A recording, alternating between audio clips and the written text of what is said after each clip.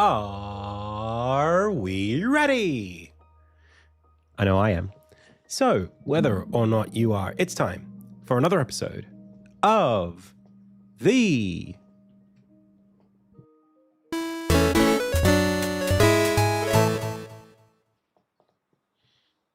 Indie. Whoop. Hello? One sec. This happens sometimes. Not to worry. Yay, there we go. Welcome to the Indie Tales Game Dev live stream. Hey, my name is Adam. You are the Pixel Pals. I've already said the name of the show. So without further ado, it's time to go. Welcome everyone to the Friday edition of the stream. Today we're working on Slashcore, which is my brand new fighting game. I have been working on this. This is now day 3 of development on this project. It's very, very brief and short, but we're spreading it out over like a couple of months probably. So you haven't missed much if you watched the last stream where I was working on this. However, you have missed much because this morning I made some incredible progress on this game already. I'm very excited for how quickly this is coming together. I'm not sure if it's going to be like, you know, the greatest game ever or anything right now, but in terms of like just building what I'm planning on building, making some really good progress. So I want to say welcome to everybody who's here in chat right now. You can tell I've had a good sleep, I bet, since yesterday. Yesterday was a tough one, but I slept well last night. We've got Pixels Murphy in the chat, Javine, Virtue vs. Vice. By the way, I don't know, TBH is here. Mr. Pizza Hunter is here. CFDJ is here. Welcome. And Lex, how's it going? Anyone lurking on YouTube, welcome. And a big thank you to Typical Chells for the most recent follow and Switchfall for the most recent subscription. Hey, Mary Faye. 100 streams. Wow, congrats. I've never even seen your name in chat. And you've watched 100 streams. I'm very grateful. Thank you so much. This is a MVP lurker. Yeah, that's all good. You're allowed to do that.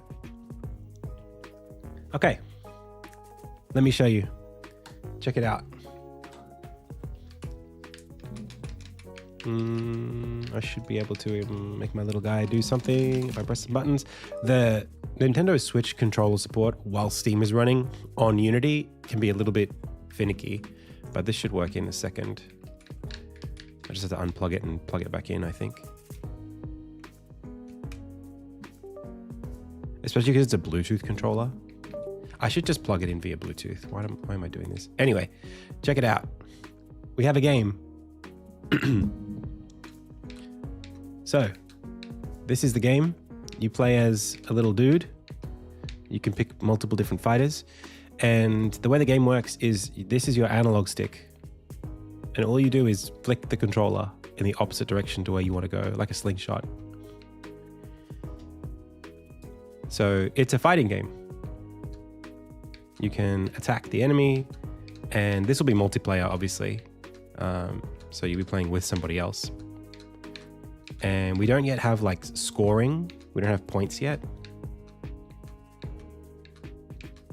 But we got some sweet combos. Look at that. This is just for fun to avoid burnout, exactly.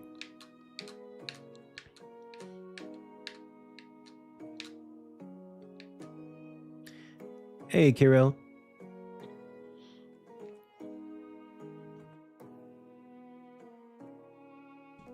So, today we have to set an agenda. I think we need like some direction on the project because I'm already feeling a little bit like I'm making such good progress, but I'm starting to dawdle a little bit, just having fun with it. So we're going to try to get this a little bit more set in stone. Maybe thinking about timelines and budgets and features and things we want to put in there. Okay. So we already have like multiplayer gameplay. I can plug another controller in and fight as 2 controllers, which is great. But maybe we need to set up, like a project document. So let's do that.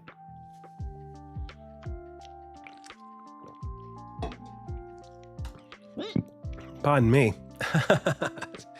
My drink just got me. Alrighty. I don't know what this is. I guess that's me trying to figure out screen aspect ratios, but I think we solved that for the most part. So let's think about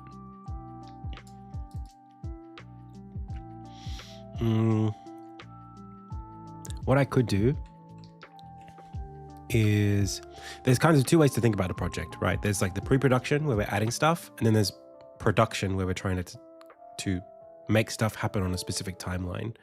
And I both do want to impose a minor timeline on this, but I also don't want to constrain it too tight. So I think what's more important is just thinking about the kinds of things we need to do. So scheduling time rather than scheduling tasks. So let's think about the kinds of things that we need to do based on maybe it's just a matter of like defining the docs. So for example, maybe we just need like a section here about characters and how they work and what they are.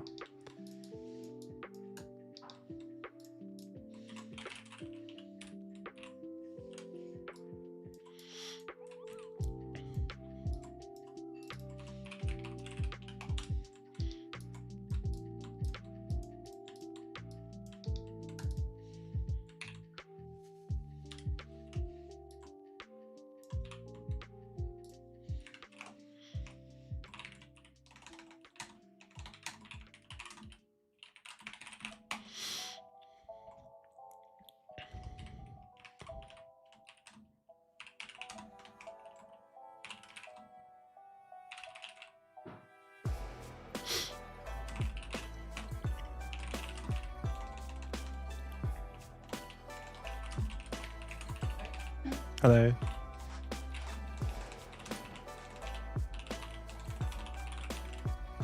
Wow, look at that. Thank you. That's all for me? Mm-hmm. Wow. Chippies. Aren't I a lucky boy today? Oh my goodness.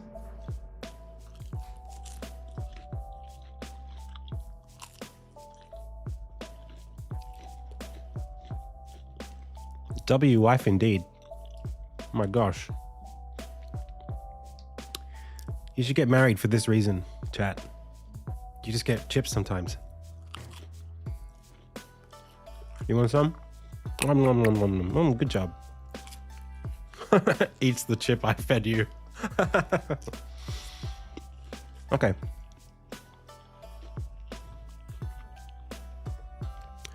So, idle, pull, fling, hurt. That's the states we've got right now. We also have like, I mean, for all of these, we should need like a sprite each.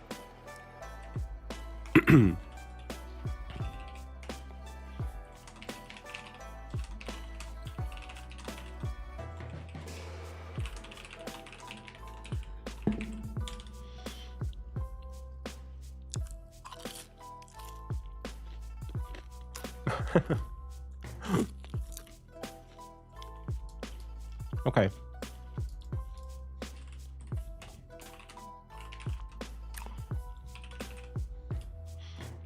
So trying to go for, I know I'm like an animator, but a lot of this is supposed to be procedural for this project to keep it light.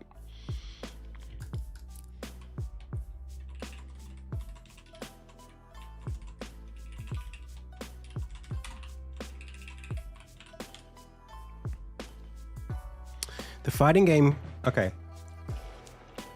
A few things happened at the same time. One, Google told me that if I didn't update Arrowbound, they would pull it from the store because it's using an old version of Unity. So I pulled open the project and I realized there was more I wanted to do in that world. Two, I went to a festival recently and I was playing some local games made by devs here in Sydney, and it struck me how present a multiplayer game is in those contexts. Like I work on Insignia most of the time, and years go by when I can't show it to people. But a multiplayer fighting game, you just like bring it and everyone's playing it and you're playing it and it's very social. So I wanted to make something that was social and small using the mechanics from my game Arrowbound. That's it. I also like, for example, I'd love to go to PAX this year. If I go to PAX and I take this, at least I've got a new game that I can put on the Steam store that people can buy for like $5 and play at the con and enjoy it. That's the mindset. Is just be more prolific, right? Be more active. So,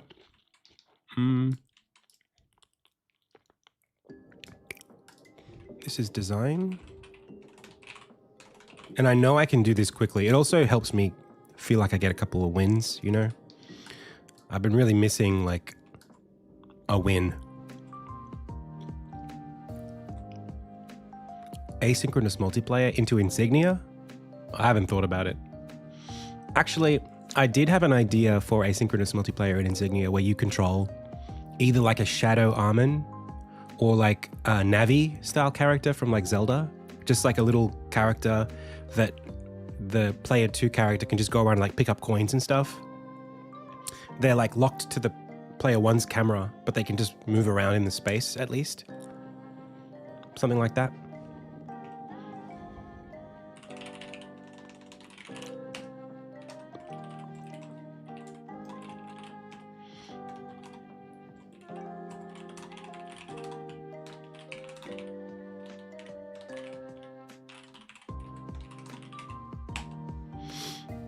Okay, so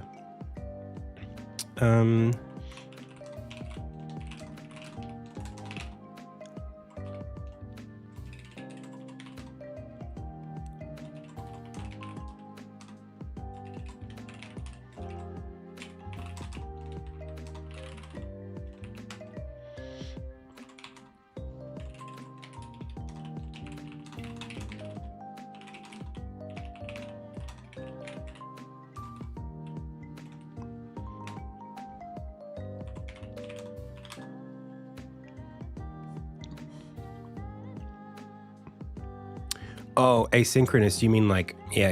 You're talking about like someone does something and then you experience it later at a different time. Yeah, I haven't thought about it. Actually, I'd love for Insignia to be an offline game. Completely offline.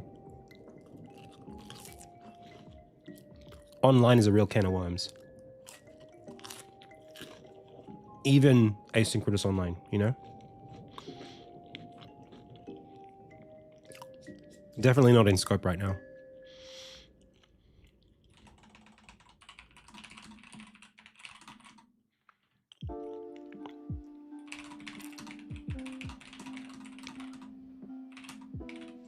So this is really important. So that's part of the to-do.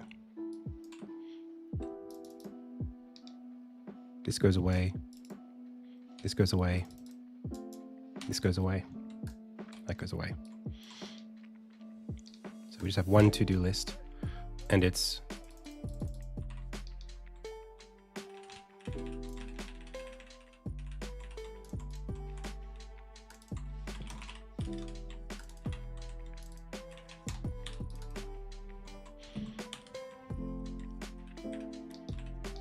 okay. We're going to explore this right now. So options.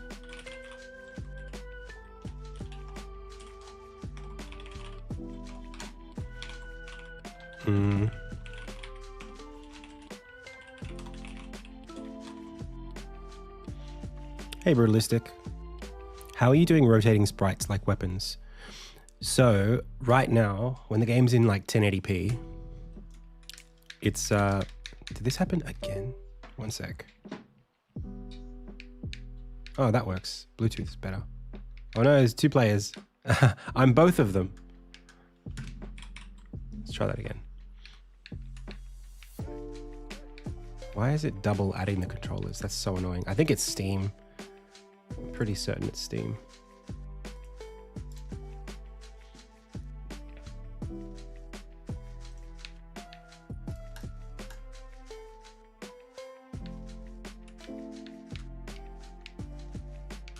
No.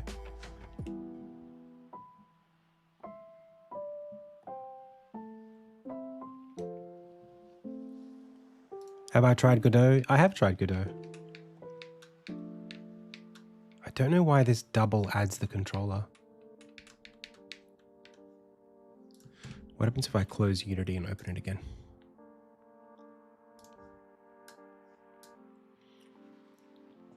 It's not for a jam, but it's a jam style project. It's a very small project that I'm building.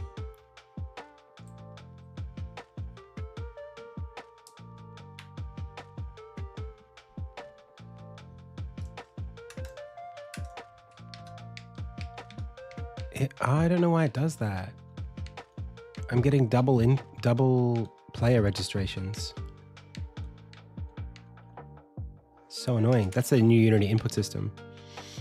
Let's turn this one off. Okay. So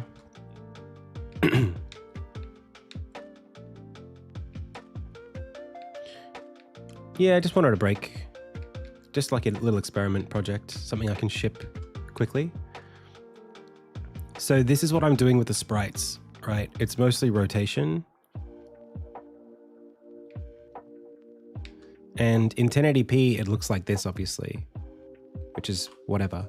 But if I bring this down to 640 by 360, which is like the same thing, then I get this, or even 320 by 180 will be one smaller than that, but still correct. There. Then you get this. So we could probably just play the game like this and it would be the same thing, and you get pixel perfect everything. The only thing I don't like about this is how much movement there is in the sprite as you rotate it. Like the outlines change so often.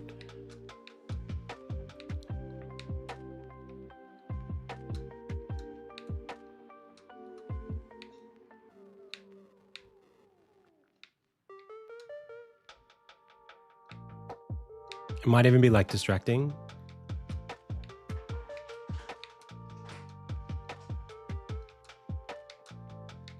Yeah. I love comboing the bot.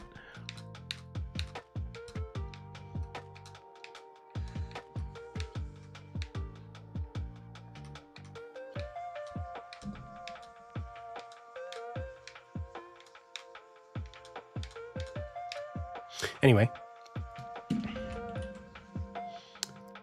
so let's keep going.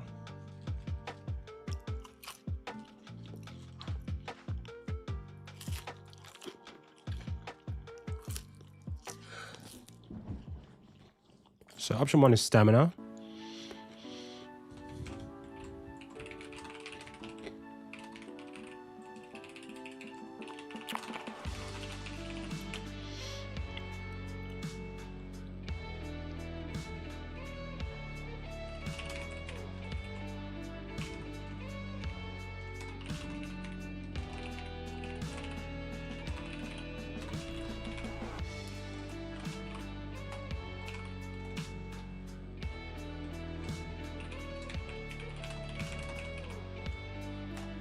So I like this. It means you don't have like a fixed jump height, a fixed double jump count. You can kind of ration it out.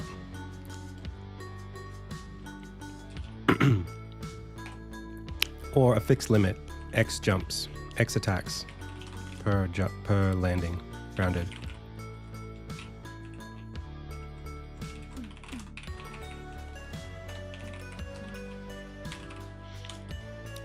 So the pros of this are there's nuance. The cons is you need a stamina bar.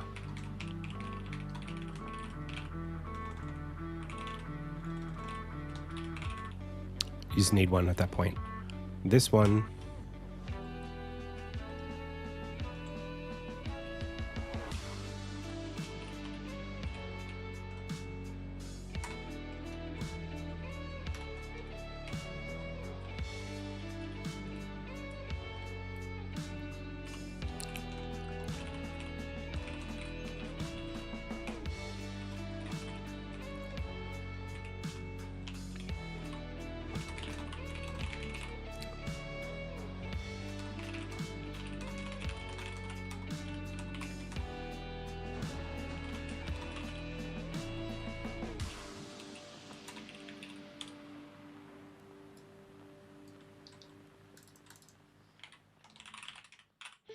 So that's probably the biggest thing I could say about the fixed limit that I don't like, which is like, if you only have 3 attacks, why not just use all of your power every attack?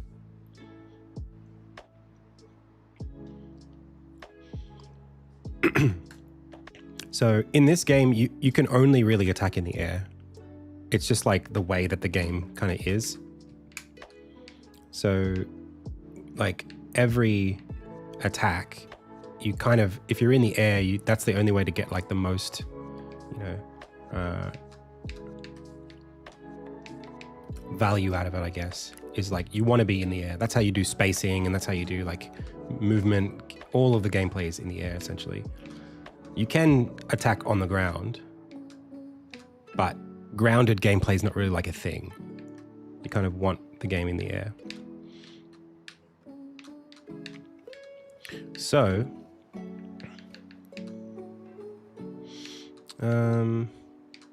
from here,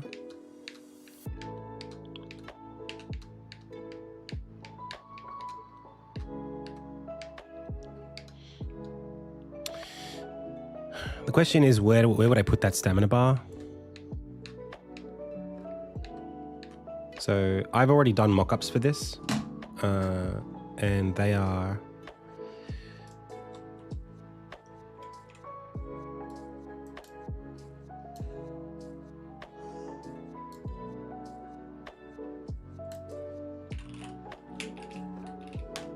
like this. So that would be your stamina bar for your character. And I don't mind it. I think that's kind of fine.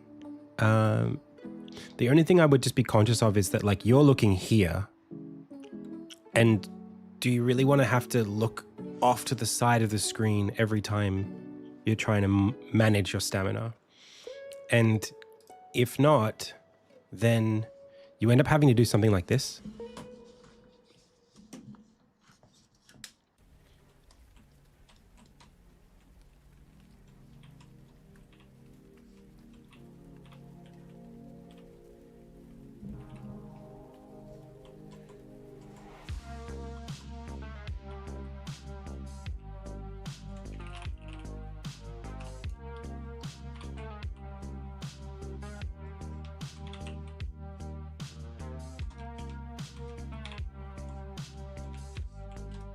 Under every character.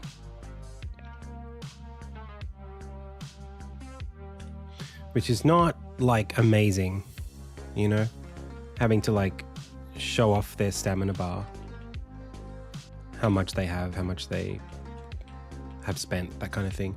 Not my favorite. It's okay, like it wouldn't be the end of the world, but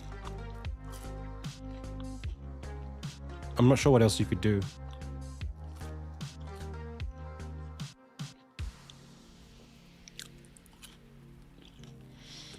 Well, we just talked, that's exactly what we're talking about.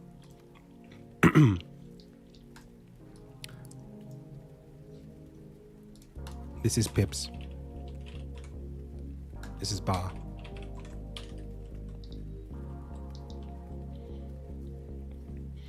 And then we have the question of HP.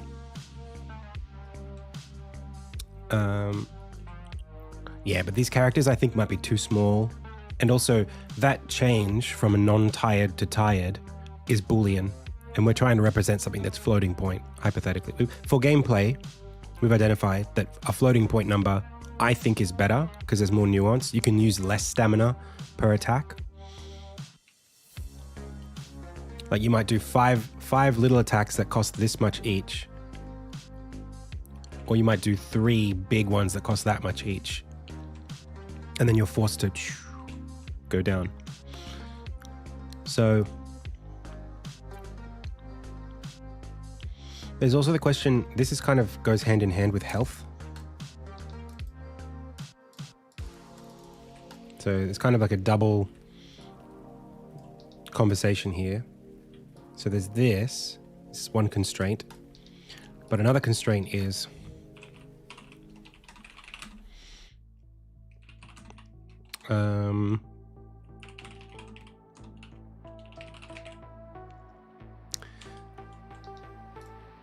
It's like scoring.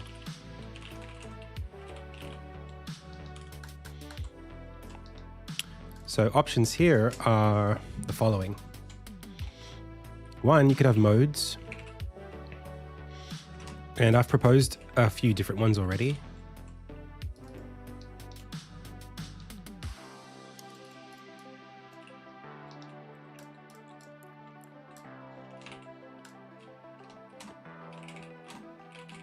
So this is Smash Bros, where you're trying to knock someone off the stage. This one is pinball mode. If your character bounces bing, bing, bing on 3 surfaces, they die in one hit. So like if you get hurt so hard that you go bang, bang, bang, the third ricochet explodes you. Or snooker mode, which is you die if you get knocked into a pocket. So there's just like death points. I think in general, we do need some kind of feedback loop that increases tension as the game goes on. Otherwise, we're looking at fatigue being a factor. And actually, even playing this game with the mechanics that I've got, I find flicking the stick after like a minute or two is quite tiring on your finger. So shorter rounds would be better, which means it might be, I think the Smash Brothers thing is potentially better. There are options here like one size fits all.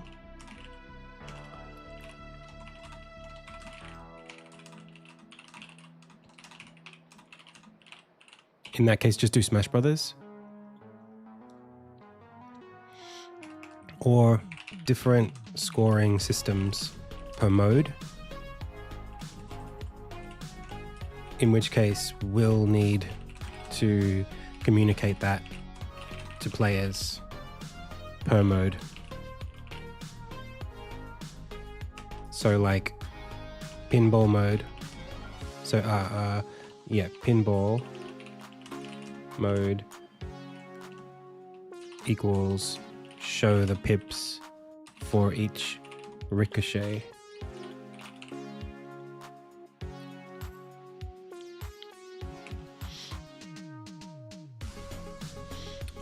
Snooker mode,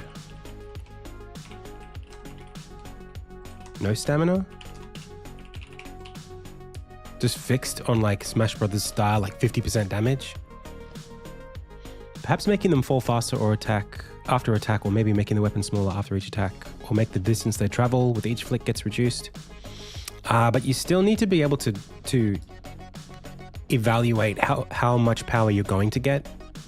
So when I look at this,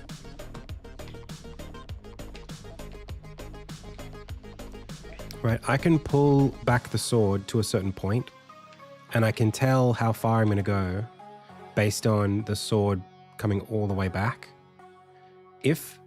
And that measures my input on the control stick. So if my input on the control stick is all the way back, I know I'm going to go up a certain height. If you make that implicit, then you only learn after you let go. It has to be before I let go that I know if it's going to be a big attack or a small attack. I don't think it's enough, because the game's going to be so fast. I don't think it's enough to have it be after. Anyway, looks like this was asked and answered already, but anyway, is this project perhaps an extension of an old Game Jam game? It's actually an extension of Arrowbound, which was a game that I released on Android.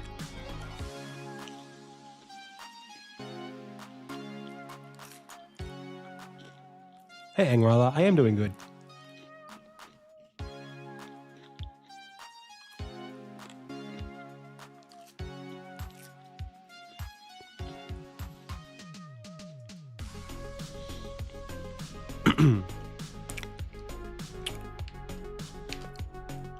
So one of the things that I noticed was you can, if I don't make the stamina affect gameplay,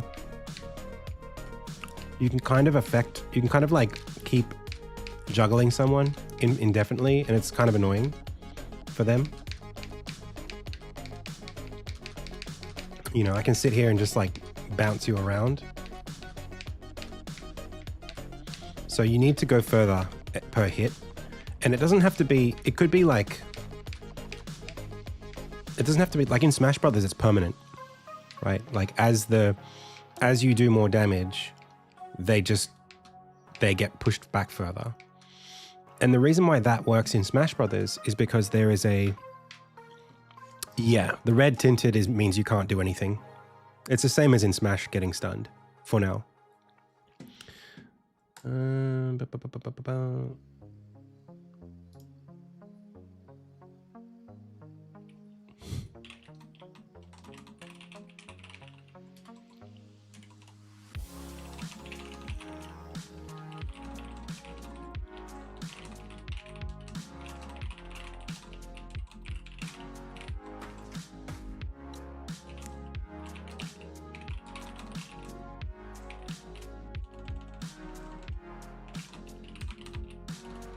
One sec.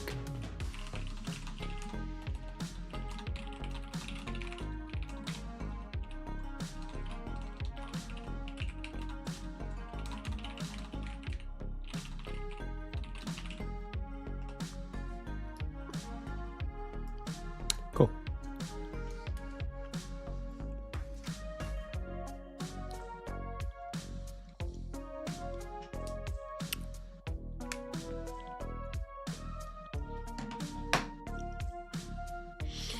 So let's look at Smash Brothers. In Smash Brothers, one thing that makes it kind of very straightforward is that in the core gameplay, the further out you send someone based on the hit that you do, that radius is like, what's the word? The bigger that radius, the better. Like it becomes inevitable that they get knocked out as the power increases. So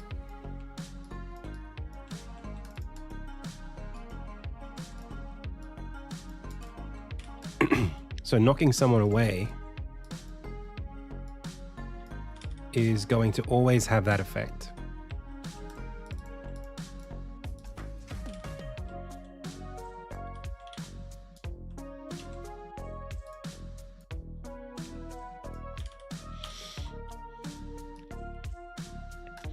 So making it so that they have more damage over time is a good thing. Whereas in this game, I feel like just looking at the arena size and how, like, what looks good, like what looks fun to do, I think the arenas being not much bigger than this. I mean, I need space either side for the UI, I feel. And it does feel a little bit constrictive. Like maybe the characters need to be even smaller. I don't know. What do you think?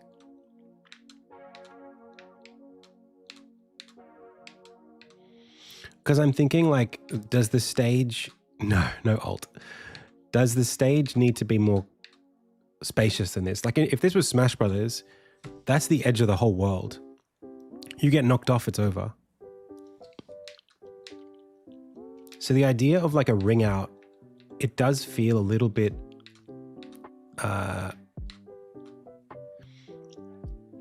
what's the word? There's not enough space for that to be how the game works, where you just have the stamina go up. I don't mind the idea of stamina that recovers over time, like a burnout that's not tied to your energy, like what you can do. It's tied to how much damage you've taken. So the more damage you take, the further you fly. But then when you land, that starts to go down, or like just over time, it starts to go down. So you're like, we'll call it like an overheat percentage. So you've got health and you've got stamina, and the health is based on getting hit and the stamina is based on hitting.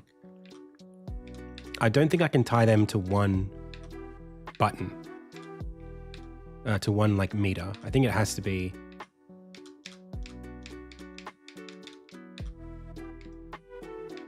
I think it has to be 2 separate bars, and they do that in Smash Brothers.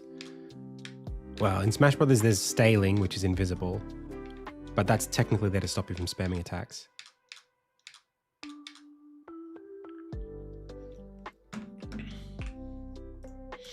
Clinkers.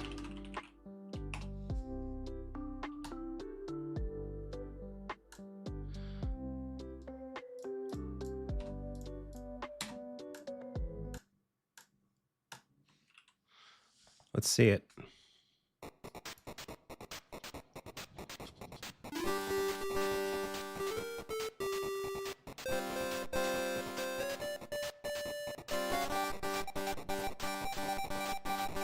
It's green. Congratulations, Pomplamoose. Congrats. Good stuff. Okay. Clinker rewards. Let's get you in there.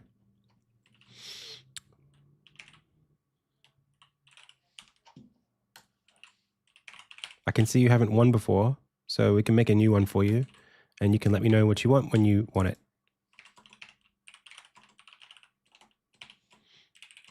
Double S for moose. Pomplamoose. Okay. No, you weren't in there. You're in there now. There you go. Cool.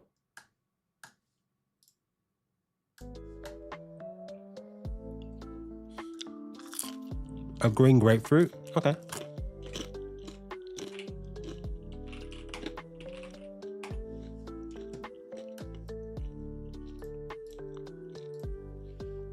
That's easy. That's good stuff.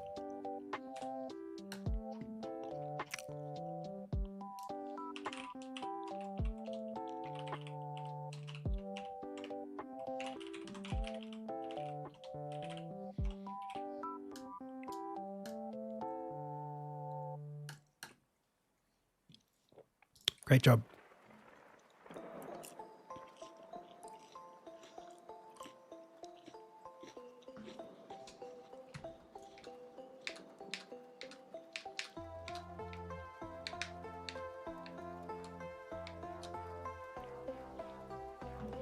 Okay. Hey, Peck. I'm working on this, a new fighting game. All right. So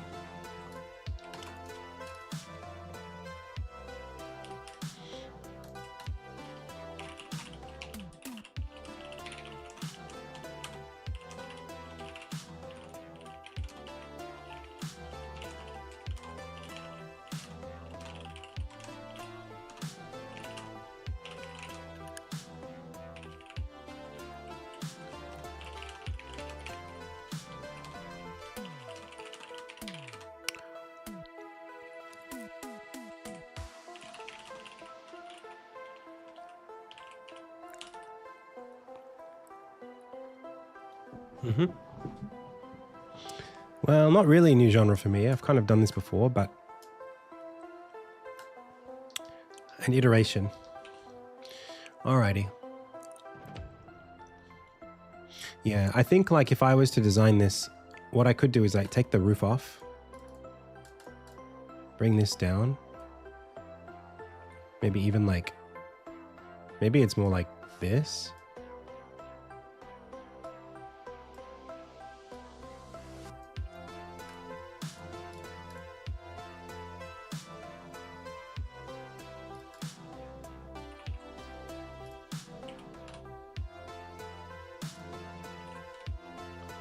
Like that.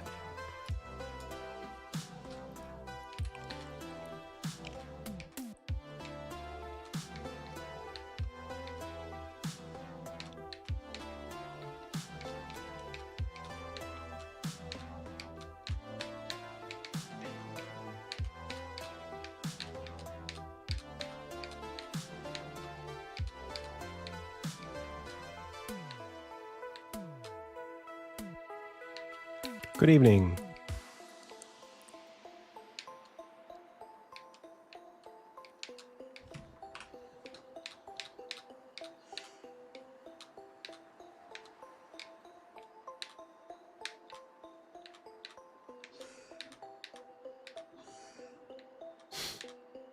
There could be a basketball mode too, where you have to put them in a hoop at the top.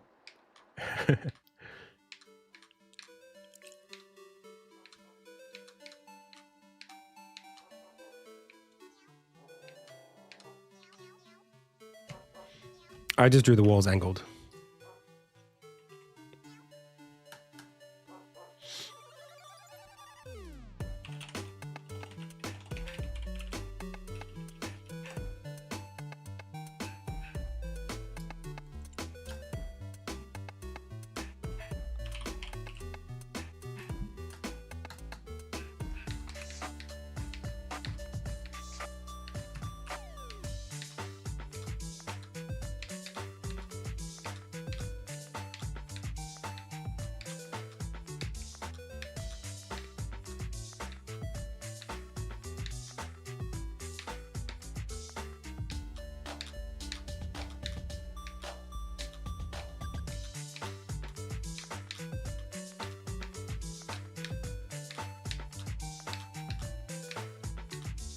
It definitely needs that ricochet.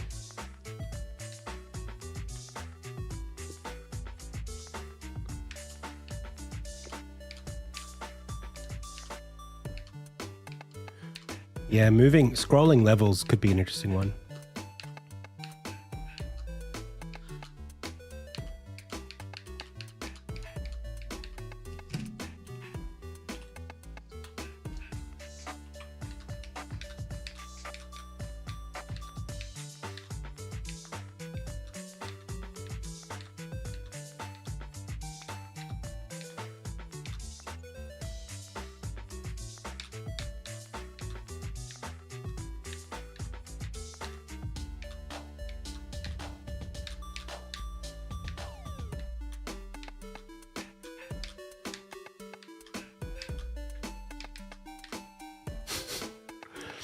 I think it's going to be hard.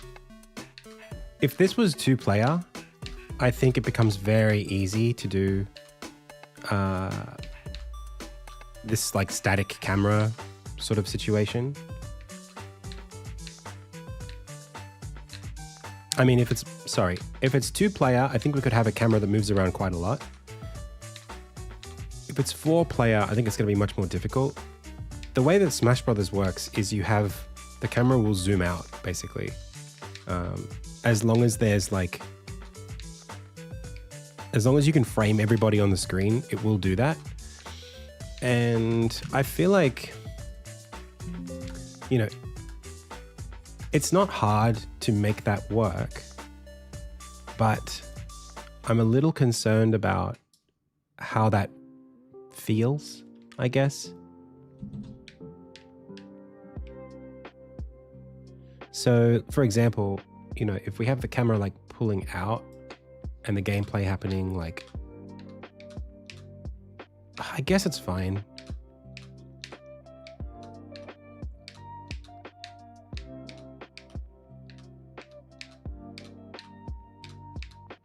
Because ultimately, like, this is like, if this was Smash Brothers, that's about the size you'd want the arena with this much space before the dead zone.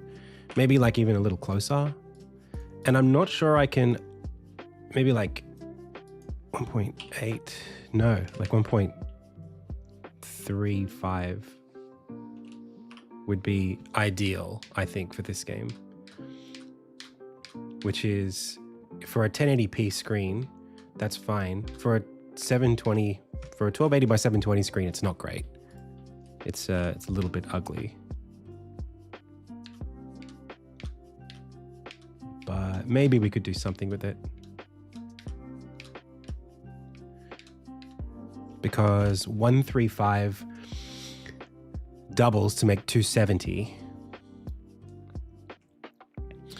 And 270 doubles to make 540. So if it took 720 and you halve it twice, well, what's the closest number to 1.35 that 720 divided by 2 gets you? 720 divided by 2 is 360. Divided by 2 is 1.8. Divided by 2 again is 0.9. And there is no resolution between 0.9 and 1.8 as an orthographic height that 720p can support, because there's no it's 1x is 720 pixels tall per pixel. 2x is 360 for every so 2 pixels per pixel. 720 divided by 3, what is that? It might not even be divisible by 3. Camera size.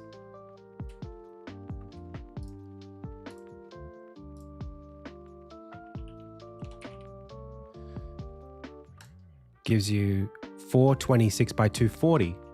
Oh, that's fine. 2.4 is divided by 2 is 1.2, which is that. And that's fine. Oh, okay. Oh, that's totally reasonable. As the maximum zoom out.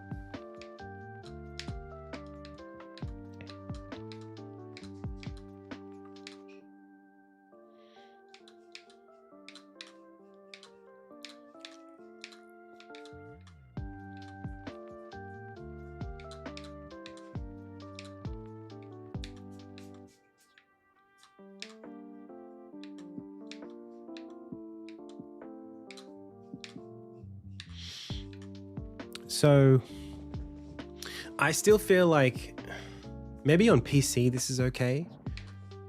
They're not too small at this scale, but I'd really like them to be closer.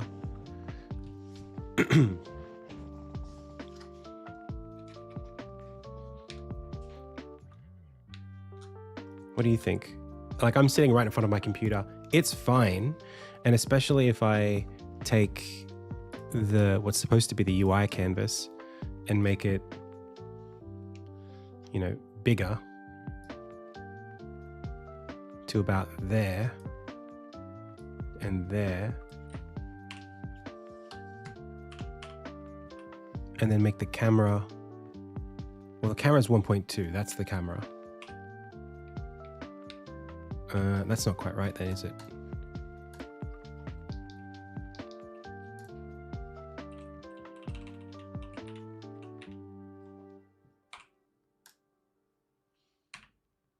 What am I? Oh, I see. But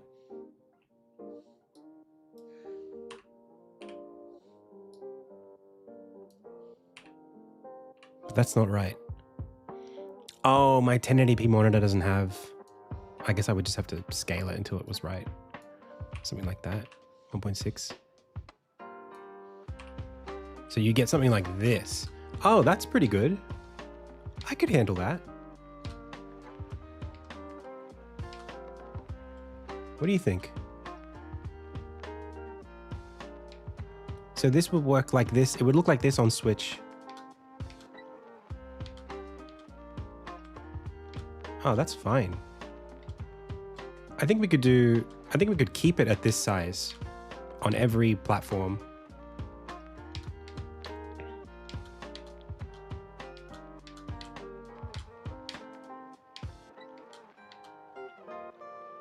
What do you think?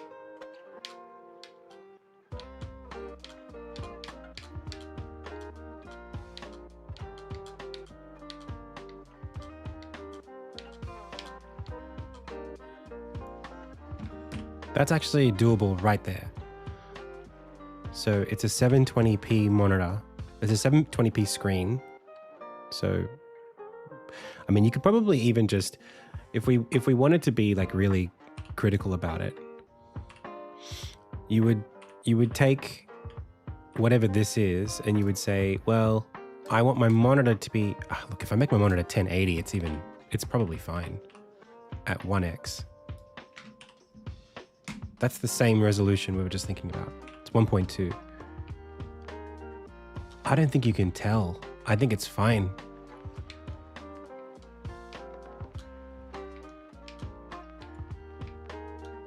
I guess I would want the camera to be a little bit wider.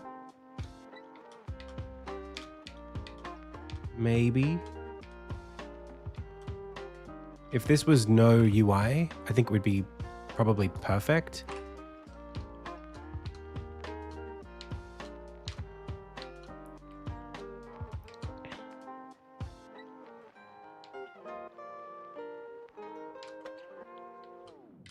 So we were looking at, so to recap, we were looking at 1.35 for the camera, which is, wait, isn't that bigger than 1.2? It is.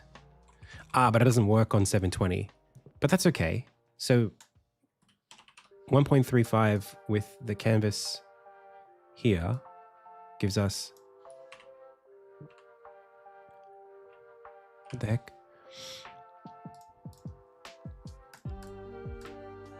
Okay, so you see a little bit less on like,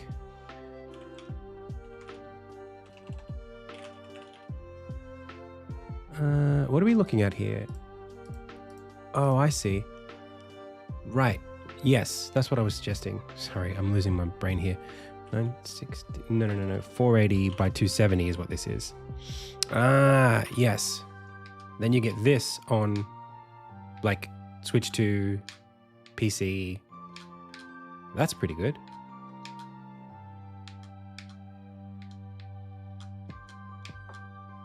That's plenty of space.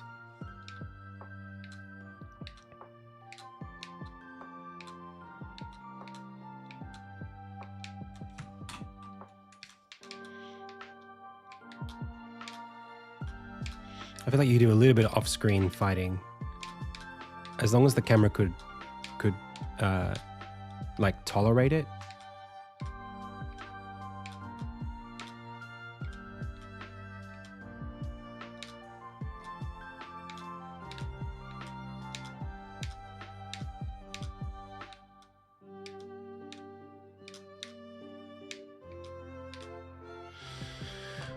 And then a little bit of lateral movement would be fine if there's just two people left. So, okay. Let's work on, I think we need for camera movement to be part of this.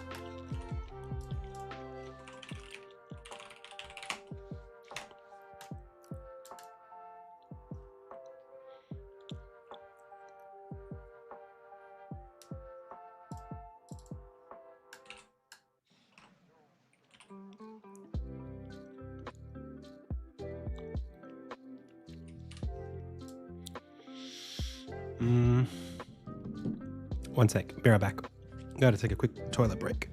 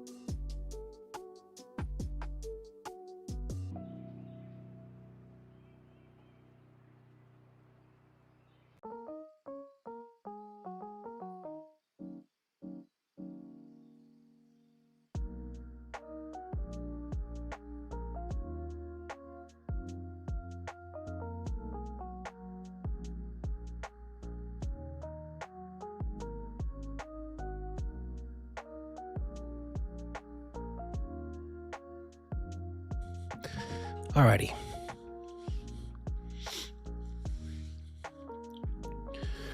So, okay, I realized something. Before we get into the camera stuff, we need to do a better job of controlling how many players are in the scene.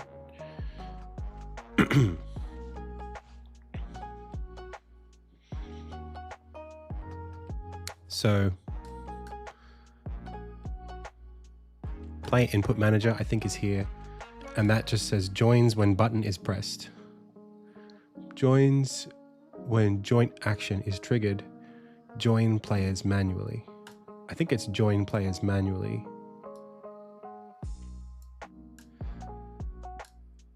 But even this, I think we have to not have the joining on.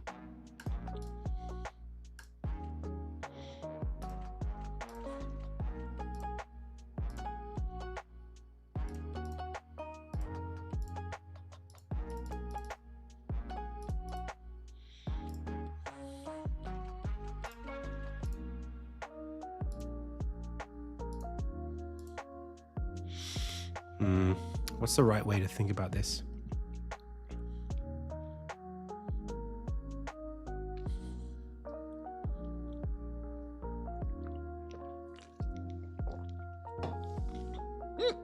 Pardon me.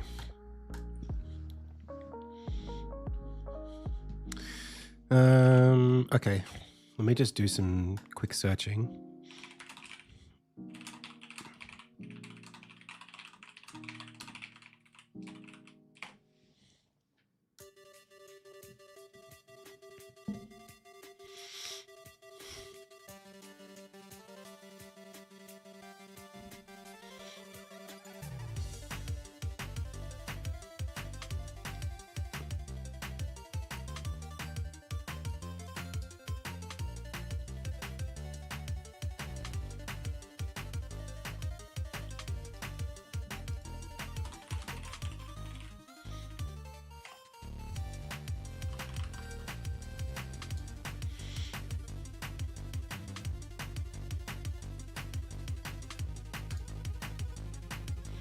Open your input action asset.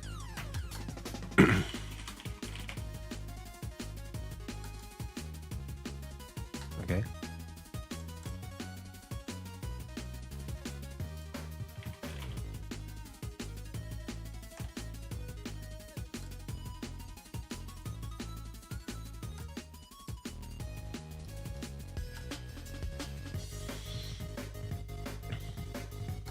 I don't think I need a UI action map.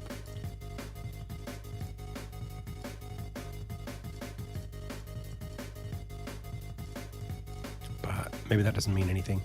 Let's keep reading. Action asset control schemes. If you have overlapping schemes, gamepad and Xbox solution, consolidate these into gamepad.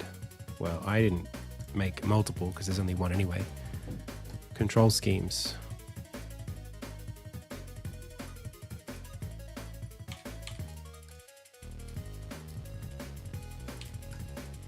Is there a control schemes option here? Oh, this is project settings.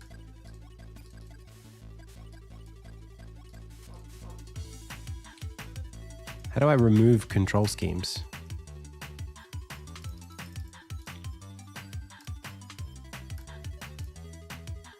I have to touch it first. Keyboard and mouse, gamepad, touch, joystick. Wait, what's joystick?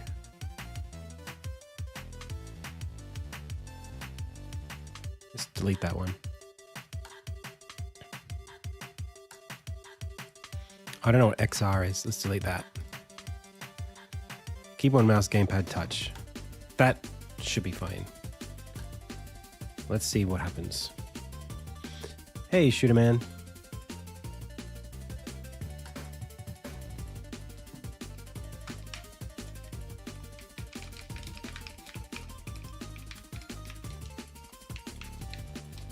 Okay, nothing. Button is pressed. Enabled by default.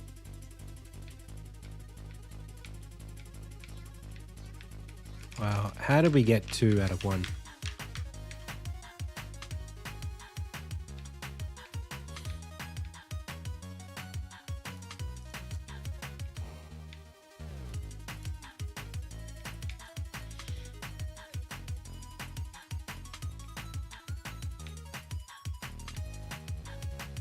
Yeah, XR. I know what XR is. So why then do we get 2 for my Bluetooth controller?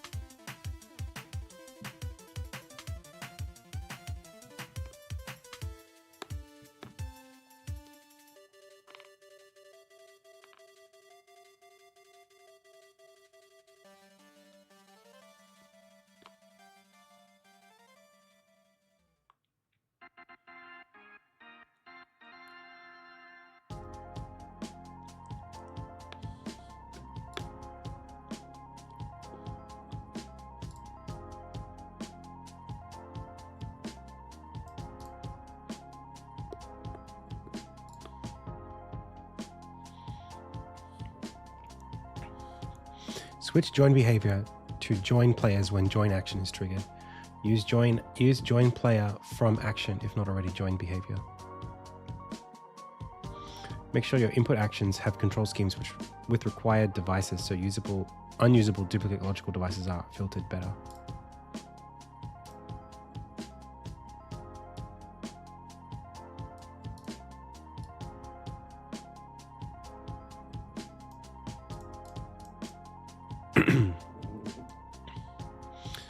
Make sure your input actions have control schemes with required devices.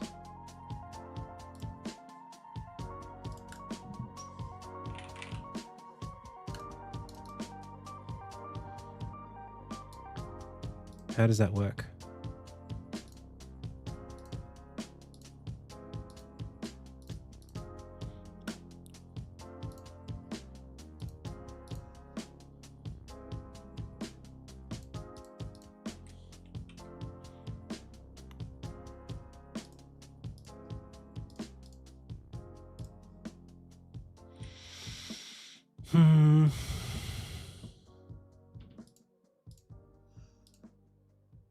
How do you even set up those devices?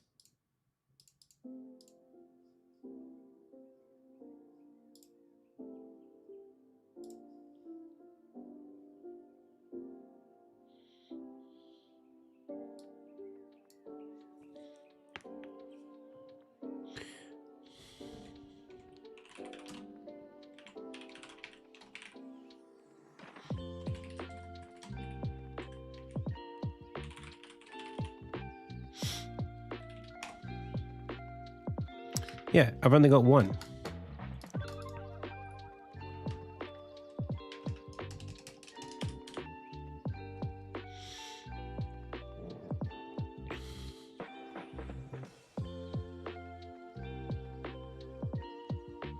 Steam is closed.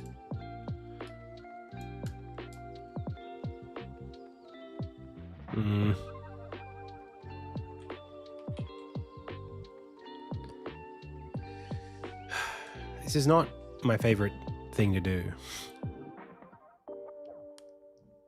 And I don't know like what is a good way.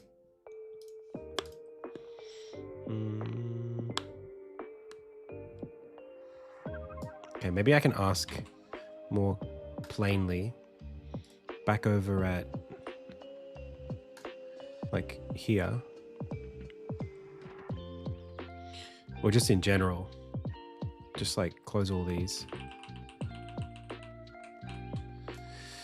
What is the expected way of limiting the number of devices that are detected and allowed to join the session in a game using the new Unity input system. I have a Bluetooth controller that adds 2 players for some reason, and I want to be really specific about not letting this happen. Personally, I would have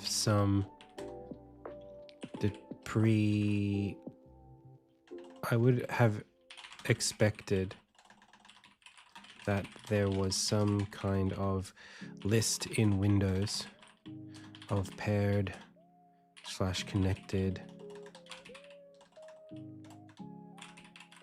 devices. I would push all that to Steam, but I guess you want to deploy on more platforms than PC. Correct.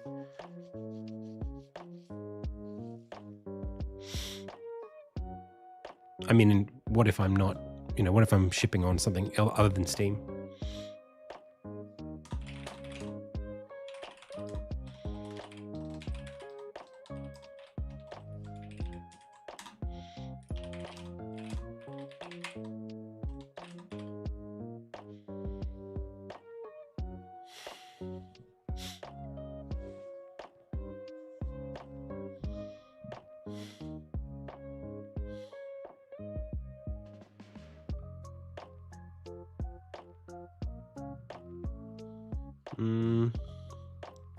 E.g. Nintendo Switch.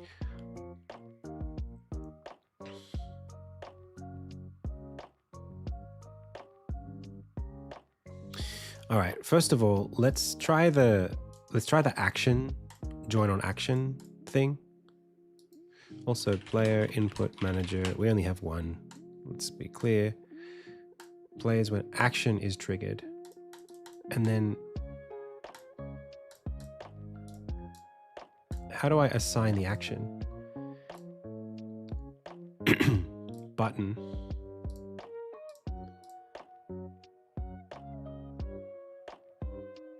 Press.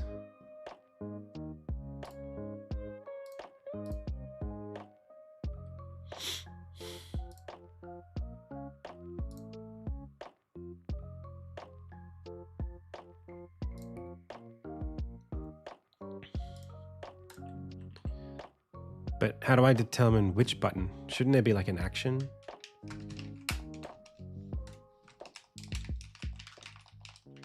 The join action is action.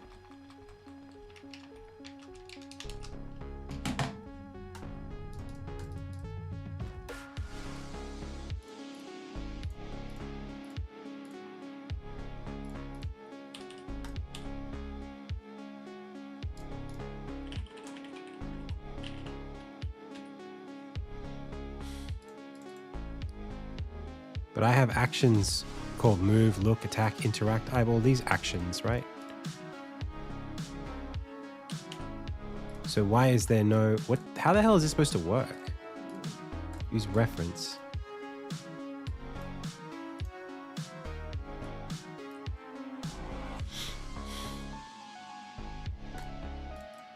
Play a move. Okay, so I still get 2.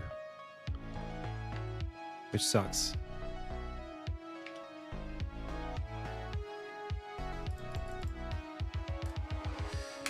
Is there a way to debug / circumvent the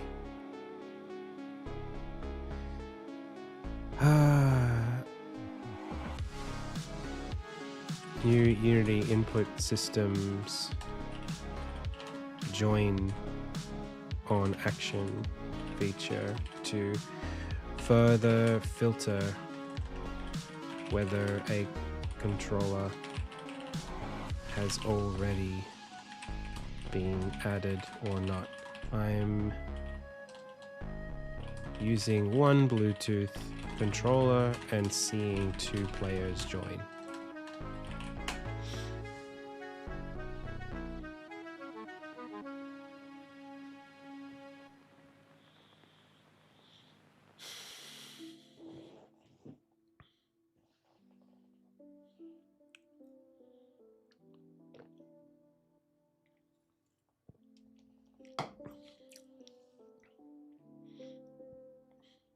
No, it doesn't. I literally just stopped it from doing that. There's no joystick.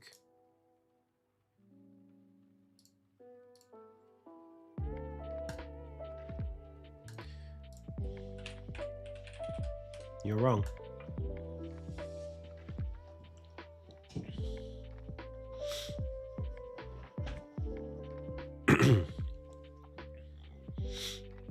The duplicate join is likely from one physical Bluetooth pad exposing gamepad and joystick inputs. You can see the joystick bindings in input system actions, input actions 216. Oh, hang on a second. There's a thing you can do here that turns this into a class. Generate C# class. And I think I need to compile it to do that.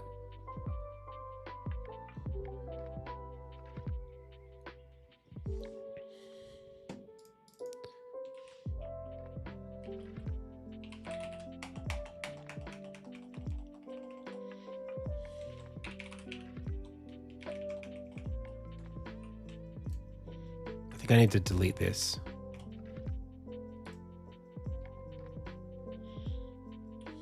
And let it recreate it.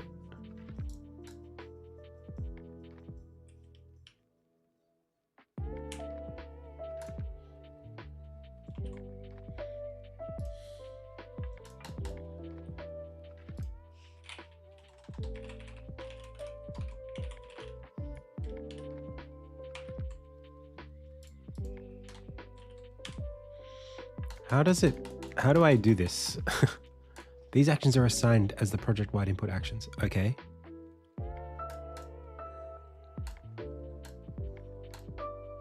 There we go. That was so weird. So now it'll generate that thing and please, please, please.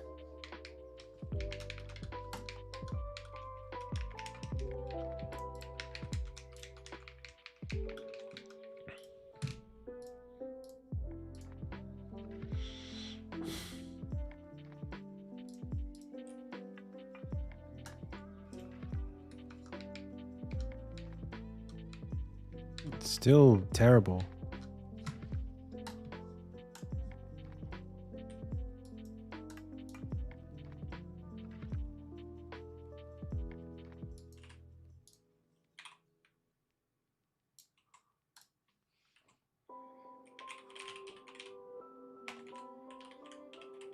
Wait, it still has joystick paths? How do I stop that from happening? They're not here.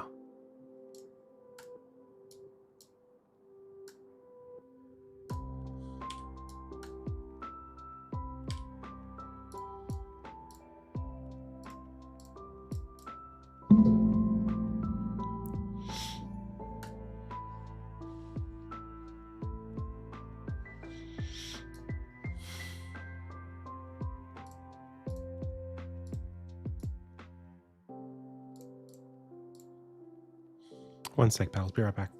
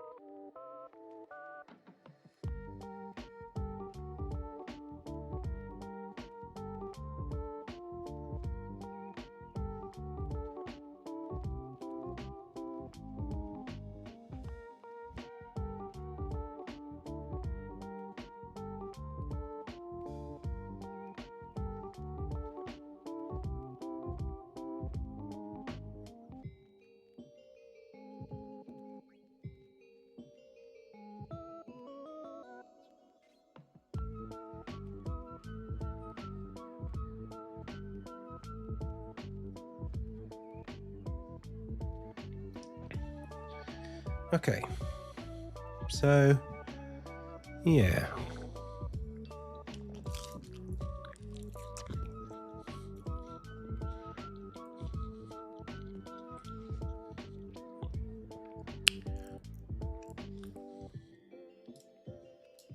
Are these like, these are the actions that I have created?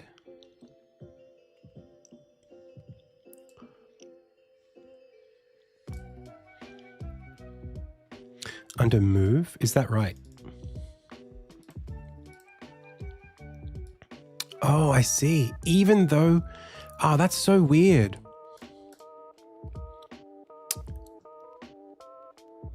Very annoying.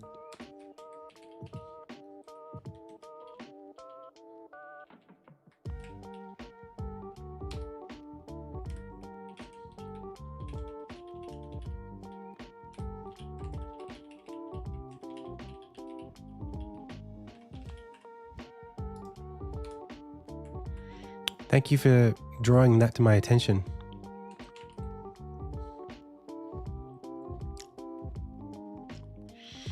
No, I use Rewired for insignia, and I've never had this problem.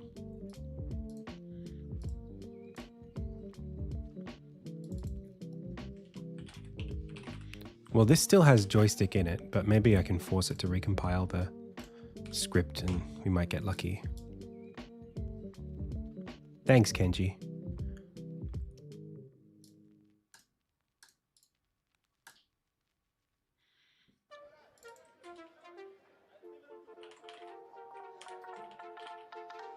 No joy. Joyless.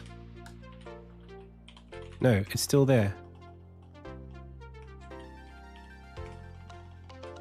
Am I confused? Is there something I don't understand about how this works? Do I have to go through all of the control maps and do the same thing for all of them?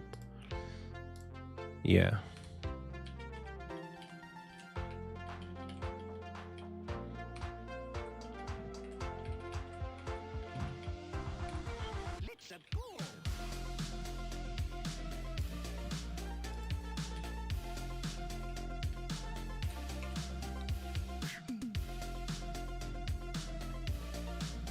But like, oh, I see. I deleted like the filter. These are like not all of them, but these are filtered lists. So if I say all control schemes and then I look through here, as long as there's no joystick left, I'm okay. Is it for a game jam? Nope. Little side project. Save asset, please. Okay, please.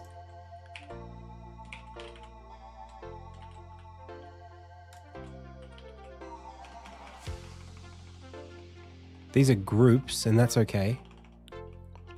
Submit and cancel.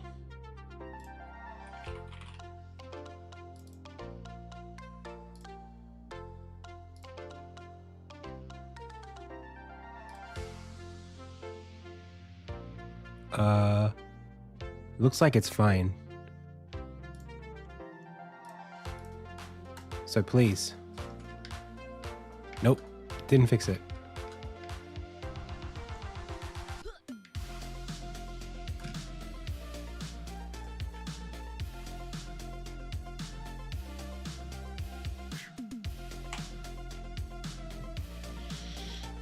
That's annoying.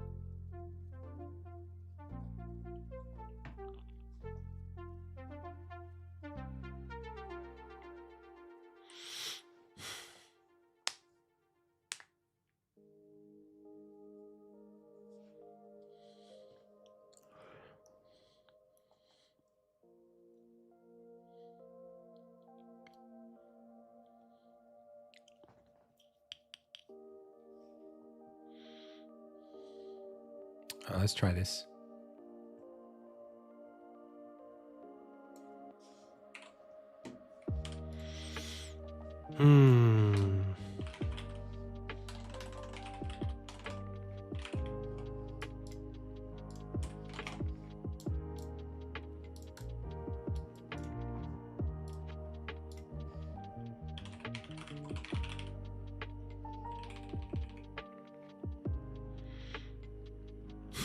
Sorry.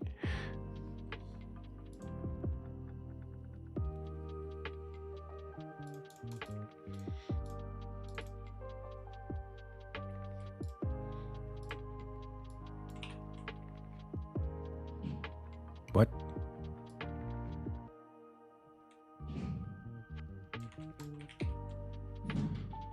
Hang on a second. Manual join dedupe. Dedupe? Deduplicator? Where did it get that from?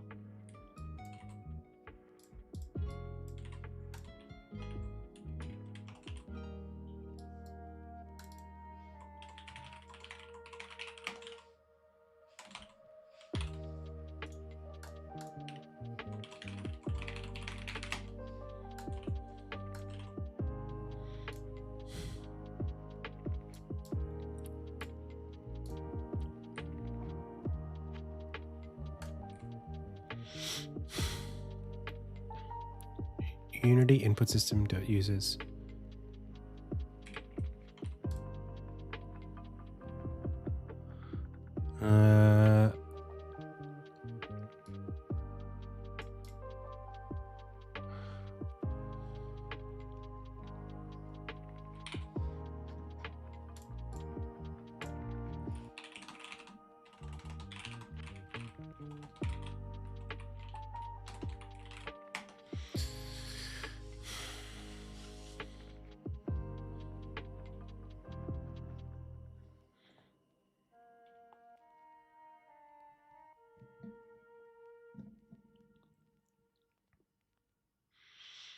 I don't like vibe coding, but I don't have any understanding of this space. It's like a black box library, so...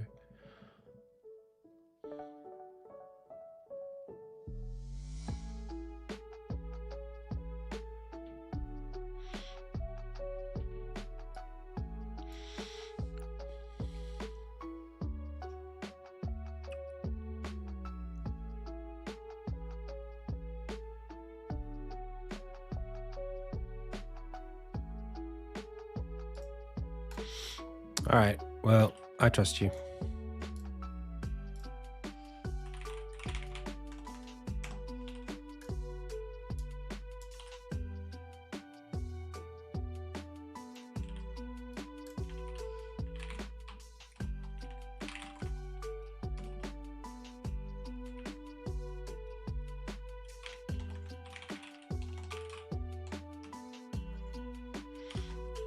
Okay.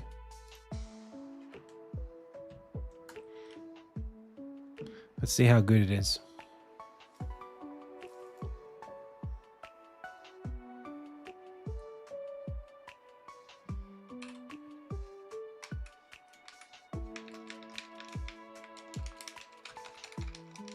Well, I don't have like an input.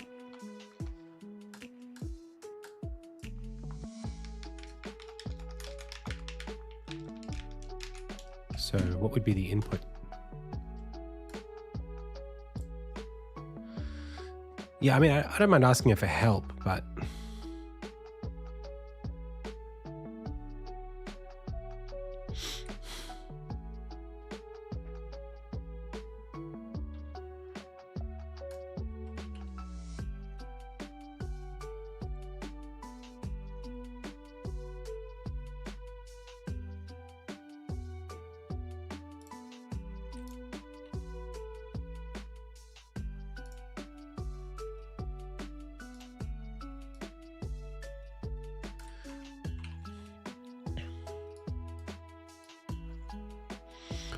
So on enable, disable joining, rebuild claim device On unpaired device used.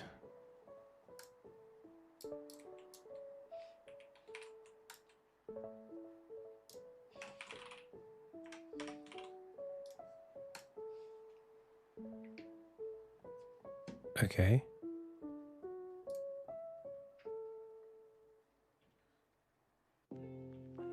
Oh, it's wireless gamepad and Xbox controller at the same time. That's annoying.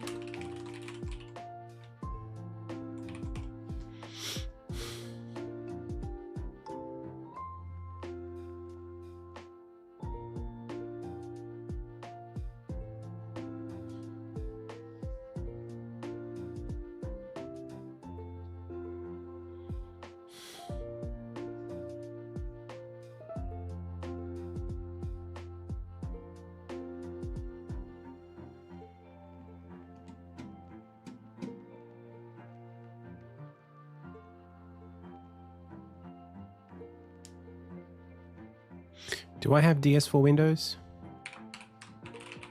No.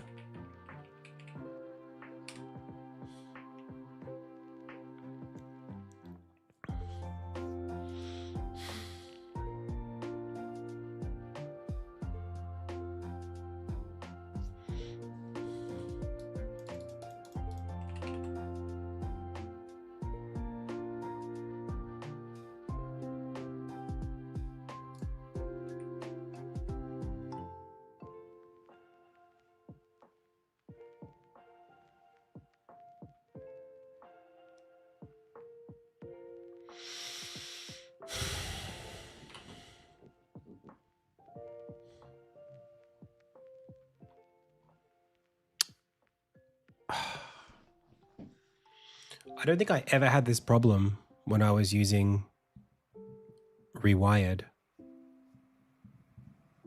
But I don't know what to do. I don't know what to do. Let's try something.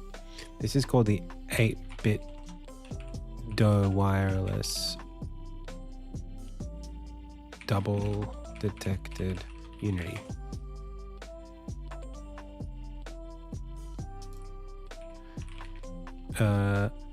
As Xbox and wireless.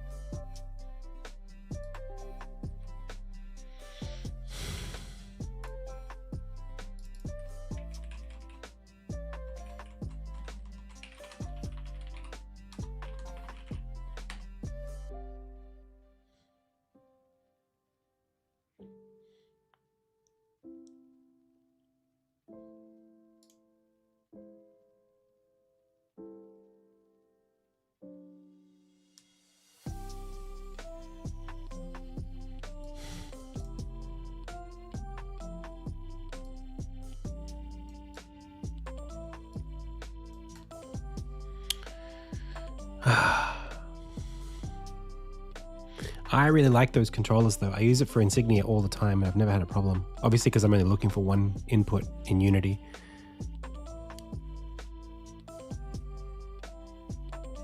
Yeah, I have a few as well. I have 3 at home.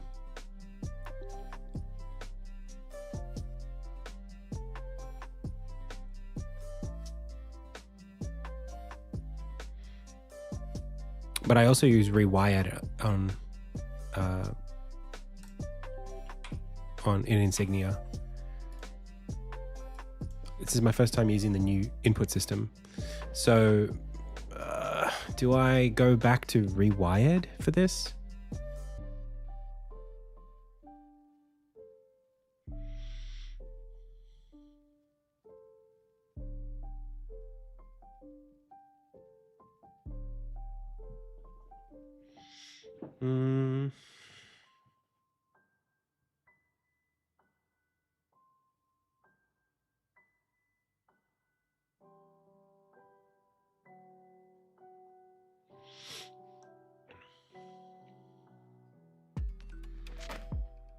I mean, worth a shot, but kind of annoying to have to use another package for input. I'm not too deep into it, thankfully, but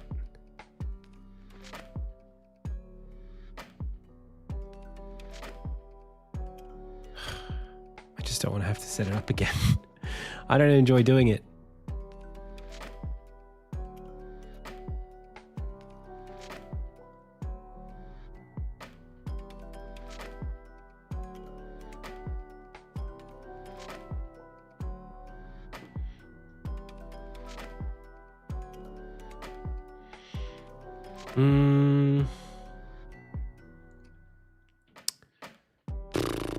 Is there some other deduplicate? Unity new input system dedupe.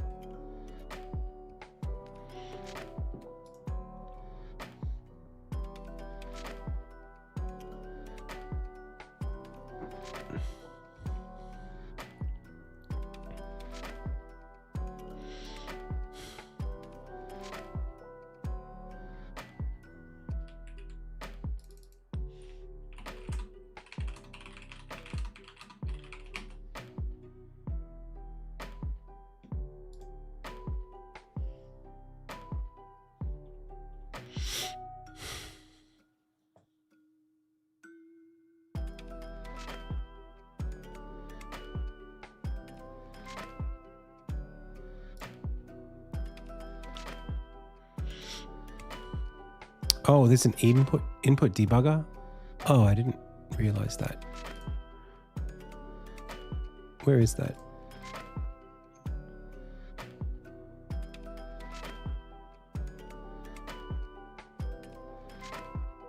There it is. Okay, well that's good.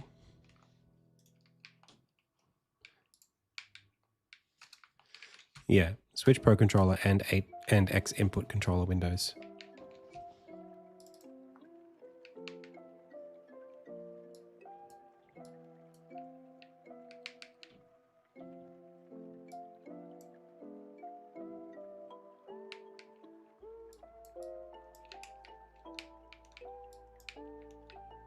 That's that. And then there's this one. And that's also doing the same thing.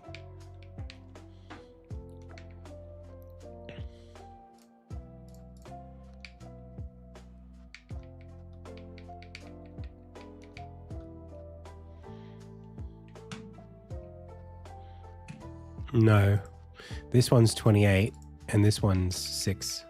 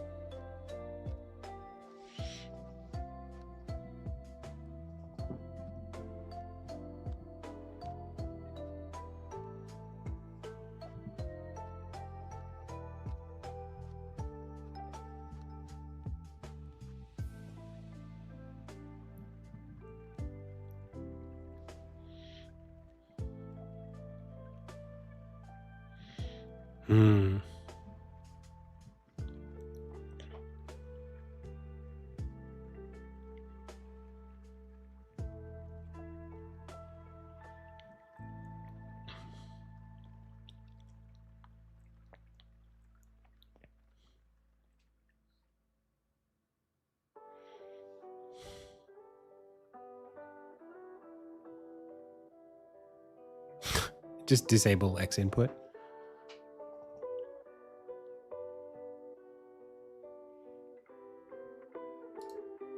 (2022.3.11) and I'm using 2022.3.62. So that's unfortunate.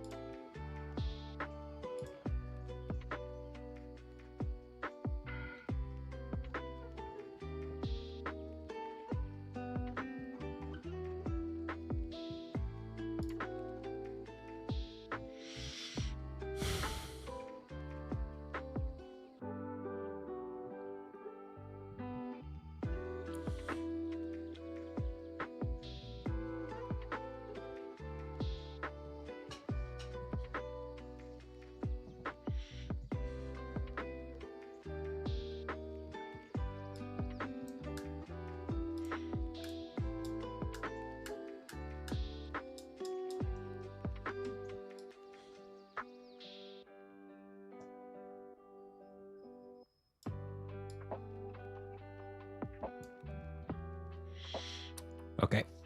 I'll be right back. Sorry, chat.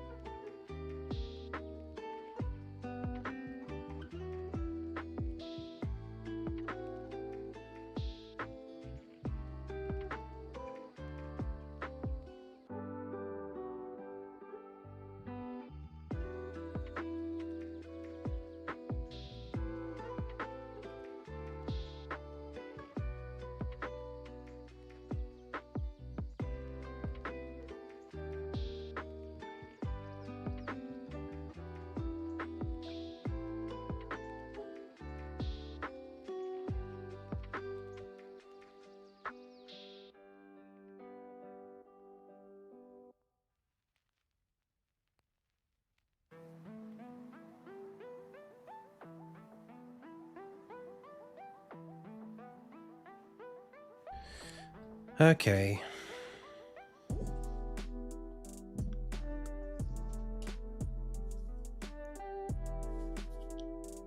So,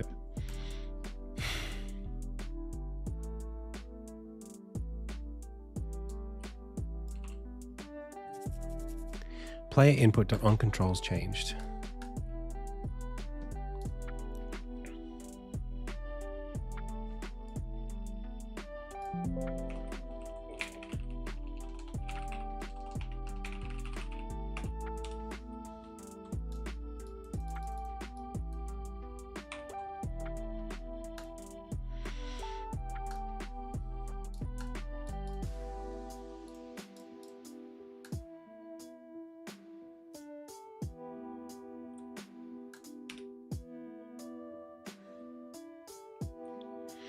Hey, Dev Donut. This is a platform fighter. That's right.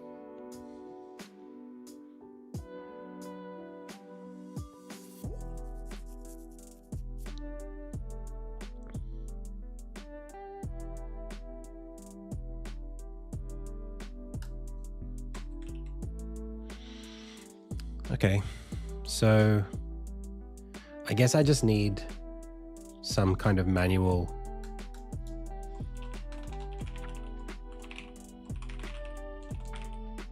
player join manager script that I'm just going to manage myself, and I'll do the checking.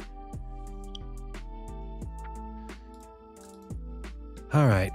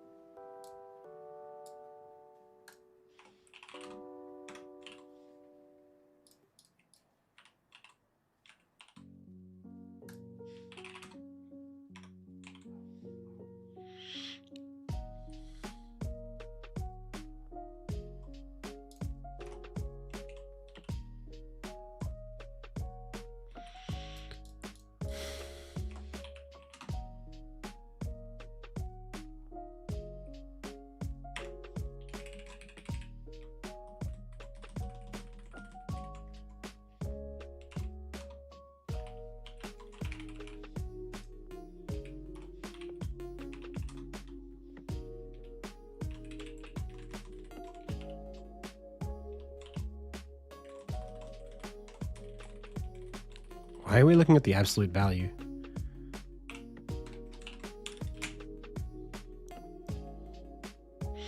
All right, anyway.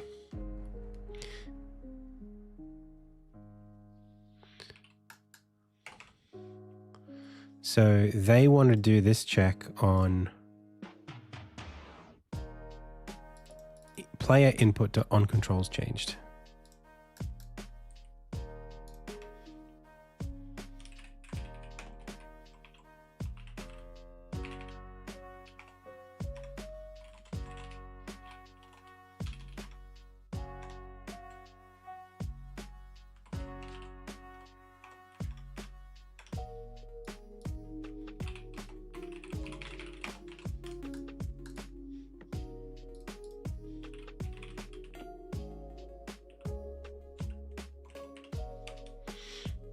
Has that changed? Has player input.on controls changed?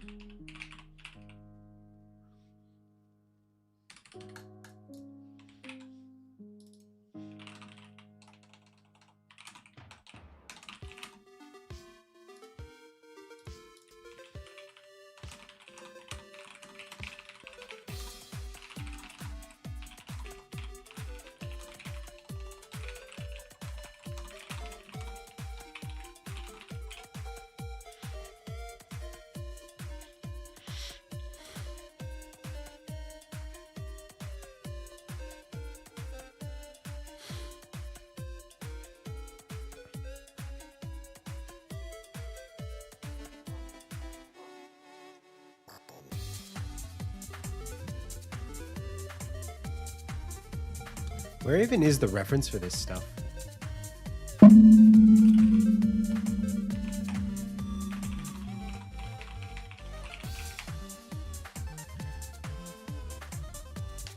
Hey, Insignia's color palette is not available, but you can get the Apollo one.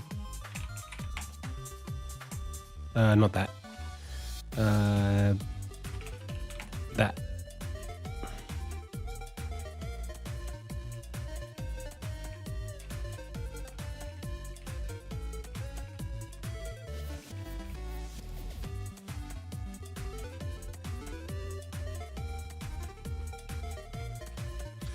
You could try it.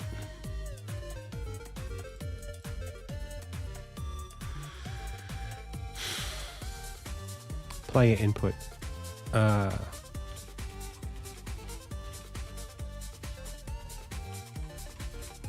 Literally player input. So why is that wrong?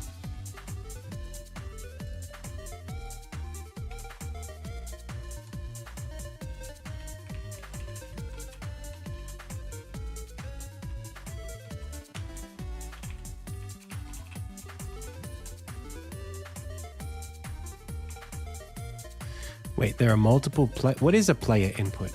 I'm confused. Does the character have a player input? How have I set this up?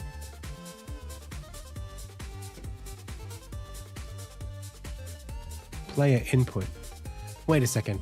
But how am I going to assign a controller if the controller assigns the character? That doesn't make any sense. Is there only supposed to be one of these in the scene? Am I confused?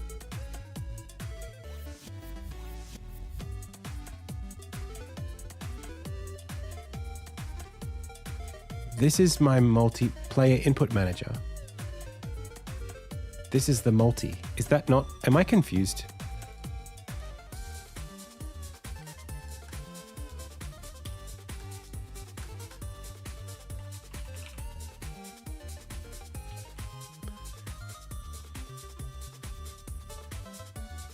There's also a multiplayer event system.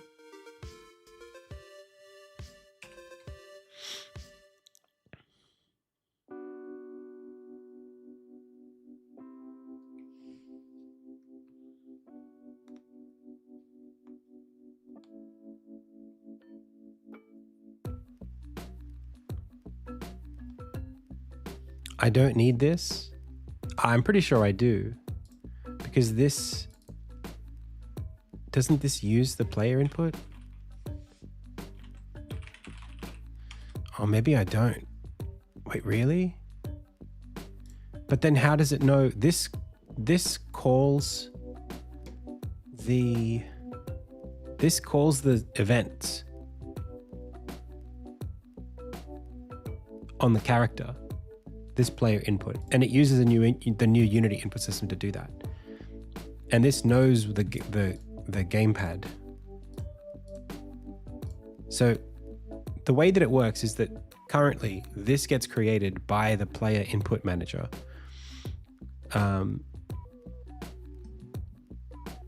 As a prefab, and that automatically binds it to the correct person.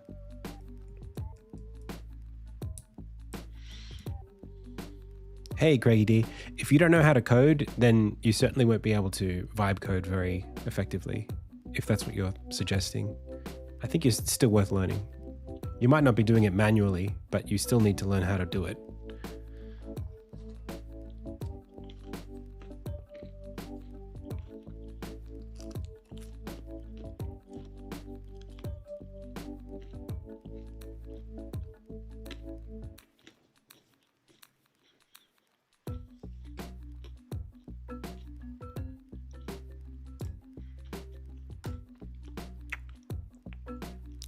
The thing is, I can't call on controls changed.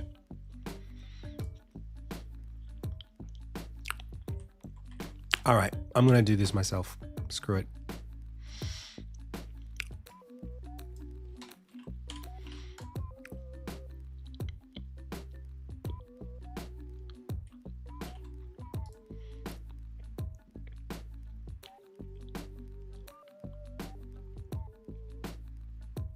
Wait a second. Hold on a second.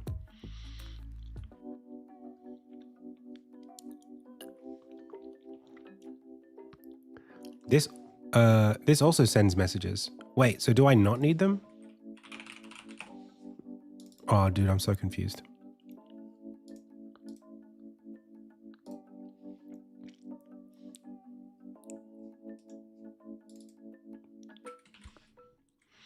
I'm fairly certain I need it, because if I don't have this, then how is it going to know when the inputs are coming in at all?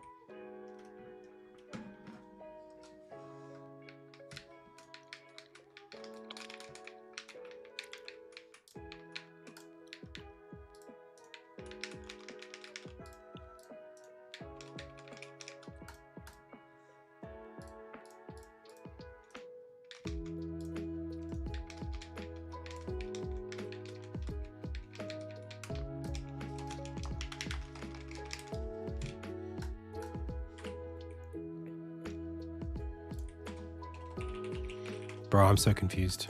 I'm so confused right now.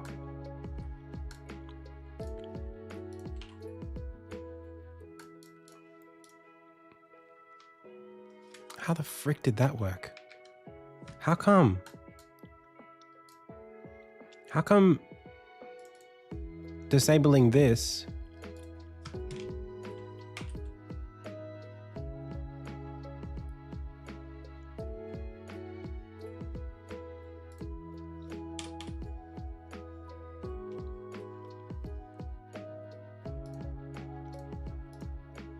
stops me from doing this?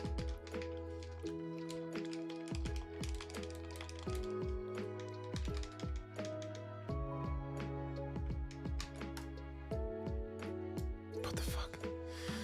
Oh, dudes, that's so weird.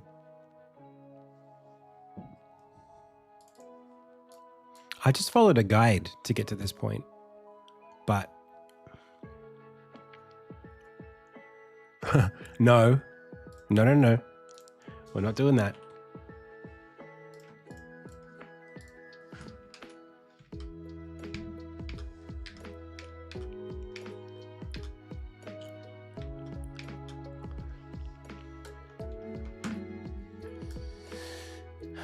Hey, Toyohisa.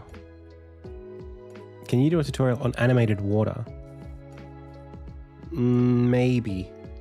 I've done a little bit of... I've talked about how I made it work, But a tutorial's kind of I don't know.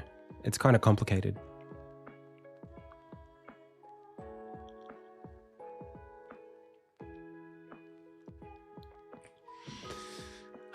Okay.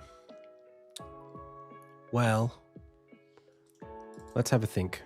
If I take a character and I put the character in here, okay, and then I take this and I turn it off. This just understands what I'm doing straight away. If I take two, they both do it.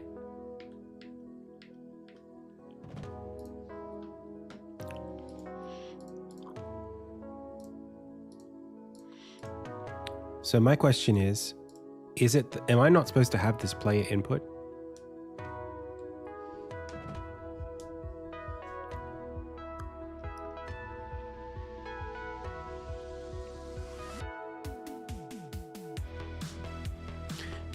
I don't understand how, like, this thing here, how does this know which controller it's listening to? Player input is global. I thought that was the case, but then why did it ask me to make one? Maybe I'm just confused. Let's remove that.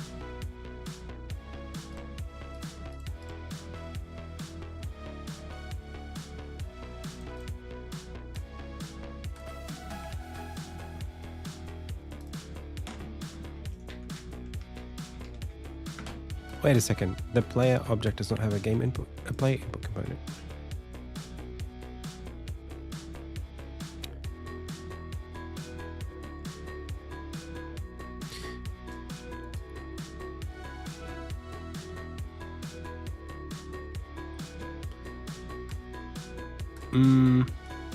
I think this expects, where is this? The input system.lowlevel.native runtime.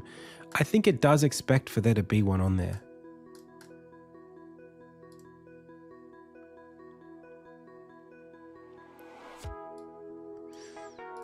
Alrighty. I guess I will just manually do this. Input user.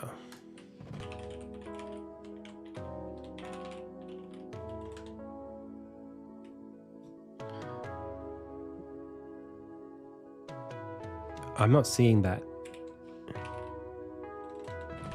Input capture?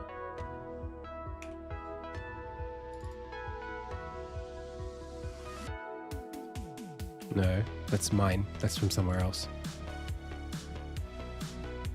Oh, there's a class called input user. Okay.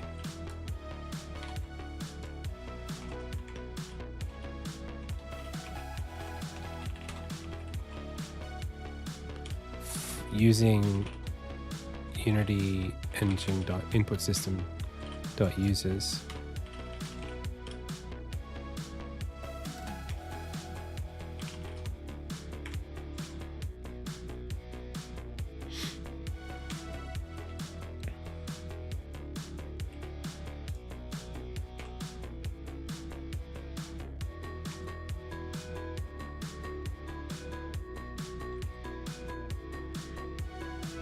Are you using the player input.instantiate method?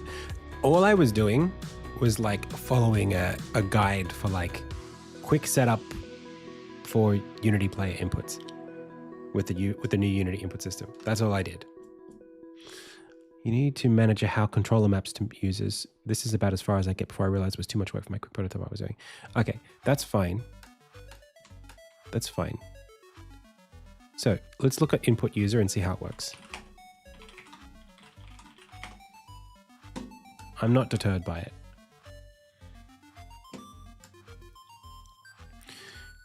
It's a struct.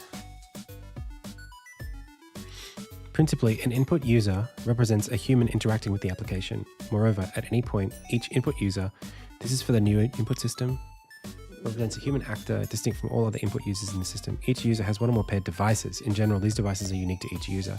However, it's permitted to perform pairing with device to pair the same device to multiple users. This can be helpful for setups such as split keyboard. A user may be associated with a platform user account if supported by the platform and the device is used. Support for this is commonly found on consoles. Note that the account associated with the user.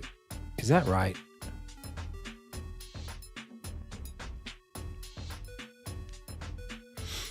With a user will synchronize the actions with the devices paired to the user, so it makes it possible to use support for control scheme activation and related APIs like control scheme and control scheme match. Note, this generally does not make sense for users to share actions. Instead, each user should receive a set of actions private to the user.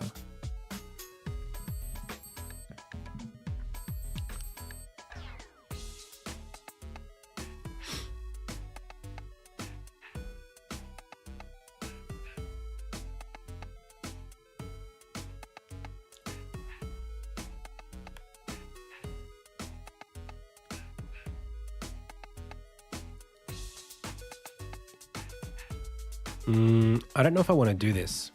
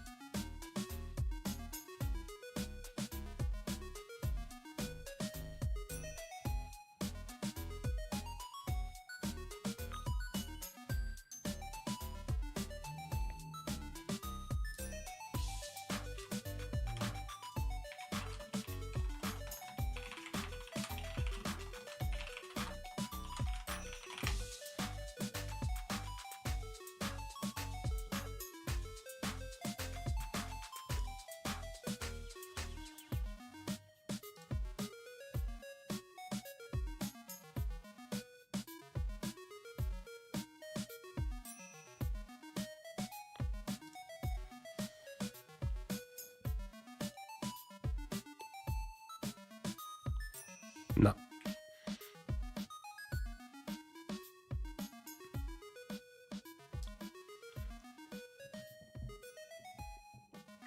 Yeah, I've been using Player Input Manager. I got to stop listening to chat for a little bit.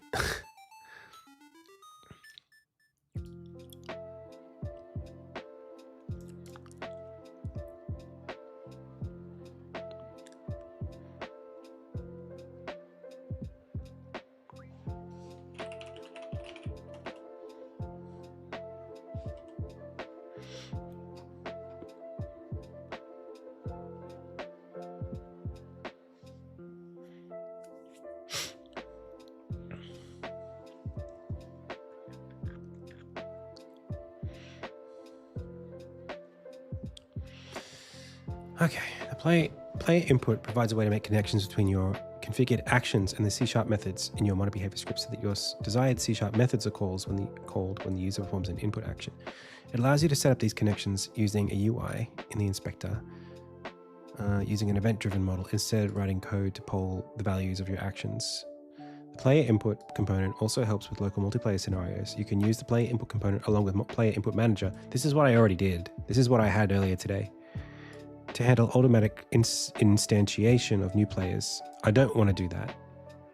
Full player local co-op game, player input with player input manager can handle. Yeah, so I think you guys were giving me a bum steer there. This is how I had it set up.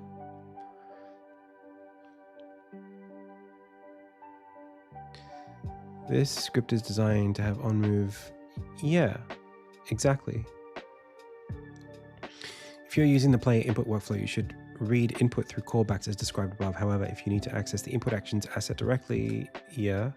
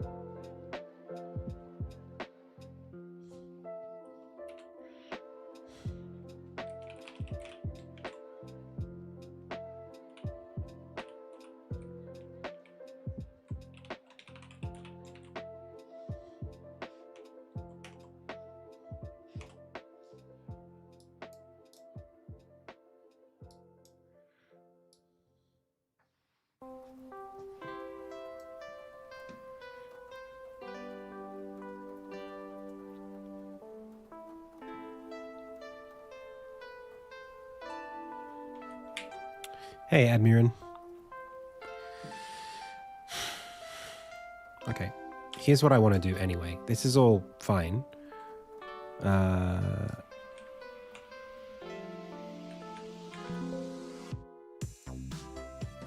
Let's go to character dot prefab.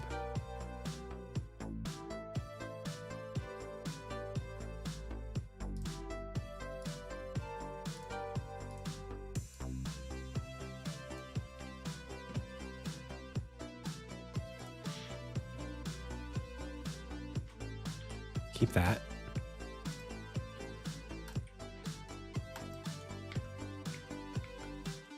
And that's where I was anyway, so that's fine. Let's commit this and just say like updates. We don't want this.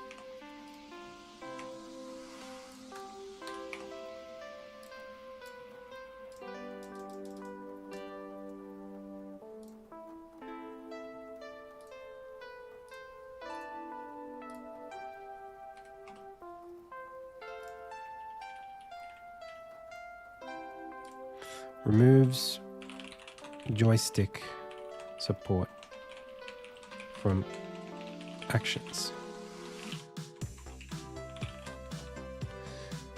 All right. So let's make a new scene that's just dedicated to creating like controllers, basically, like assigning users. So we're going to go scenes, going to go create scene, and this scene is going to call controller setup or player select. Okay, so we will be using a singleton that's going to cross between all the scenes that's got like a do not destroy on load.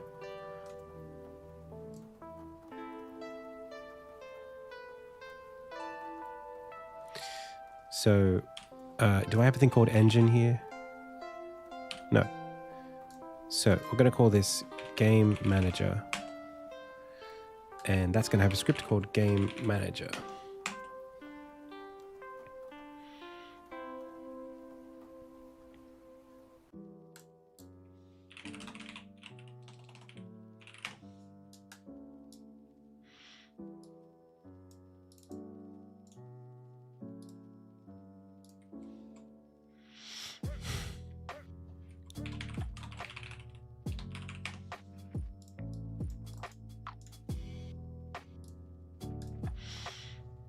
Okay, and then we're going to have a thing called like assigned player.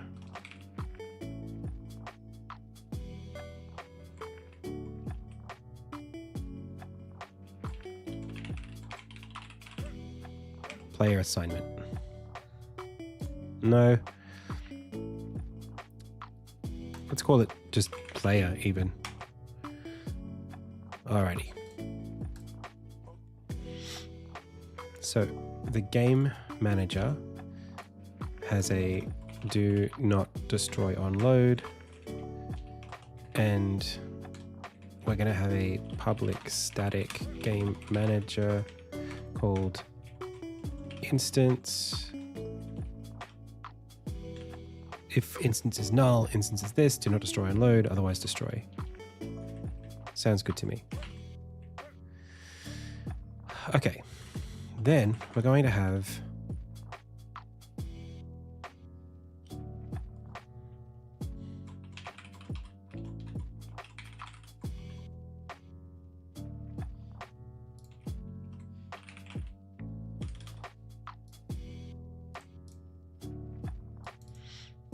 this player, which is just going to be called player and is a class.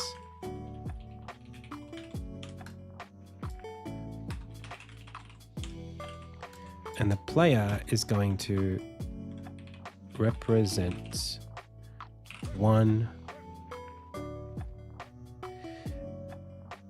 Yeah, I mean it should work that way, but one of my controllers does it twice with two, so I don't know what to do. Player in the game.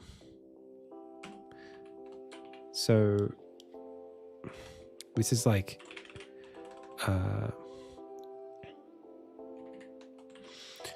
I guess we're gonna have like some sort of like singleton or scriptable object or something that determines public like character class called class or character class. So that's who they're going to play when they load into the game. So I'm thinking about this, the way that I see this working is Mario to something that looks like this. So you've come through here and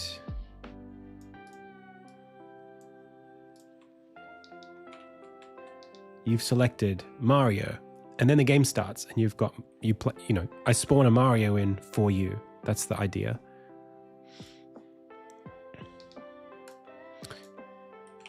So window, do I have a scriptable object window? No. I need to create one of those. Scriptable object window. Copy that, just bring it in.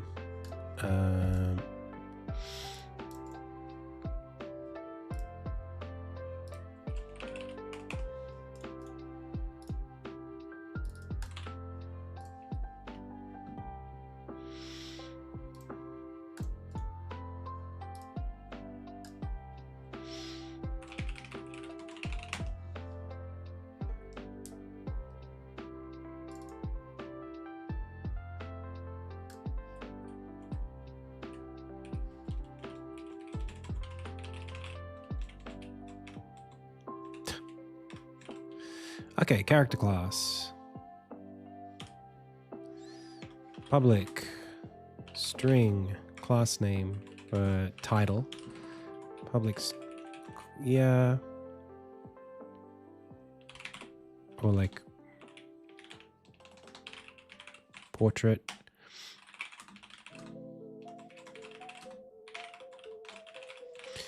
This is, I guess I don't need this to be serializable. It just is serializable.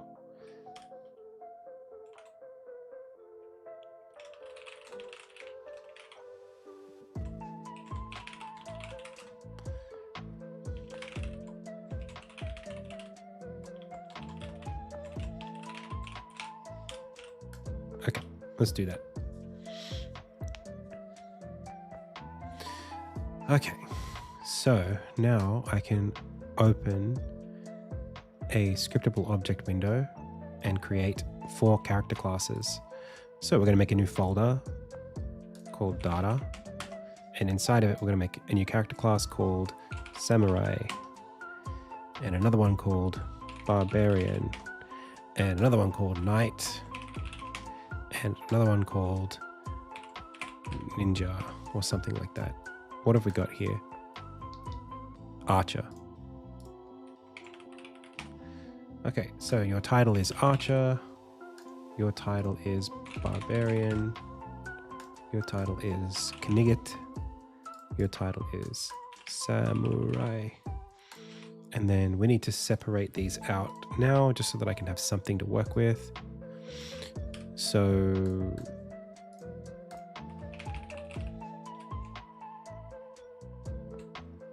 this is the A sprite, this is dummy character.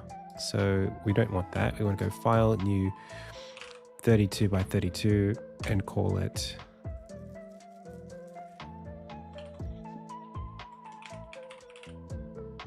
characters.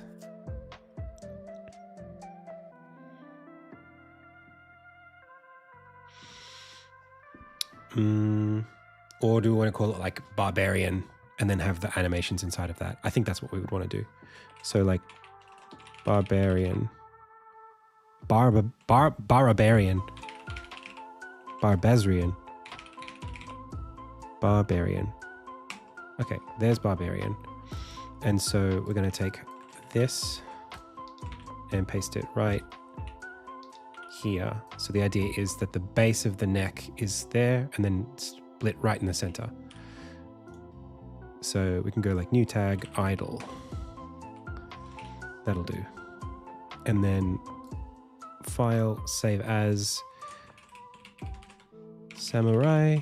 Technically, he's more like a Ronin, but same.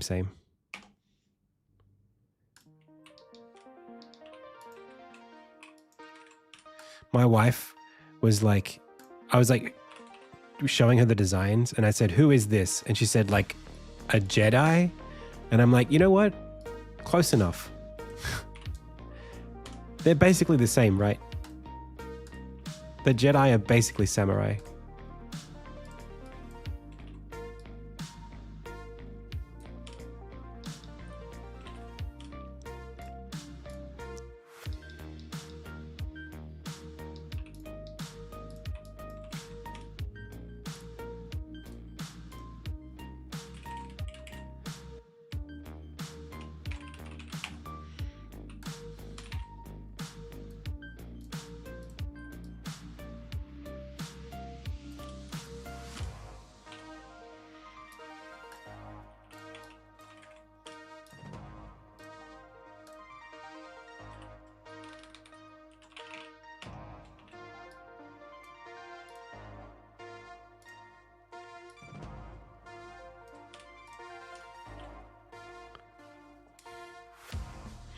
Insignia is not done. Okay, let's keep moving. So now, when I go to Barbarian, Barbarian, I should be able to go to each. That's Barbarian test. I don't need that. I should be able to go ding ding. I don't need dummy character either. I should be able to go to each of these and go pivot is in the center, apply, and then go to character, and then I should be able to fix the fact that that's disappeared. Good enough. And then, okay, so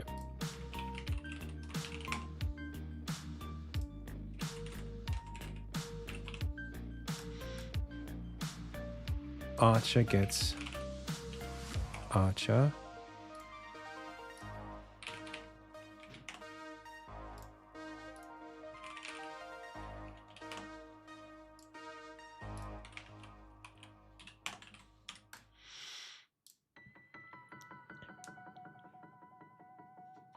And then we probably don't even need the well, they might have special scripts that make them slightly different. All right, for now though, this is fine. I guess the Barbarian can also have her portrait because we have a mock-up of that.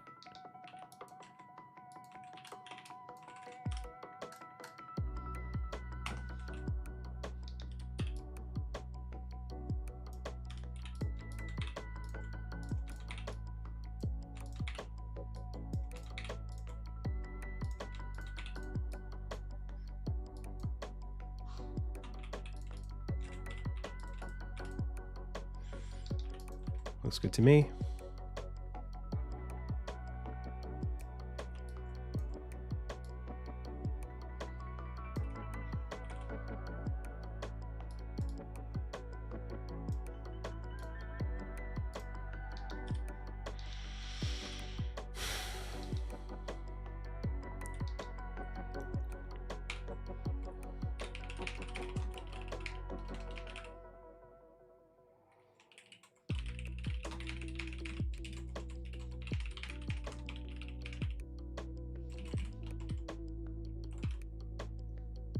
That'll do.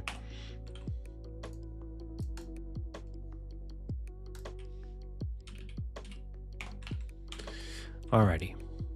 So in player select,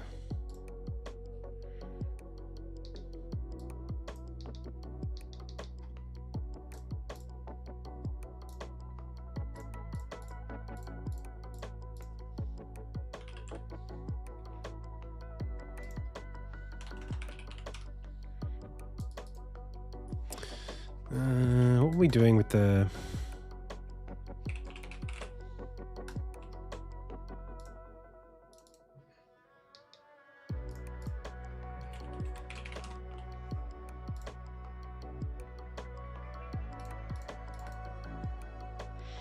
camera in this size. What do we have? 0.9. But I wanted to make it 1.35. Hey, Dabrisky. I think we have to go for 0.9 in the menus. Absolutely.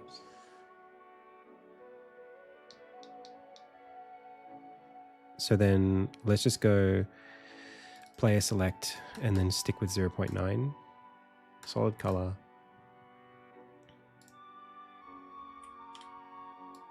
Let's go with like whatever this is. 0.9, and then this is our basic character select.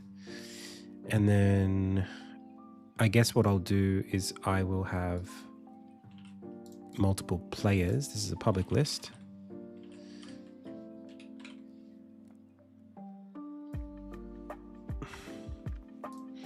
Maybe actually we'd have some sort of like player container as part of the game manager, like a separate script.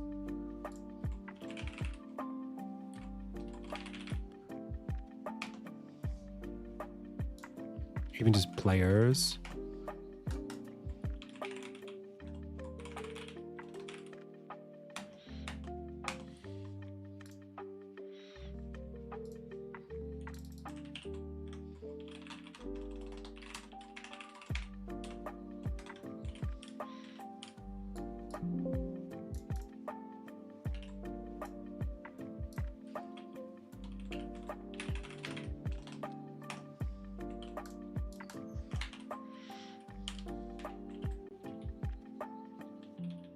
Okay.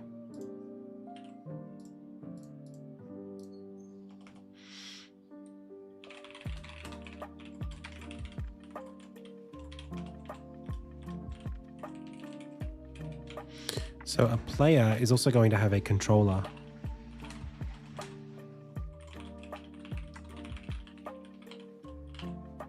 Or like an index? Well, no. There'll just be one controller bound to this player. This is how I'm going to get around the problem of mapping all the game pads. Is I'm just going to say, player 1, press a button. You press the button. Player 2, press a button. You press the button. Player 3, player 4. And I get one controller each.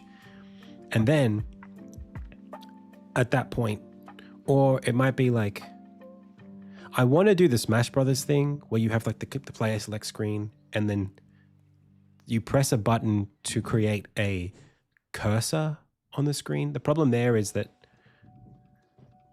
yeah, maybe we'll have it be that, I'm just trying to get around this problem. So what I don't want is multiple arrows, one arrow per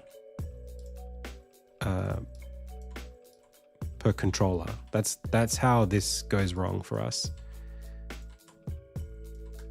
And in the Nintendo Switch, that already manages controllers, so that's fine. But on Steam,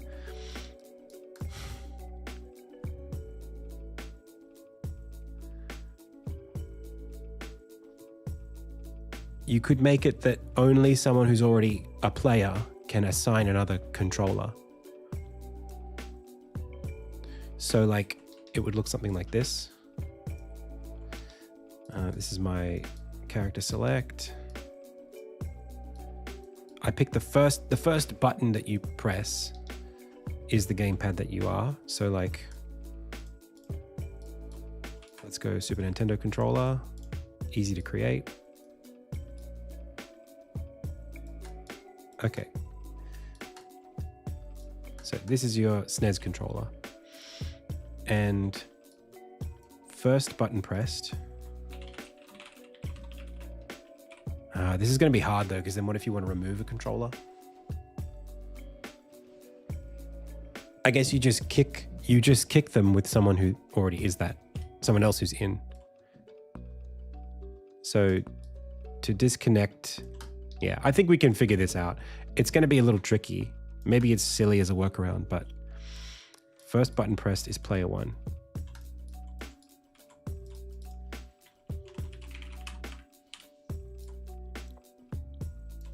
And you've already pressed a button to get to this screen, right? You already pressed start. So it's title screen.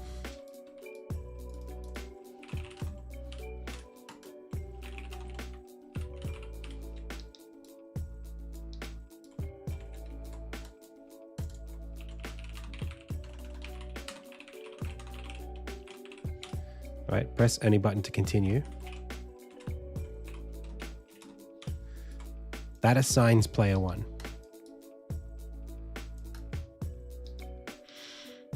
Then we have character select.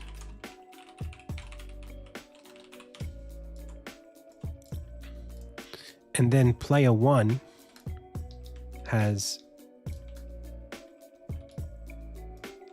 they're picking one of the Super Mario characters.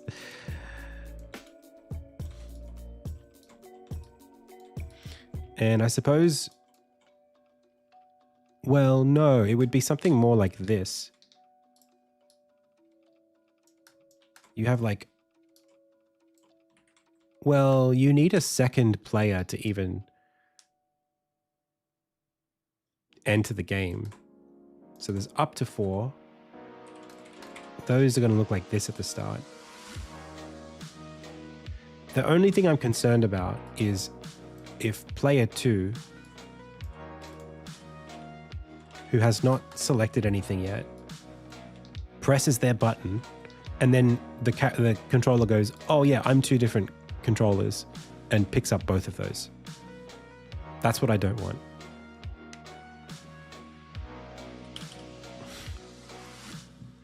I could do some sort of like, I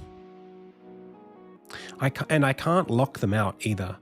What? Yeah, I can't do it. I can't do it on like random button press.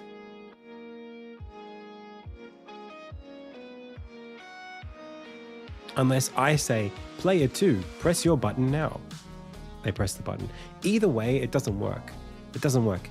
As long as the one controller is reporting as being 2 separate controllers, I'm going to run into issues. There's no way to get around it. If I'm doing assignment, it's just going to screw up. So maybe I just can't use the new Unity input system. If it's going to have this problem, I just can't allow it. I don't know how it happens, but it happens currently. It's this 8-bit controller reports to be a generic gamepad and also an Xbox controller at the same time. And I'm trying to not let it do that, but I can't. I'm trying to get around it with UX, but it's not UX that's going to get me out of this.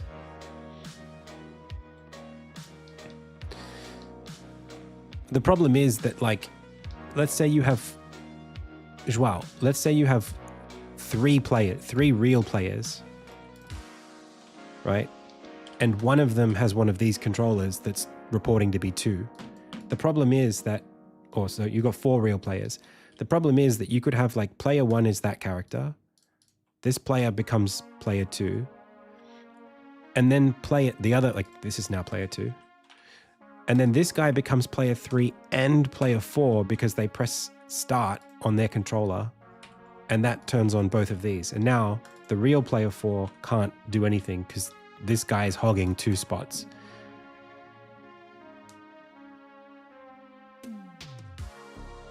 This is not it's not a UI question. It's actually just a hardware question. It's just that my hardware, I can't allow this to happen. And I don't know how to get around it. Yeah, it's just, if I go here, save that. It's really annoying because, like, it's only 1 controller and Unity detects it as 2. If I go to analysis, input debugger, you can see switch Pro Controller HD and X input.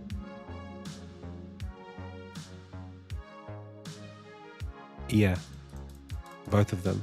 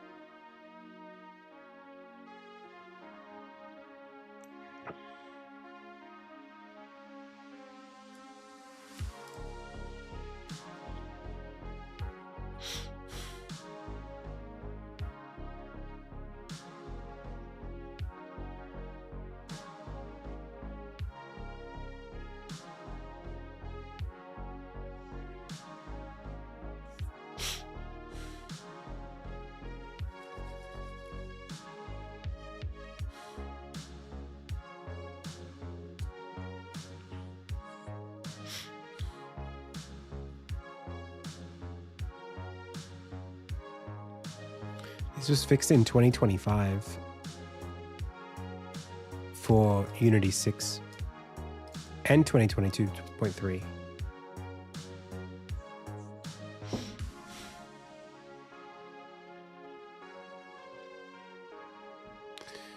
I think I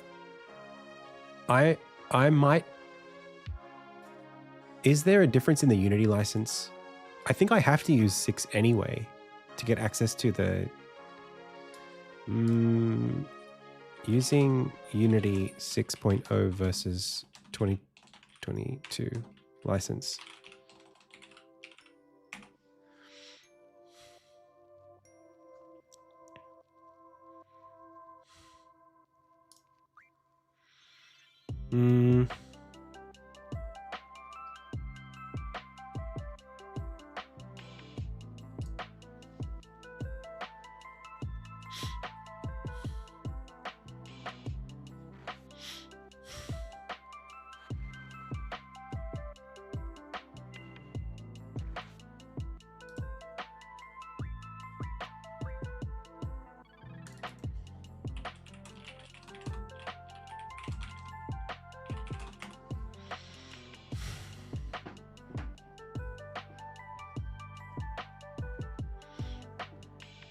I think I have to anyway.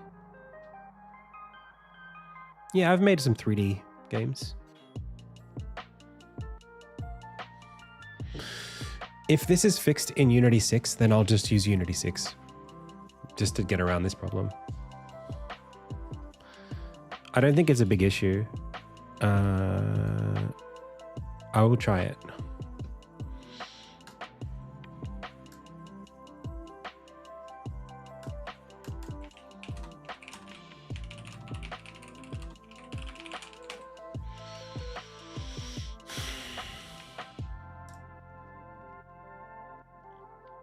I need to install a new version of Unity 6 to do this.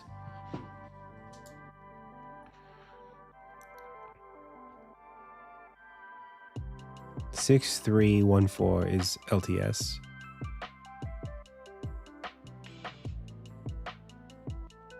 Let's use this one.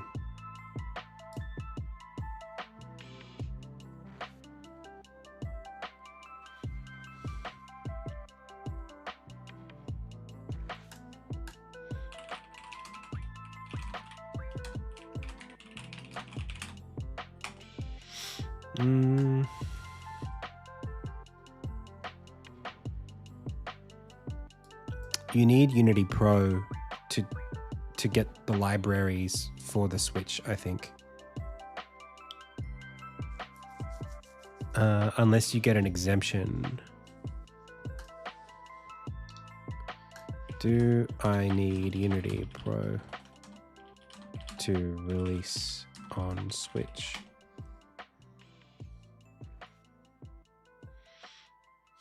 To access the build modules. So Unity Pro 2022, is there any difference between that?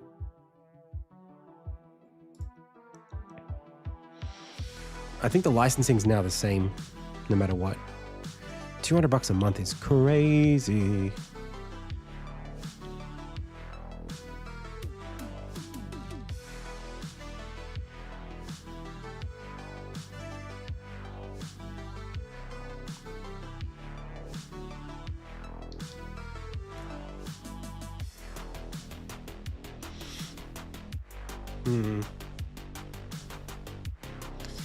All right.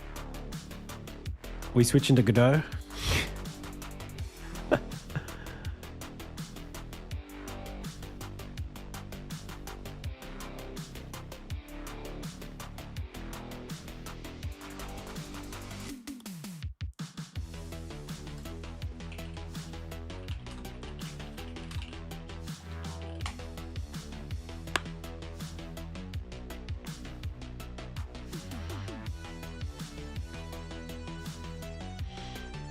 No, I'm not doing it. I've already written, well, it's a good question.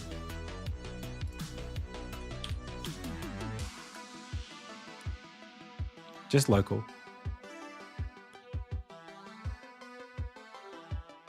This was the reason. Let me explain the reasons why I use Unity.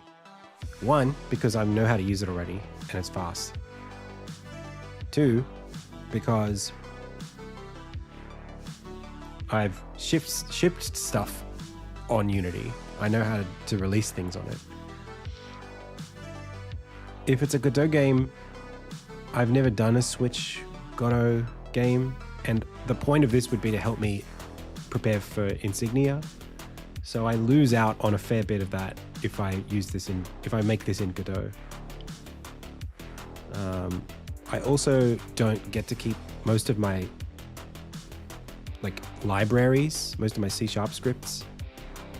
Even if I use Godot with C#, I think a lot of the Unity libraries won't come with me, so I'll need to play around with them.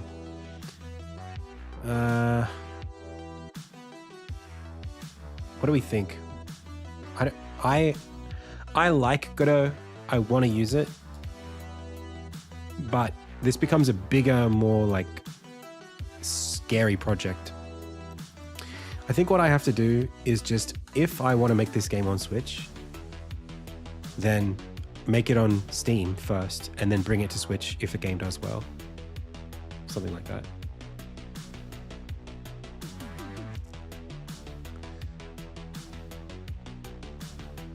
Yeah. I get to keep all of my code, all that stuff. The only thing is, and I don't need a pro license to just release it on Steam. So then the next question is,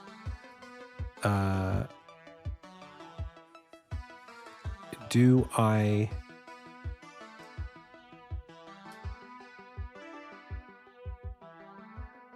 I mean, I'm just not happy with this controller support. So I think I try Rewired first, and then I try Unity 6 second. Something like that. Local multiplayer with Rewired.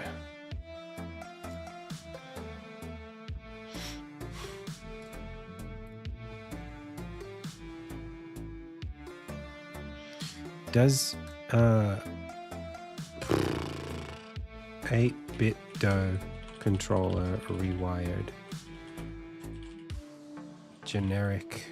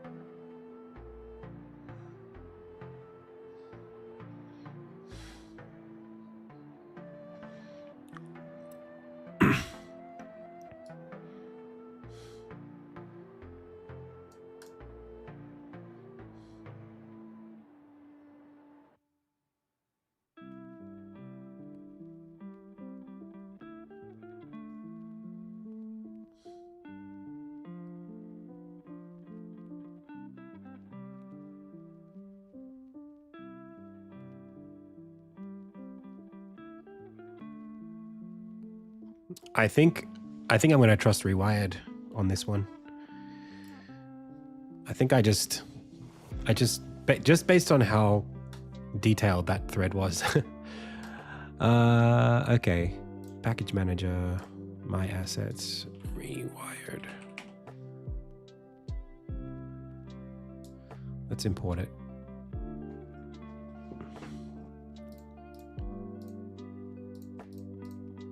Let's just bring in everything. Yeah, but I don't want to force anything that I have to do on the controller side means that I have to ask players to do that. And I don't want to do that. It can't be that far downstream. It has to be upstream at the game engine level. Because if people are like wanting to play my game and they're like, oh, I can't use my Pro controller, what do I have to do? And then I have to manually tell them, hey, please make sure that you change this setting on your controller. Can't do that.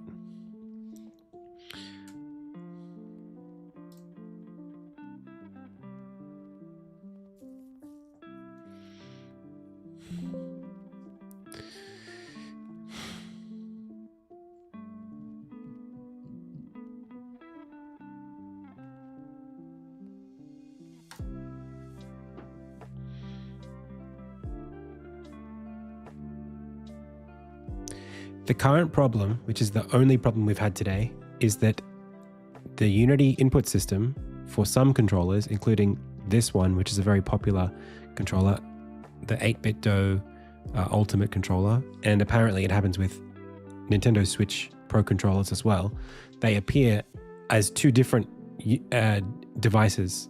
They appear as a generic gamepad and as an Xbox controller.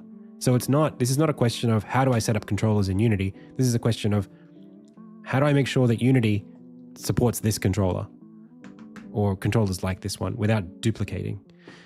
When I was testing out in the lounge room, I could play with two PlayStation 5 controllers, no problem.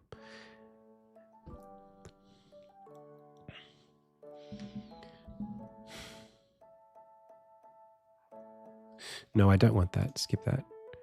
Glyph system. Skip that. On-screen touch controls. Skip that.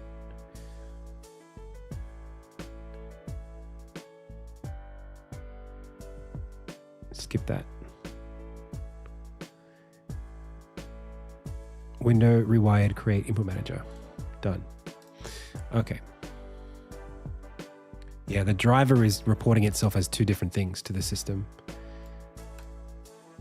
So, we're going to have to gut all the input system stuff. So that goes away, as does that. And then we go project settings, input manager.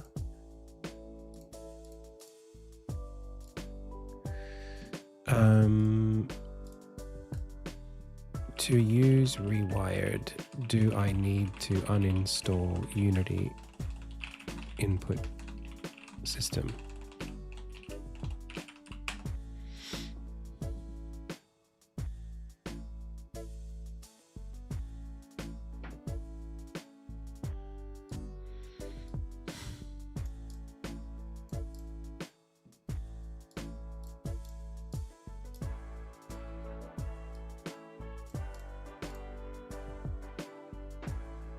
I kind of want to see what happens if I just remove this.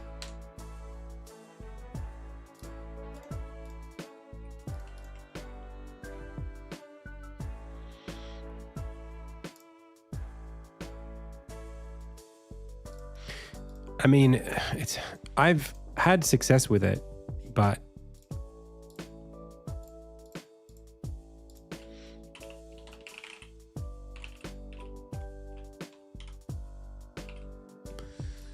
who knows? Okay, so where are we? Input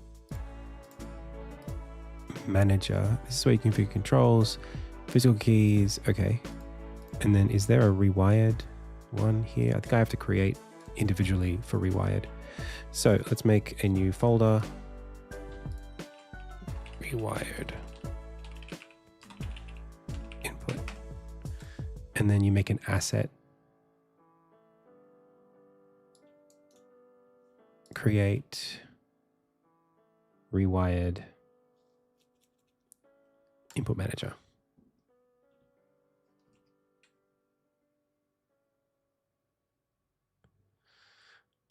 I don't know what just happened. Oh, it made it somewhere else. Oh no, it's there. Okay. This is something I'm more familiar with.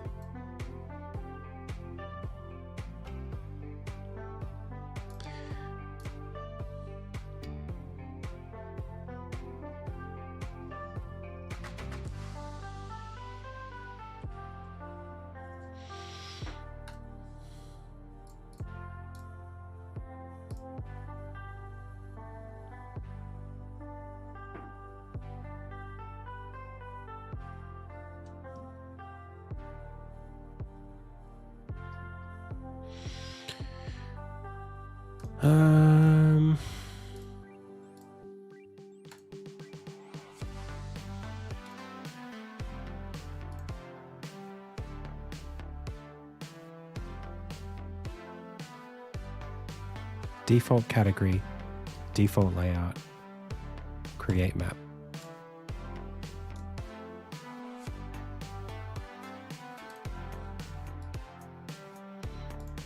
And then I need an actions, new,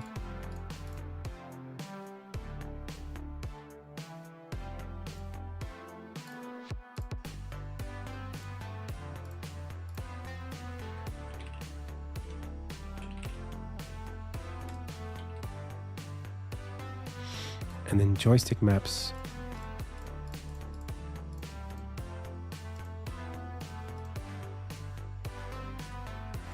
Move, and that moves, but I want it to be both.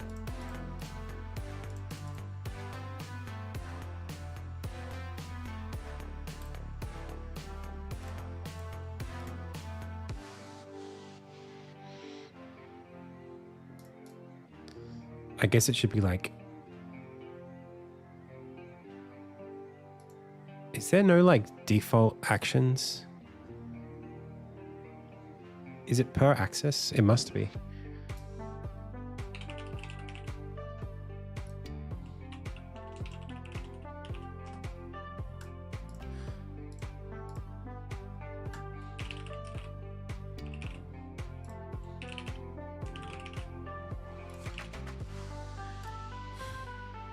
So this is horizontal, that's vertical.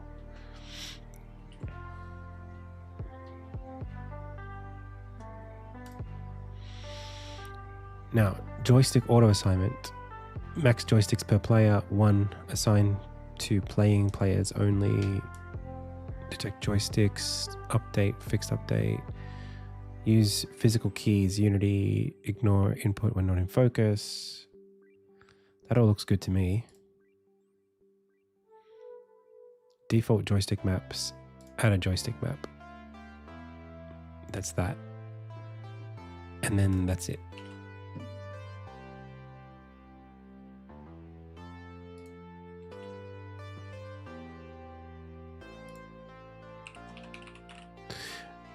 I've tried to explain this. I don't want a fix that affects the controller, because that means that any player who plays the game needs to also do that fix for their controller.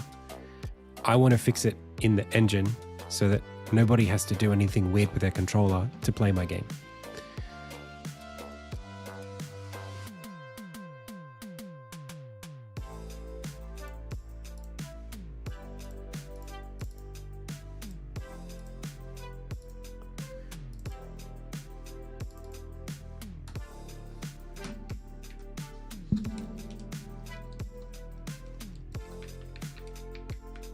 That's good.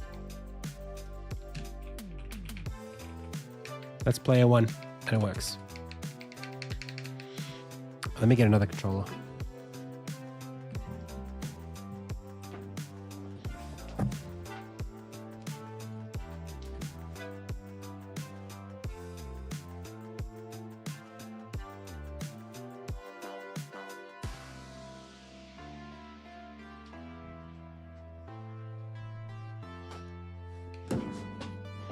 Separate game.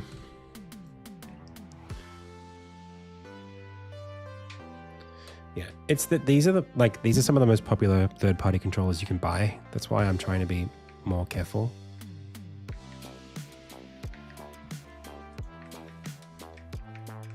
Yay, 2 controllers. See, this is why I trust 8-bit dough.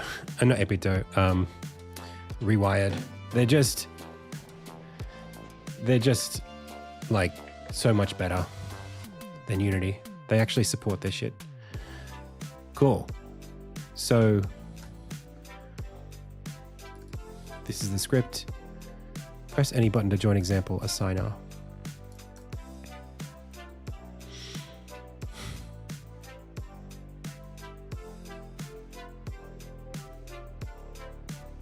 And then we've got players.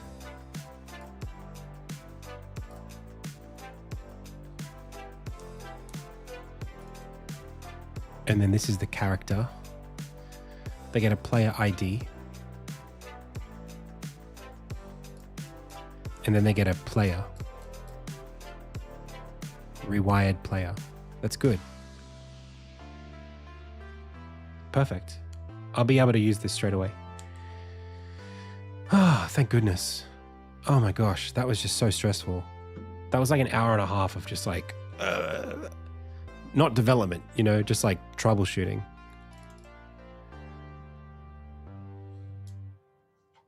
Okay, we're back. So we will be able to, even without this stuff here, we just need this script.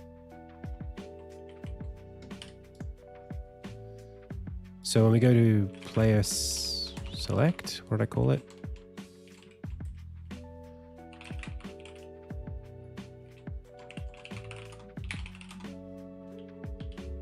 Player select.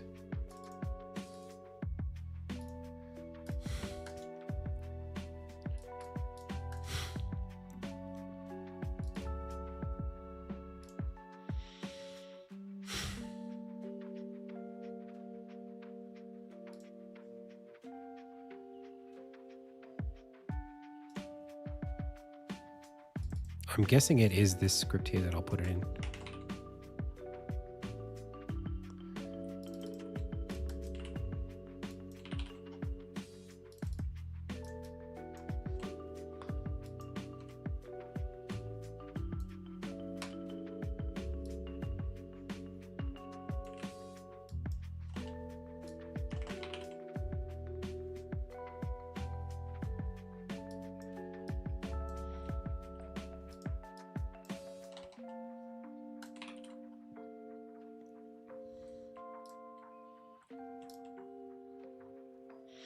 This is a rewired player versus one of my players.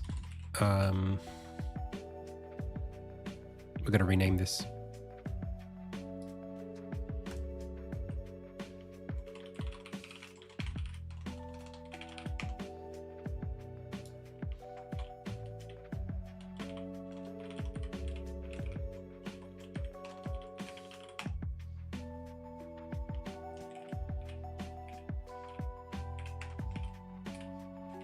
Oh my gosh.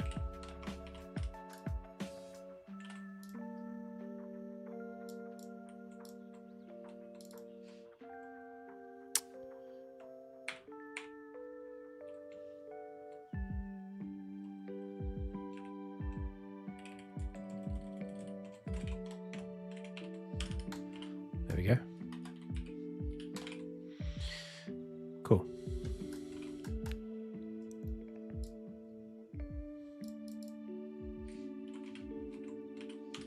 That's mine.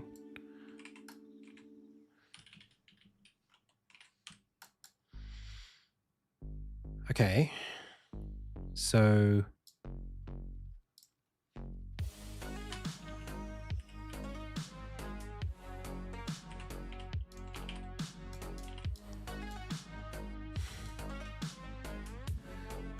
I guess we need some sort of like Boolean, public Boolean, bool, accept new players equals true. And then if accept new players, then we can do this little thing here. All right. So a connected player is going to have a player ID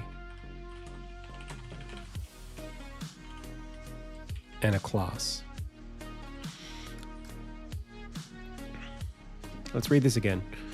So check all joysticks for a button press and assign it TP to, I found a typo. The first player found, with a D, without a joystick. Okay, that's a nice way to do it. But we already, well, it would still have this issue if they weren't smart. Check if a button was pressed on the joystick, find the player without a joystick, assign the joystick to this player. Okay. So what we'll do, do all players have joysticks? Enable joystick auto assignment so controls are reassigned correctly where the joystick is connected and reconnected and disable the script. I don't know about this.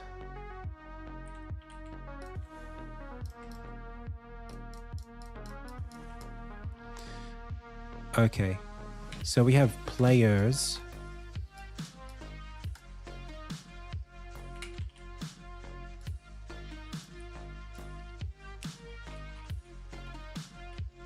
The rewired input manager needs to live, I think, on the game manager.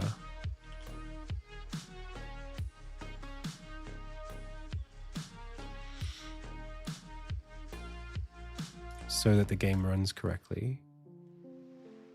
And then the editor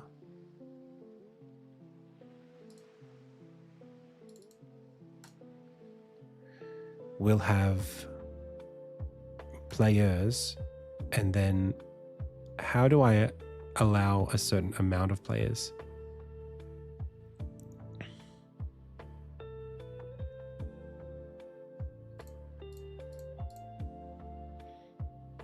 Because in that previous example, they had 4 players. So when I go to the example,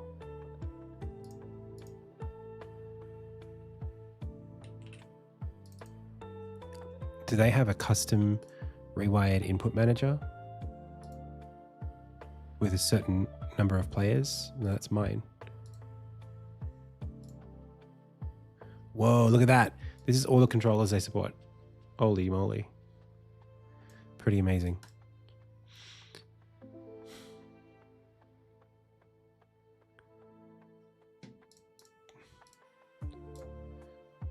Or maybe this is not... Oh, it's a different one. This is a different file, even though it's the same as mine. They just happened to add these. Okay. Okay. So yeah, that's fine. In which case,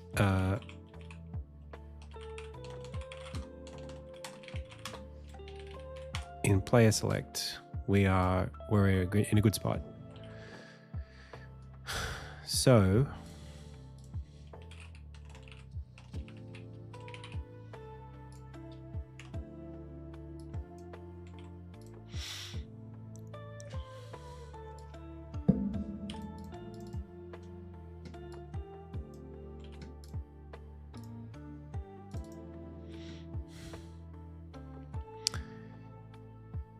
up until we've got 4, we're allowed to do this. And then I don't think we do this is enabled. We just say accept new players equals false.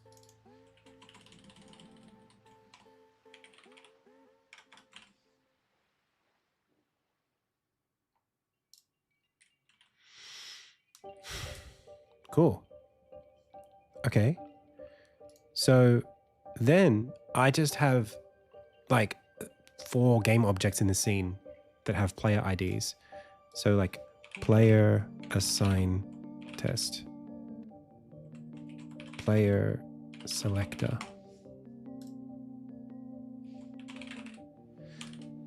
What do we call this? It's like a player slot.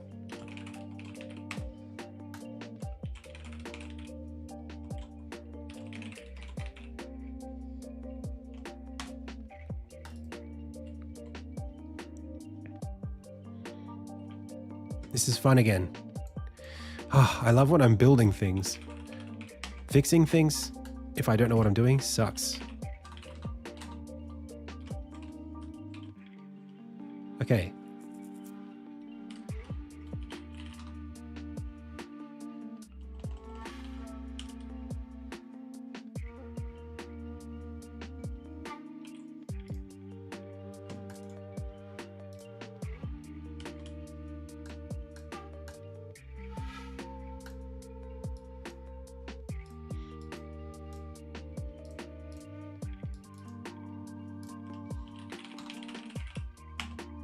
We're going to use a new Unity input system for this, I think. Not the input system. Using Unity Unity engine.ui. So we're going to have a public image. Sure, portrait, that'll do. And then this, this,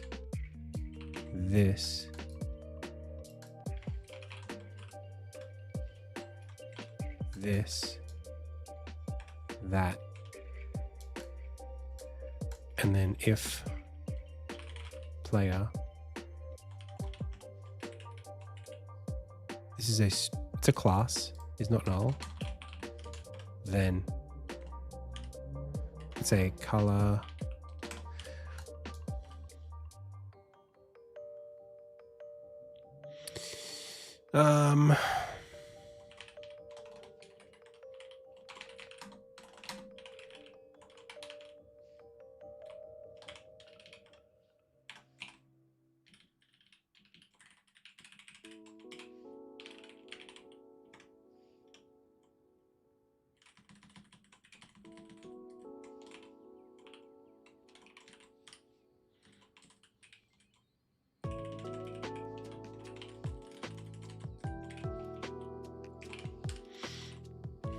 okay, cool.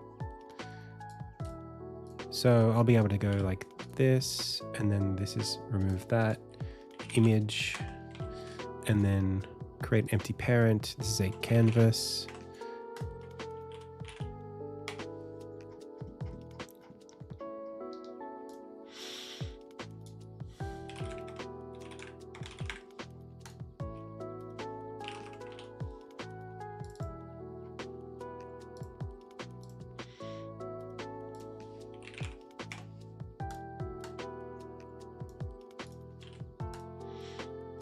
And then we have, let's just say like,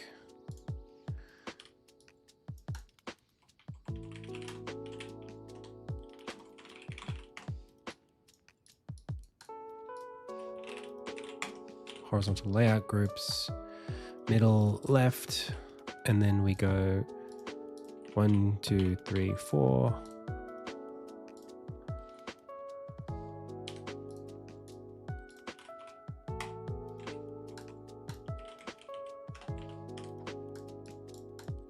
Good.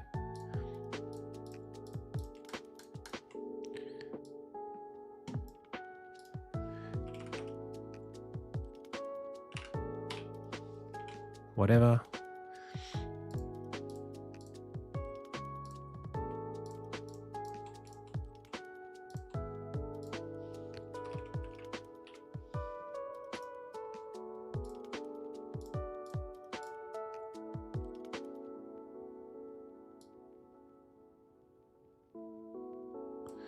Okay.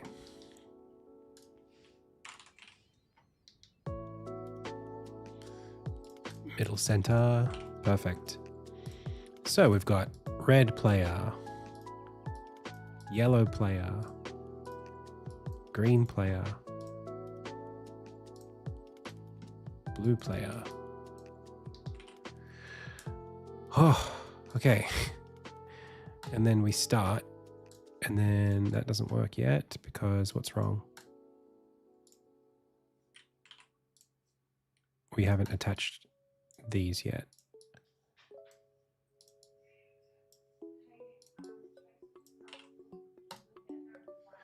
Good.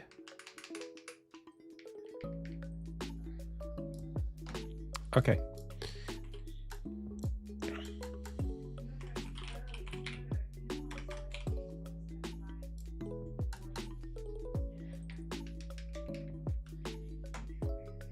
Oh, hang on a second. ID 0, ID 1, ID 2, ID 3.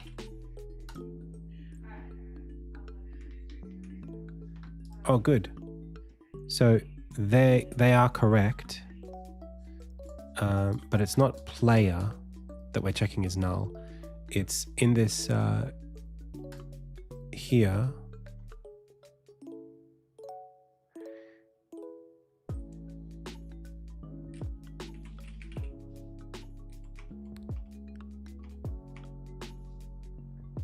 Player is not null.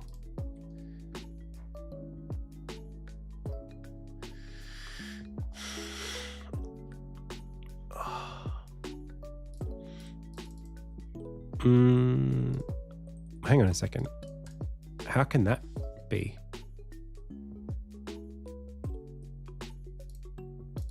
That's the same check that I'm doing.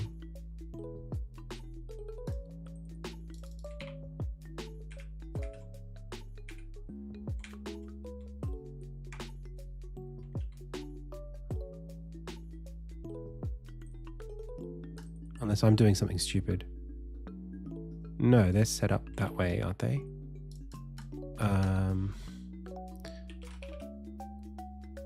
Press button to join.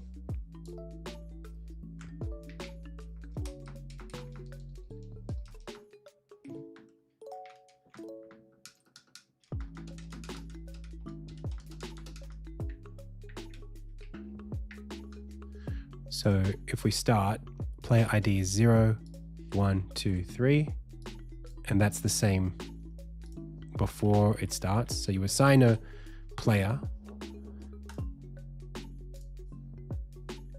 Wait, so they're already pre-assigned? No, because if I'm pressing a button, nothing's happening now. It's only when I press the first button. So how does it know when that happens?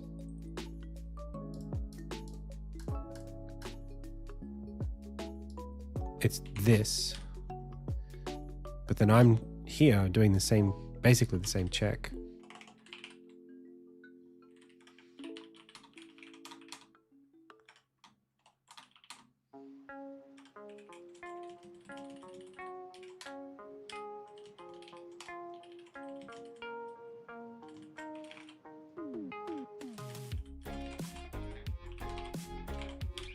That's essentially exactly what I'm doing.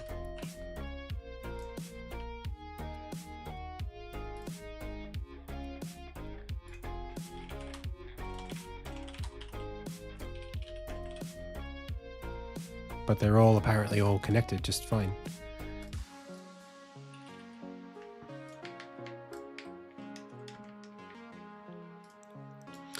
I guess I need to do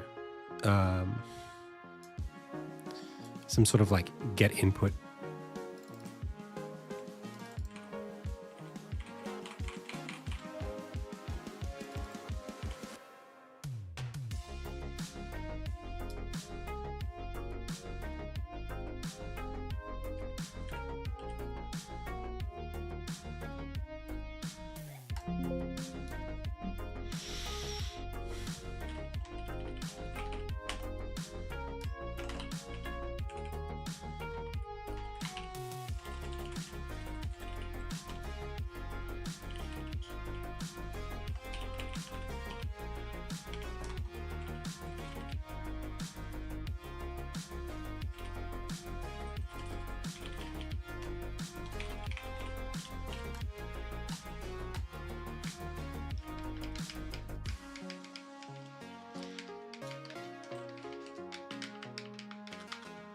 Hey, Lathe.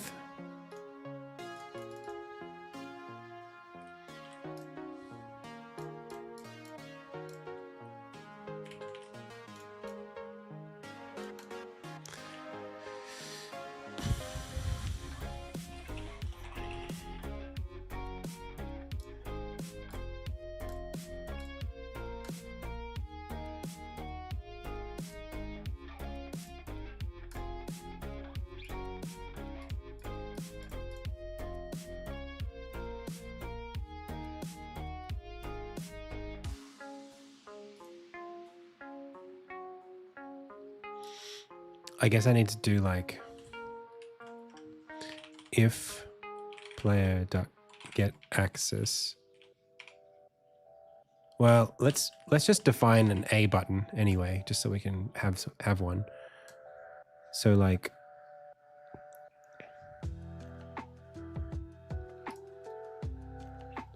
let's make a new action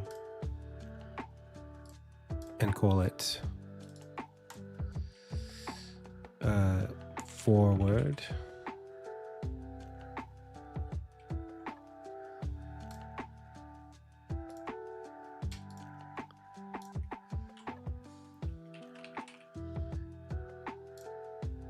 Which is a button, and then duplicate it and call it back.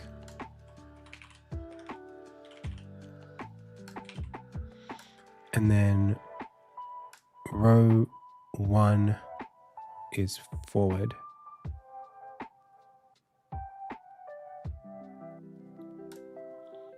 And that's back.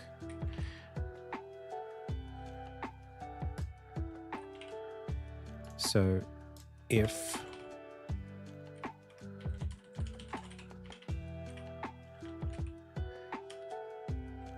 that's the action name, right?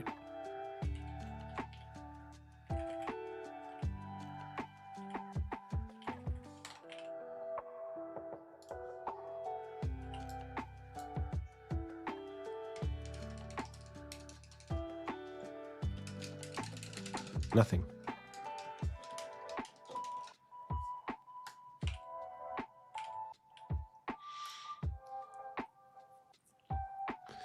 All right, we're gonna have to do a couple more checks, which is to look at the join input manager. Look at the input behaviors, actions, move horizontal, vertical, fire. So fire is just what they call horizontal, vertical, fire. Those are the names of the thing that's visible in lists. The joystick maps have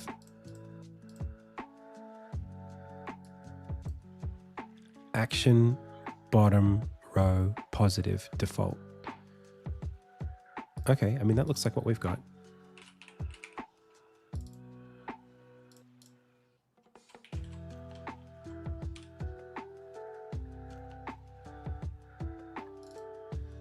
Is that what I'm using?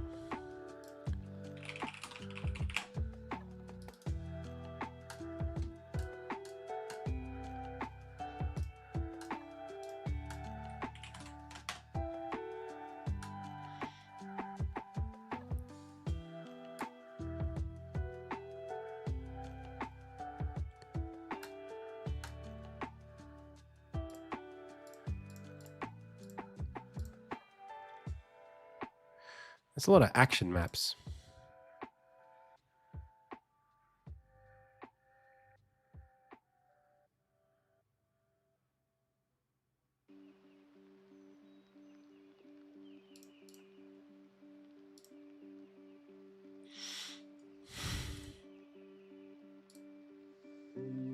Yo, Zach. We got stuck on input because Unity, for some reason, doesn't know how to look at an 8-bit DOE controller and see it as one controller. It thinks it's two. So we're doing... I got really far this morning and then immediately had to stop because I was going to do like camera stuff, like zooming in and out with the action or moving around to fit the action in the screen. And now I have to do like player select stuff so that I can make sure that I can playtest the game properly. It was a roadblock, so now we're in that position. If I go back to any button to join, has a rewired input manager, and the joystick maps is gamepad template and unknown controller have the same template. Interesting. And the input behavior, there's nothing crazy going on here. It's just 3 actions, 5 players. Yeah, that's how I've got mine set up.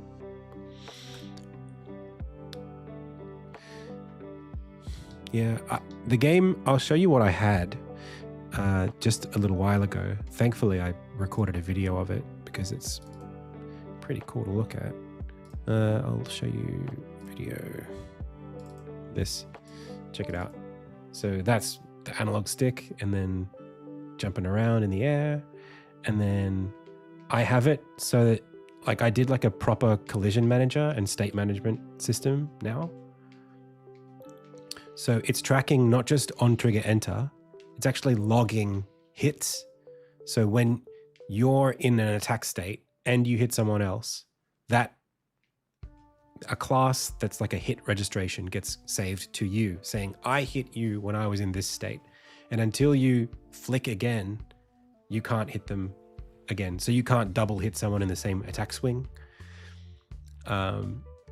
And yeah, it's got the insignia state system in it. So I've got like a different state for like idle, pulling, flicking, hurt. So it's like really good. The foundation is great. It plays really well. And then the next thing we're trying to do is we were thinking about like the game mechanic, like how you score points in the game. So that is just going to be dependent on, we were thinking about, is it based on game mode and then the camera as well? Like, do we have enough screen space in a level to do Smash Brothers? Because there's a lot of offstage play in Smash Brothers, but we have quite a close camera. Then I decided we'd zoom out a little bit. And then I decided we might be able to do arbitrary zoom. And then I realized I can't test any of that if I don't have, if this thing is screwing up. So now I'm doing player select, which I need to do anyway, but.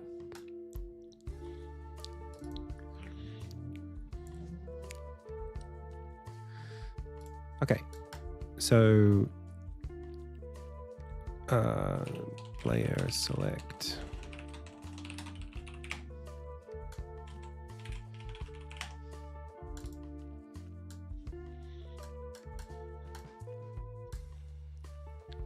Whoops.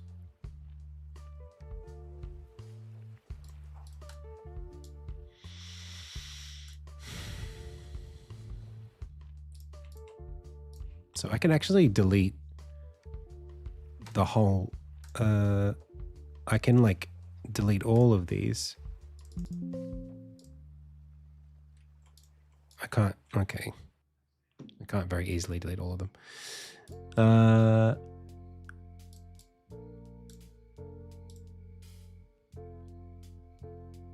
Yeah, I mean, that's fine. And then unknown controller, I need to create map, create defaults. Horizontal, vertical, and then forward, back. Let's try that.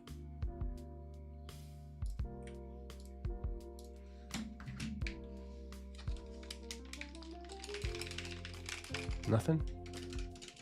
Nothing. Okay. Now let's try and figure out why our camera manager isn't working. Player manager. I think knockback is there. I think I'll do it, but I might do knockback that has a heal over time. So I imagine the fights will be quite short, but I think like percentage just goes up over time is probably not what we want to do. It should go up, and then if you don't get hit for a little while, it starts like going down.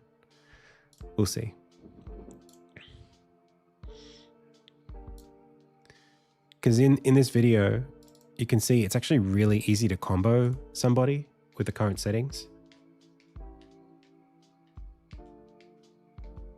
Like, it's actually way too easy. But if I make the knockback too far, then there won't be any way to combo them. So there needs to be some way for this thing. Like the play versus counterplay is something that I need to test to see if it's worth balancing it one way or another. Right now, it's very, well, it's up in the air. Who knows? Undetermined.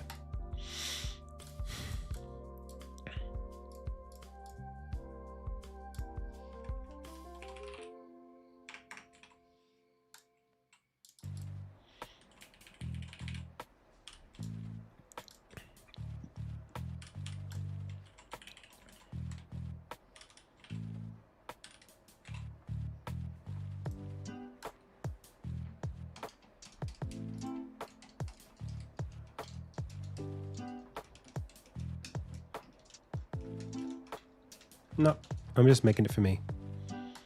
Okay, so we're actually not getting anything here.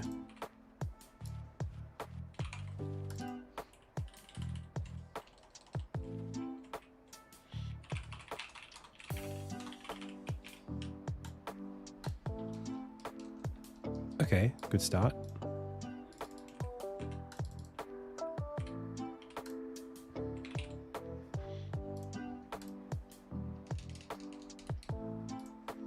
Okay.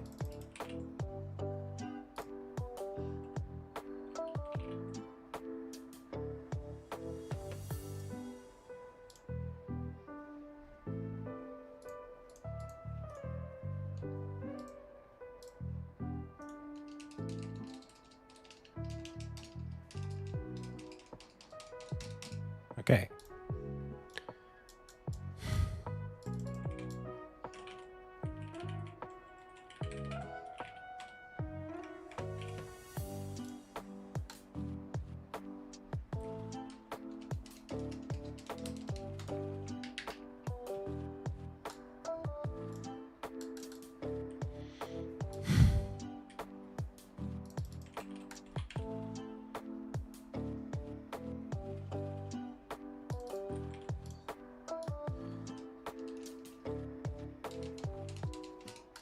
What if the controller is assigned? Don't do this. So who is the controller assigned to?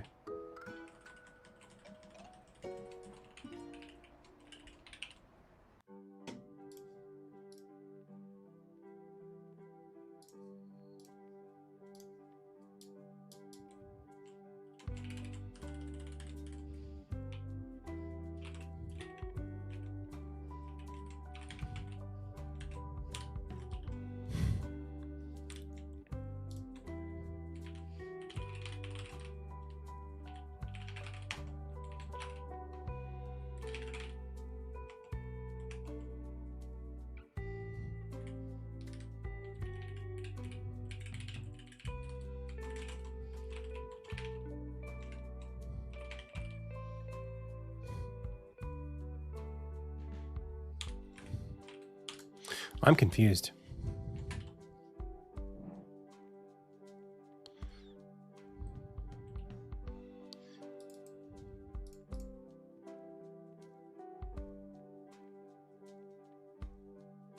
This continue line, that would be the same thing as doing this, right? With the knot.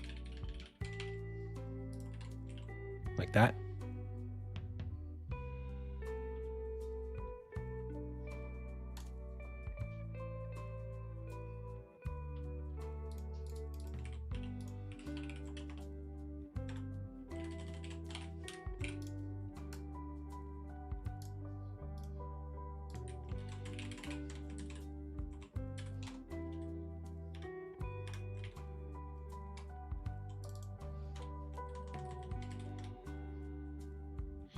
It really likes get controller owner, but I don't think I can do that.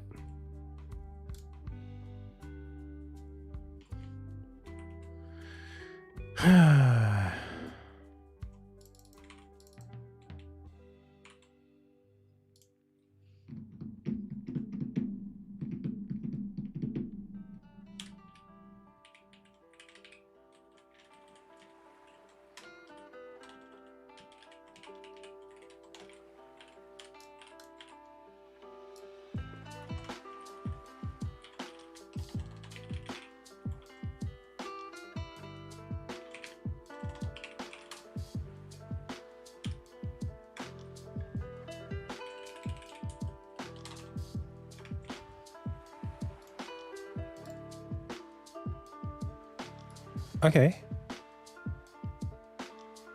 Wait, it already assigned a joystick to player 1 and player 0.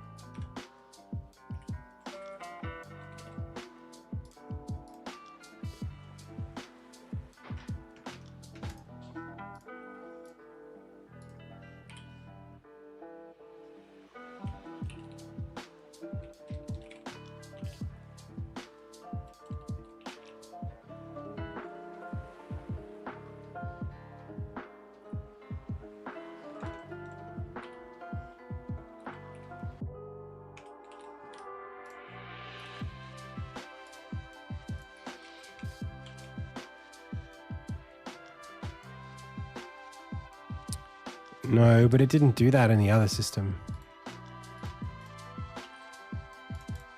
If I go to press any button to join, the same script doesn't do that. Does this have some sort of auto-assign joysticks?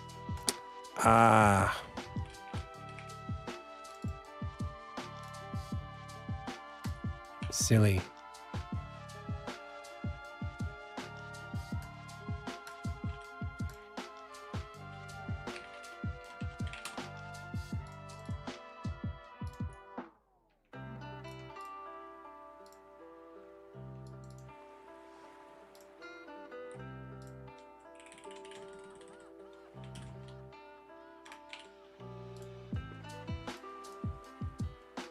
Okay, good. Okay, now we have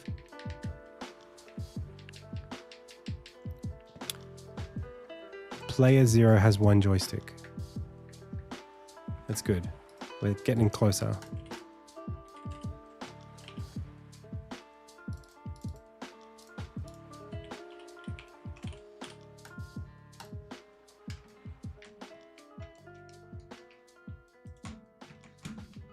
Player 0 is ready. Player 1 is ready. Great.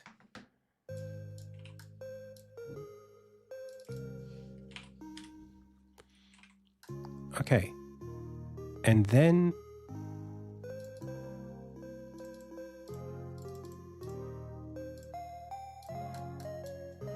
this is supposed to work. Get controller device attached to player. Debug.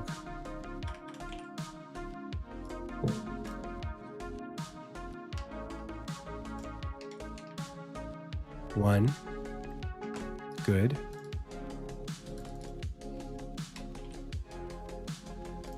And then this is just get button down, forward. And doesn't look like that does anything. So if the controller is active, if there is a controller attached to the player, check the layout.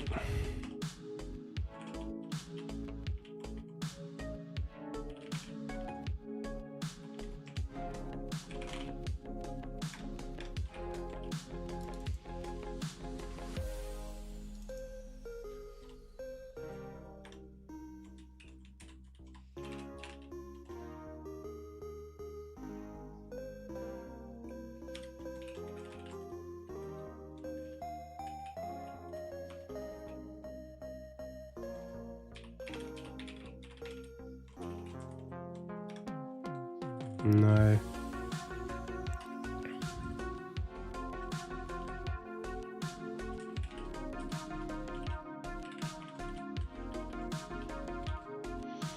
I don't understand what I'm doing wrong. This seems to work just fine. There was a get map method, but this doesn't have to do any of that. This is the script that works already. And it's doing this already. And it's just doing get input and then get button down, fire. That's all it's doing. So what am I doing? Get button down. Oh, button down is going to be very short, but even so, and get button should be fine.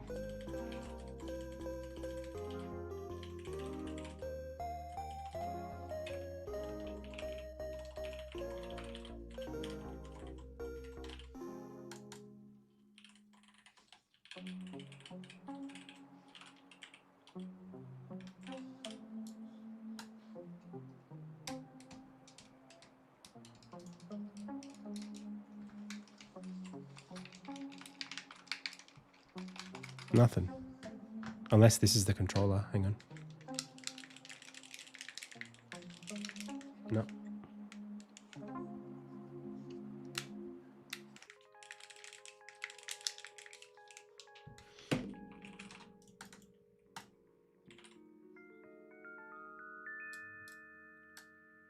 I mean, the only actions I have are vertical, horizontal, forward, and back.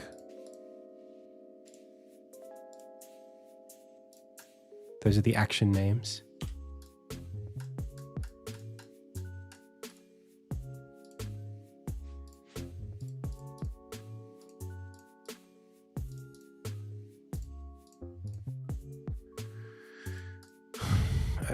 Seems right to me. And I've got them mapped here in the gamepad template. Left stick horizontal, left stick Y vertical, action bottom row 1. Unless we could try doing like all of these as forward. Just in case.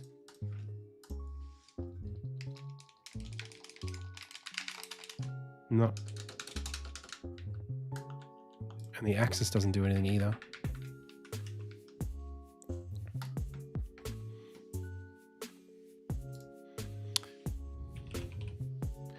I want to try something. I'll take the input manager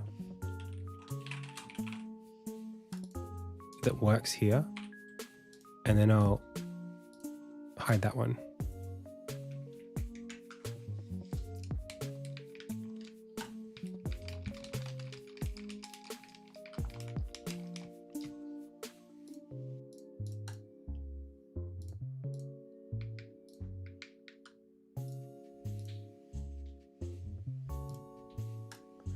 That's really annoying.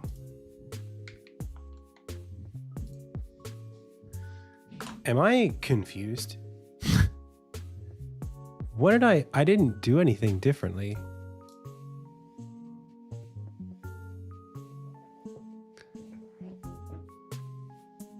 How did I get this wrong?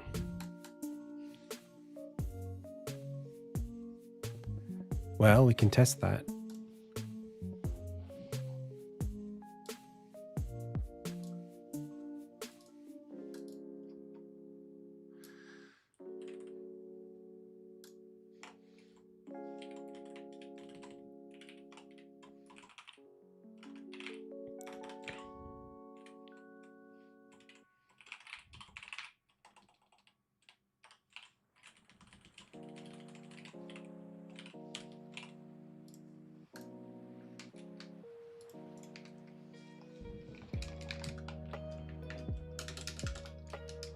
What?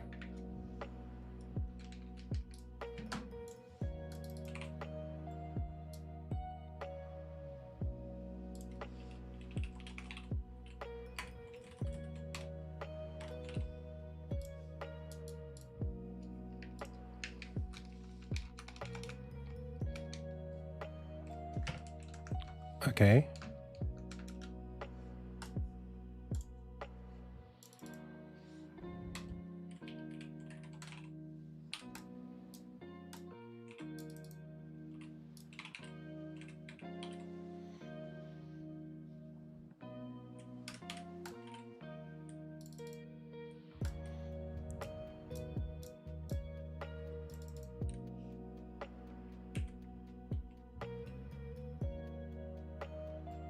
What the heck?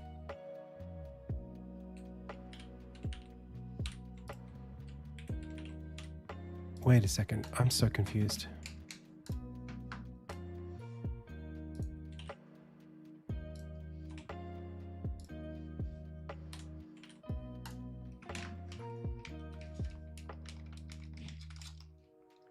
Okay. Okay. That works.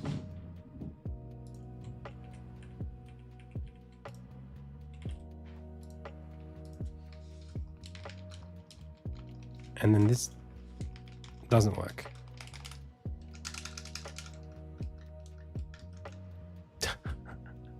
So the example one doesn't work, but my one does.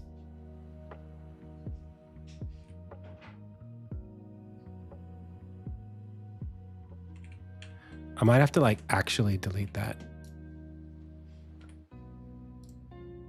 in order to make this try. No. Oh my goodness. How is this even possible?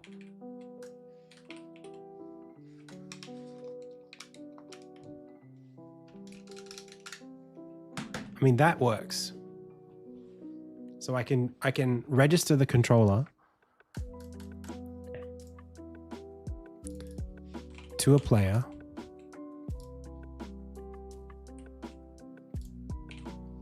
And then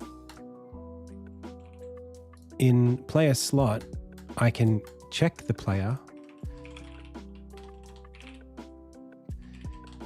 If ready,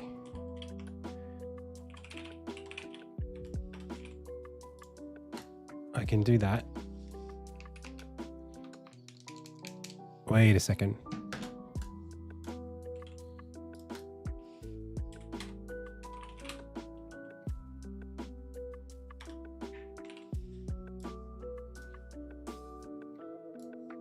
Huh?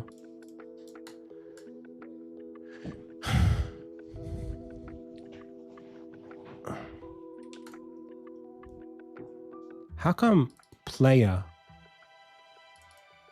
here? So the player can be ready even if the controller is not. But then how does this thing work? Get input only runs if the input is ready and the player is not null. That's the only way that works. And the way it does that is by checking player ID, which is 0, 1, 2, 3. That's literally how I have it. I'm so confused. Look, it's the exact same line of code, except I use player capital D instead of lowercase id. Surely that's not going to change anything. Obviously, it won't. But anyway, so assuming, unless rewired points to something else, no. And then character controller is just a Unity one, so that's fine. I don't know about add component menu. This, I don't really get that.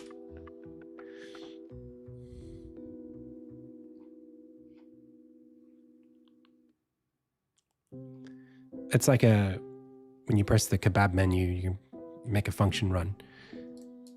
So this get input only allows this to happen if this player is not null.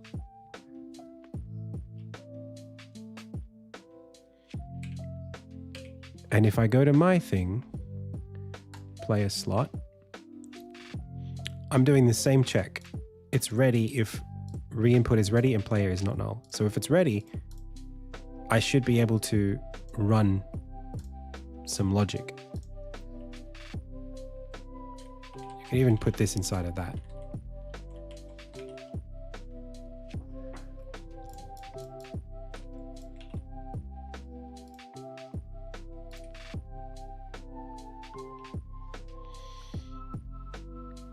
This makes pretty clear sense to me.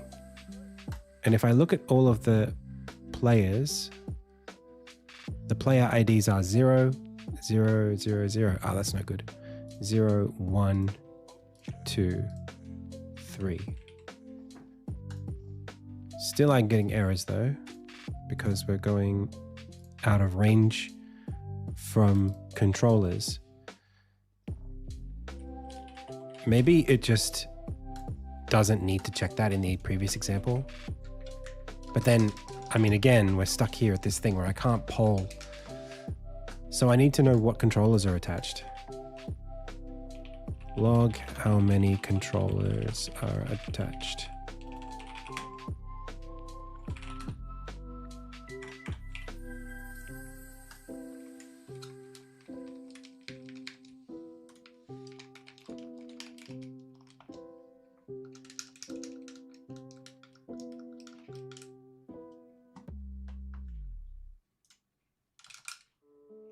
Okay,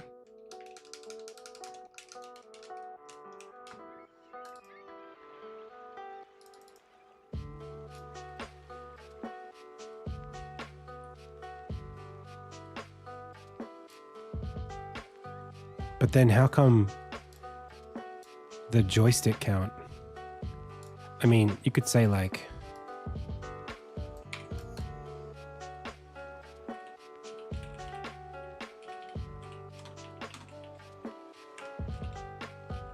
say that. We're still going to get the same thing.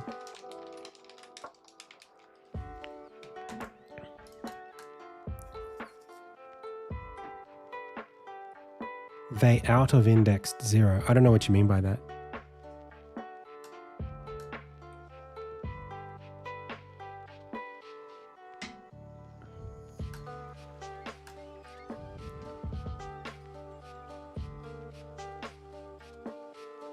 I just don't understand. I guess my assumption is that this get access and get button down just won't fire if you don't have a controller.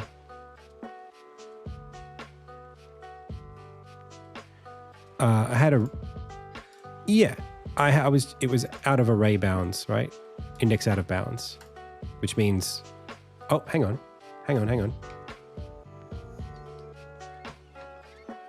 Hey, that looks good. At least we have who's attached. That's great. And now we need to know, we need to poll something. I'm dying here that I can't poll anything.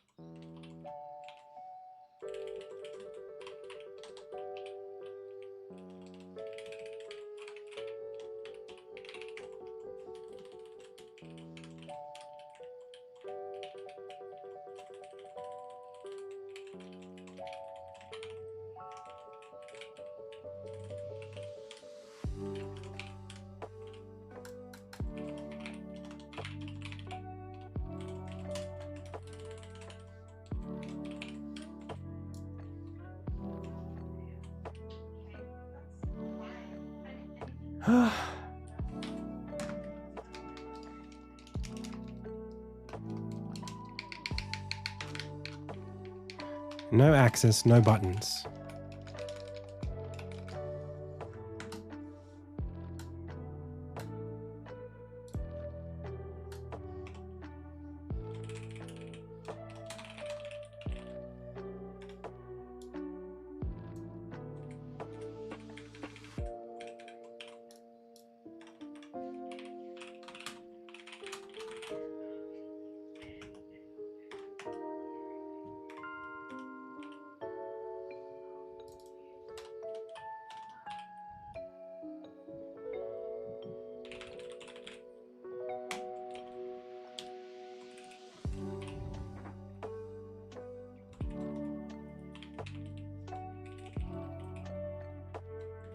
The thing is, there's a difference here between like the controllers and the layouts.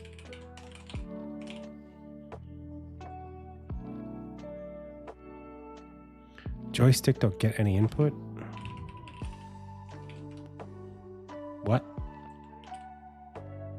Can you log which button is pressed on any input? What is that?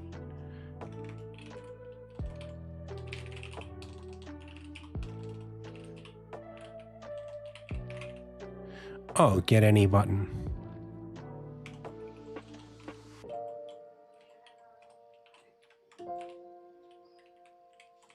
I didn't even see that. I didn't know that was there.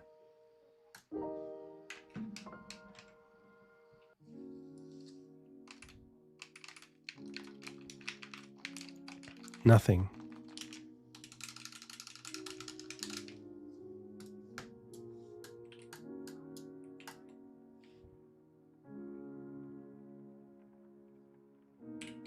Okay, I must be doing something wrong then with my rewired input editor.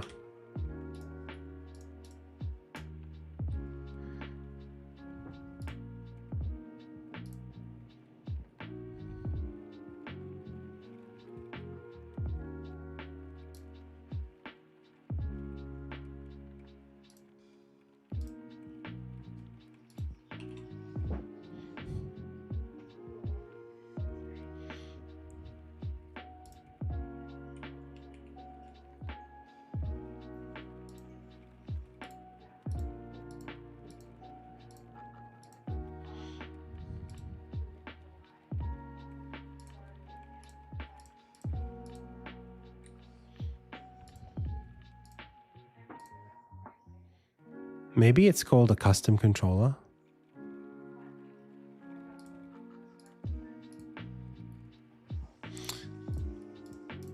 Or it could be that I actually have to add these maps to each of the controllers like this.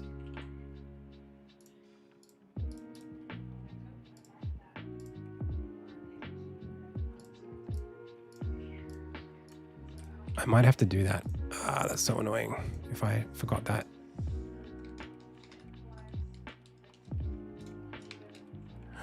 Oh my gosh, we got it. Ah, it's so annoying. It was considered like a custom controller or something like that. That's so lame.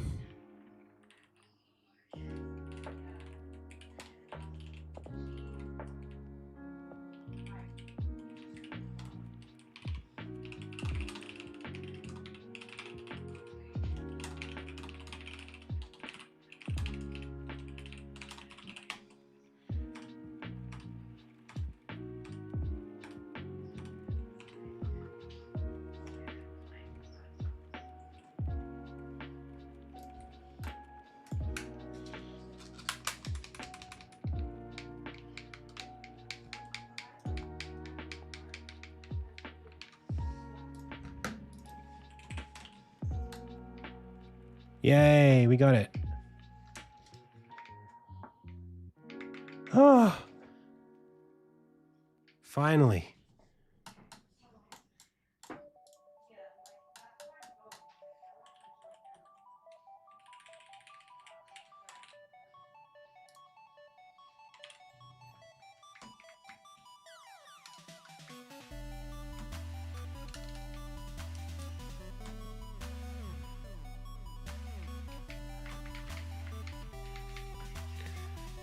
Gosh, that was just absolutely nuts.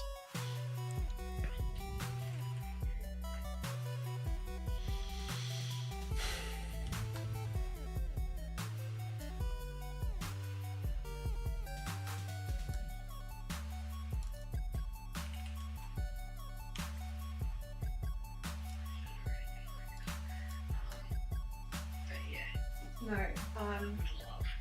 Sorry, one sec, pals. Sorry, my wife's on a phone call and I don't know why she needed to be in here for a second. Okay. So now we can go to the player manager, and when it adds this controller,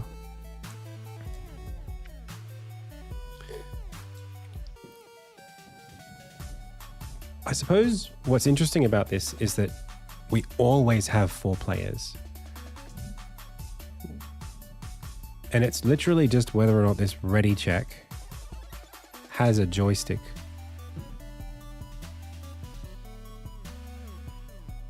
That's pretty much it.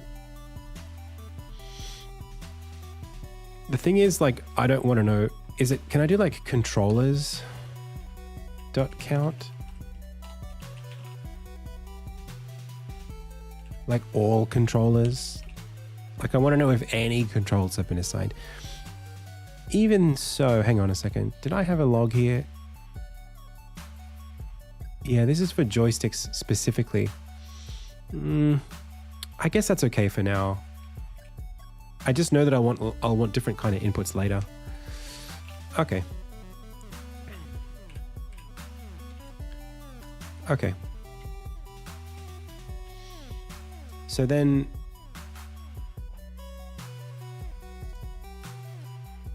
in this view,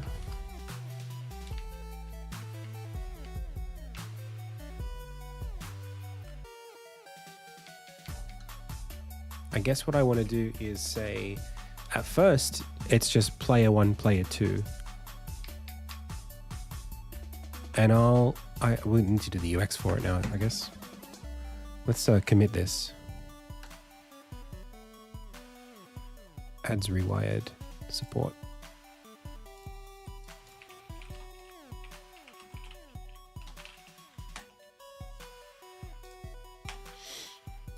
Oh my gosh. All right, let's just do UX for the rest of the stream because I got to go in about 10 minutes anyway. Alrighty. So yesterday I was doing UX feedback on somebody's stream. So the first thing I want to do is someone's game. First thing I want to do is go, this is player select. And I'm thinking it's both player select. It's like player assignment and character select. Okay. So this is pretty much how I want it. But at the start, there'll be, you know, 3 empty slots. In fact, we could make it 4 empty slots, really.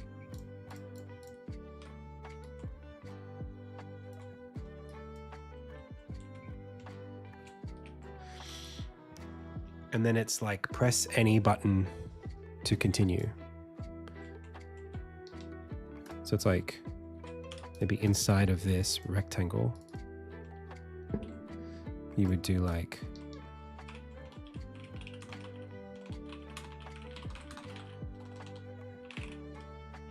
this kind of situation.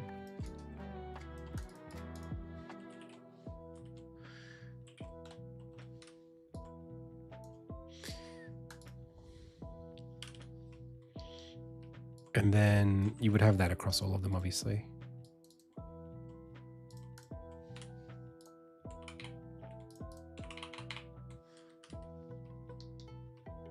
But I think instead it should be like, maybe it's like, there needs to be 2 players. So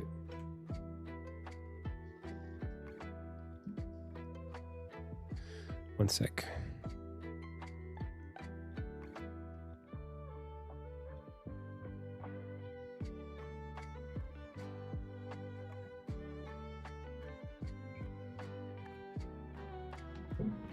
Okay.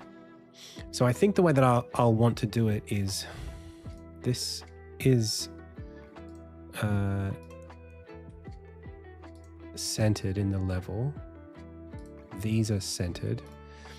And then at first you just have 2. Or maybe it's like CPU or something like that. Or... because there needs to be like a player 1, player 2.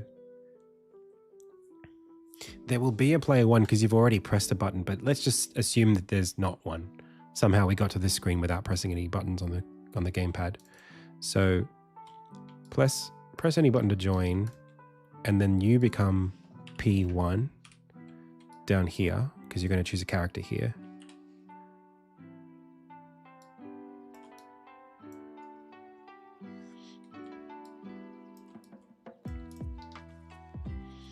And then in Smash Brothers, hey, it is a Unity game, yep. But this is Figma. So in Smash Brothers, you would have like a cursor, which you could then move over to add a CPU player. But I think instead, we could make it that like, if you press... this is tough.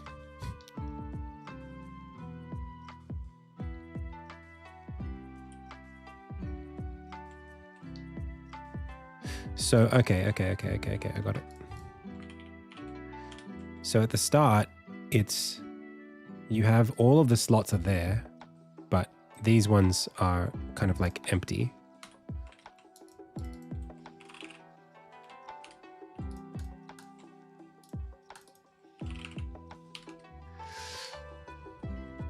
And then when you press a button,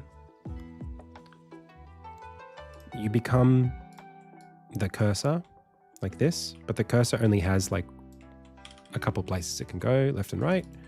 P1.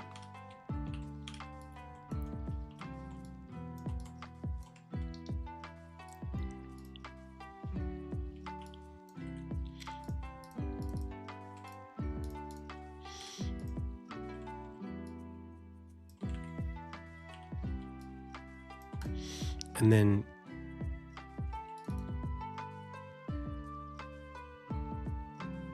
I guess we could start you on like a row at the top that's just like a cursor that hovers over like nothing. I'm just thinking like you need to be able to navigate around and turn characters on and off and that kind of thing, like NPCs. So there needs to be a place for your cursor to sit in this, like an island where, so it's like connected controllers or whatever up here.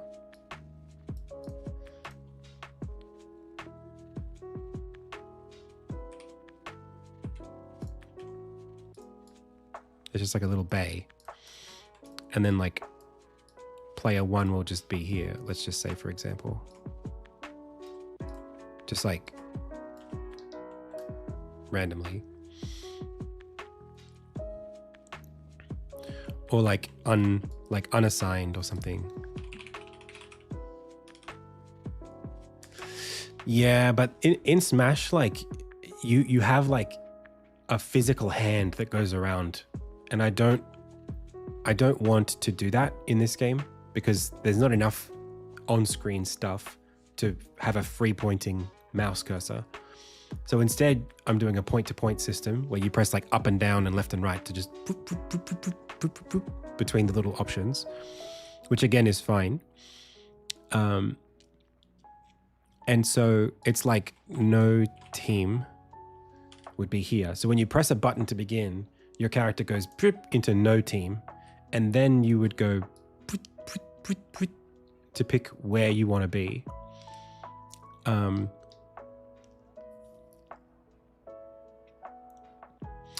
And then I'm guessing like when I go down, usually like in these games, you just press left or right to say which team you're going to be on, and it just like puts you in a team. But I don't know in those games how you add CPU players.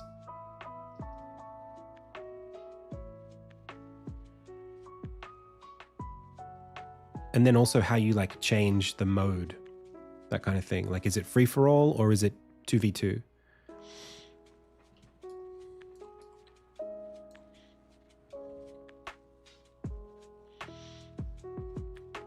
I'm thinking about that, Kenji. I guess, well, what I'm thinking is it would be like this, right? Let me do it.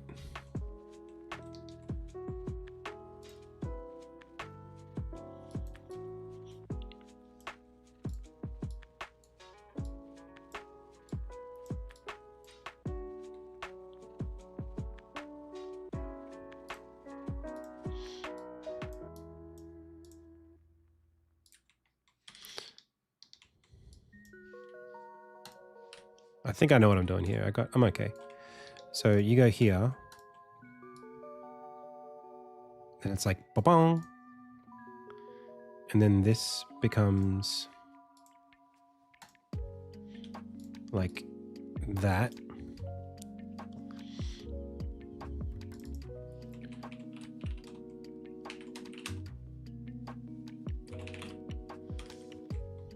And then you press A. And then this goes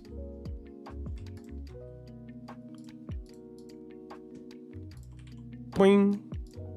Now your P1 is locked inside of here. Now you're using a menu here. Now you have a character that you pick inside of this window.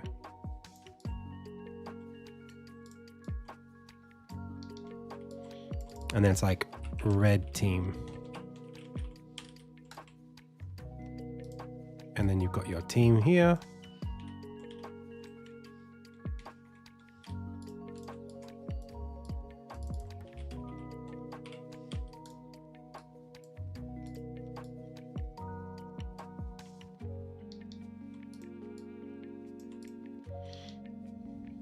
Maybe we do some sort of different color scheme so that we know what we're doing. Or team 1, team A, whatever you want to call it.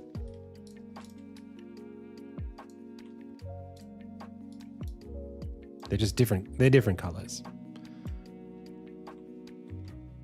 Team Cherry. But then why do you need to select a rectangle? Why not just give them the first available when they join? Because I think you need to be able to add or remove players from the slot. Like, what if I want this slot to be a CPU player, an NPC? You need to be able to interact with the squares without being a square, if that makes sense.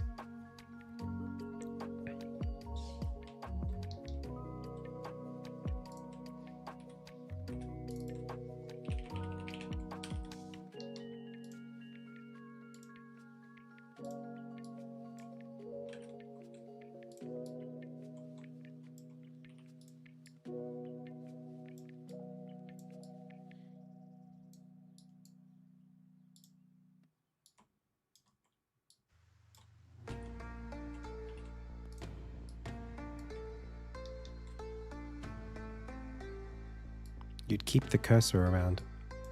I'm not sure why. Are you just saying that because you are saying we can save one button press?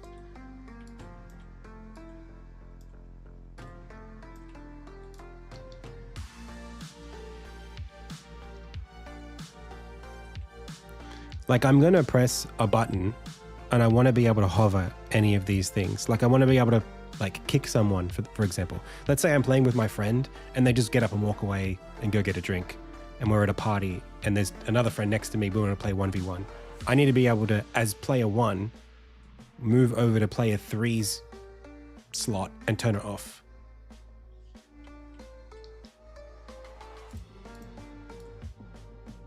That's what I would be thinking about.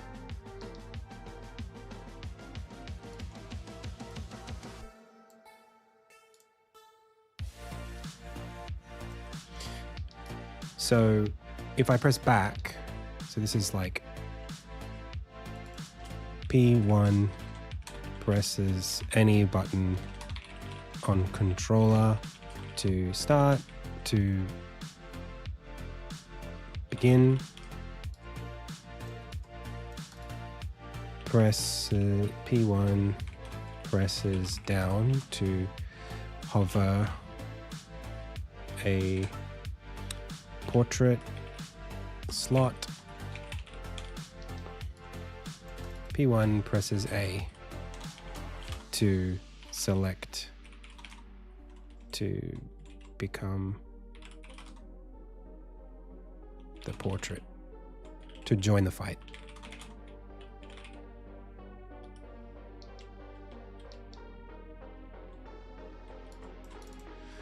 Can press left and right to select a character.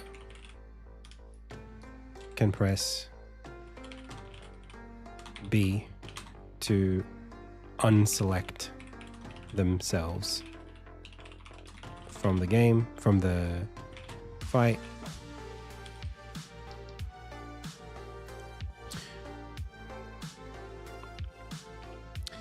Still keep the cursor around so you could go over to your friend's slot to kick them if needed. Yeah, I don't see how what you're describing is... I don't get it. How does one kick someone else? Yeah, I'm about to show you that. So you can press, or are you guys talking to each other? Presses, player 1 presses B to unselect themselves.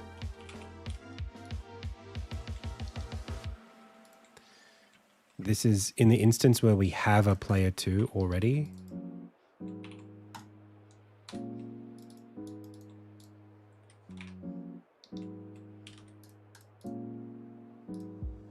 This becomes player 2.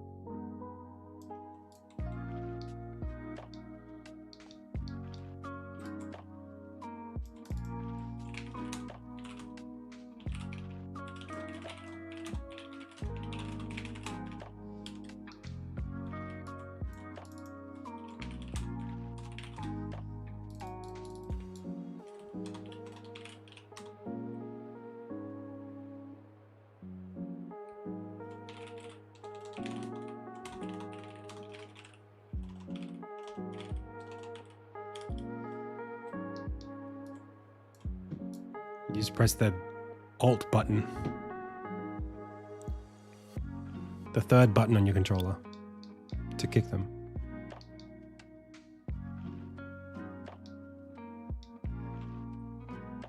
There's probably not going to be any animations, just so you know.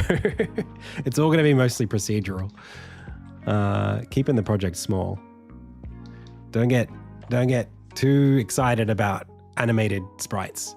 There will be juice. There will be juice. There'll be a lot of particle effects.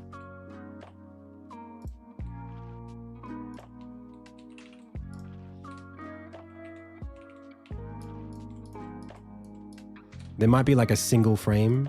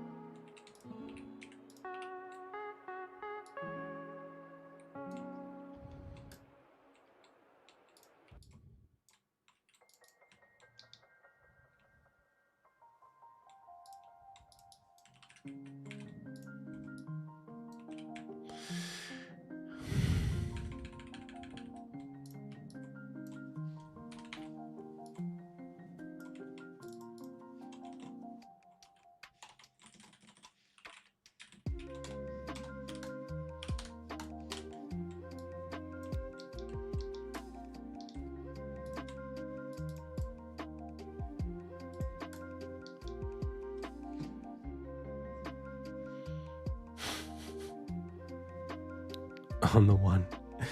Okay. So there you go.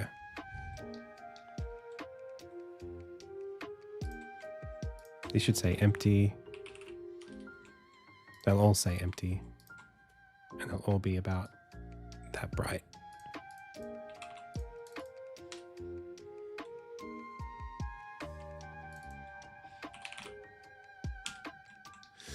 So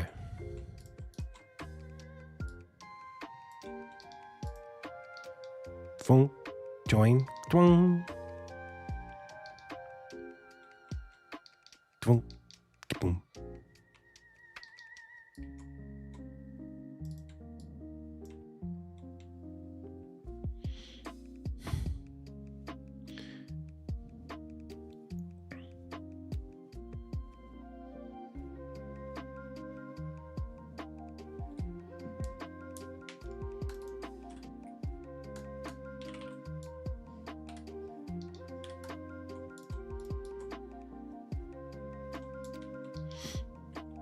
And then P2 goes up here.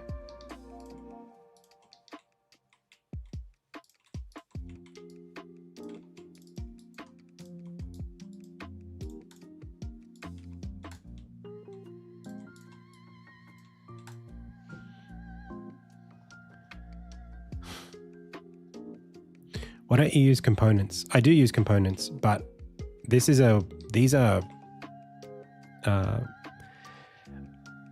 wireframe sketches that I'm using just for now. Like, if I'm going to use them again, maybe if we do more of this work, okay. I know you're watching me do this and go, oh, there's too much state management. I don't want to like formalize these yet because I'm just deciding what they look like. So I'm okay being like slightly redundant for like this literally one of one, exercise. Like that's the whole exercise done pretty much. So player select, you could press A and I could just give you one, sure, from here, but you join, maybe it's this one that you join. What the heck is going on there?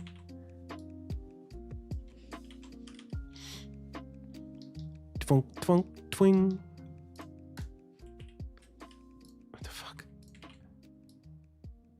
I really have to go, pals. And then what the fuck again?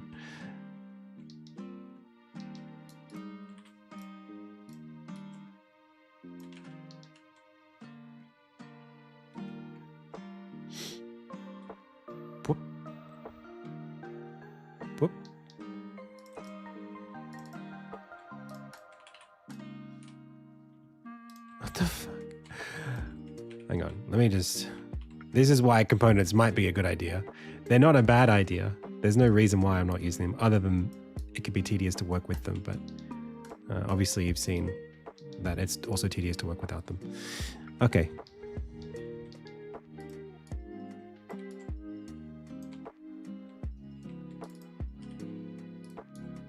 I don't know why that's affecting that.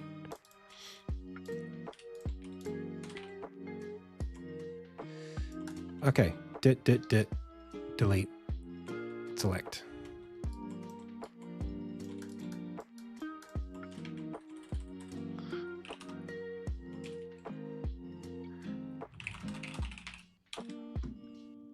I think that's pretty good. I think that works.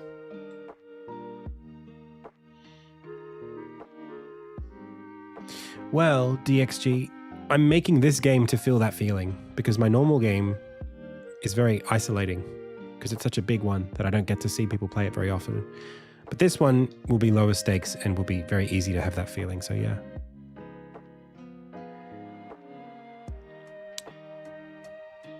We've got portraits and the portraits will react to what's happening. And right now I've got budgeted 1 keyframe per animation, which I wrote 1 sprite per state. So like there's like a wind up and then like a swing. That's 2 frames. 1 for pull, 1 for fling. And then hurt will be like, you know, something like that. We'll see. I mean, if I've got lots of time and it's cheap, I'll do it. But let's just ease up a little on the expectations, all right?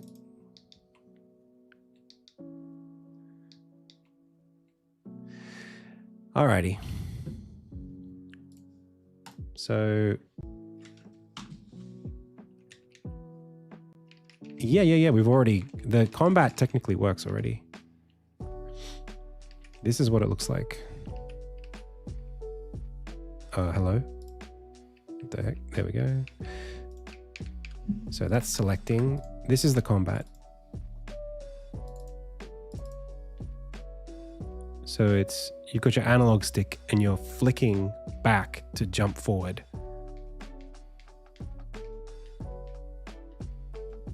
When you're in the air, if you flick, you go into like bullet time. So you can't walk, you can only attack. That's what it looks like. Local multiplayer, correct. Which is what we've demonstrated just now. So you can select player 1, player 2.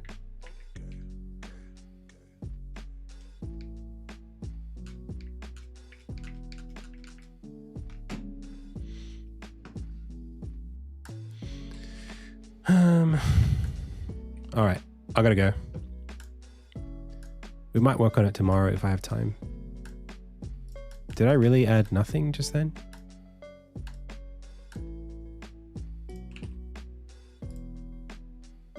Okay, cool. Just Figma. Alrighty.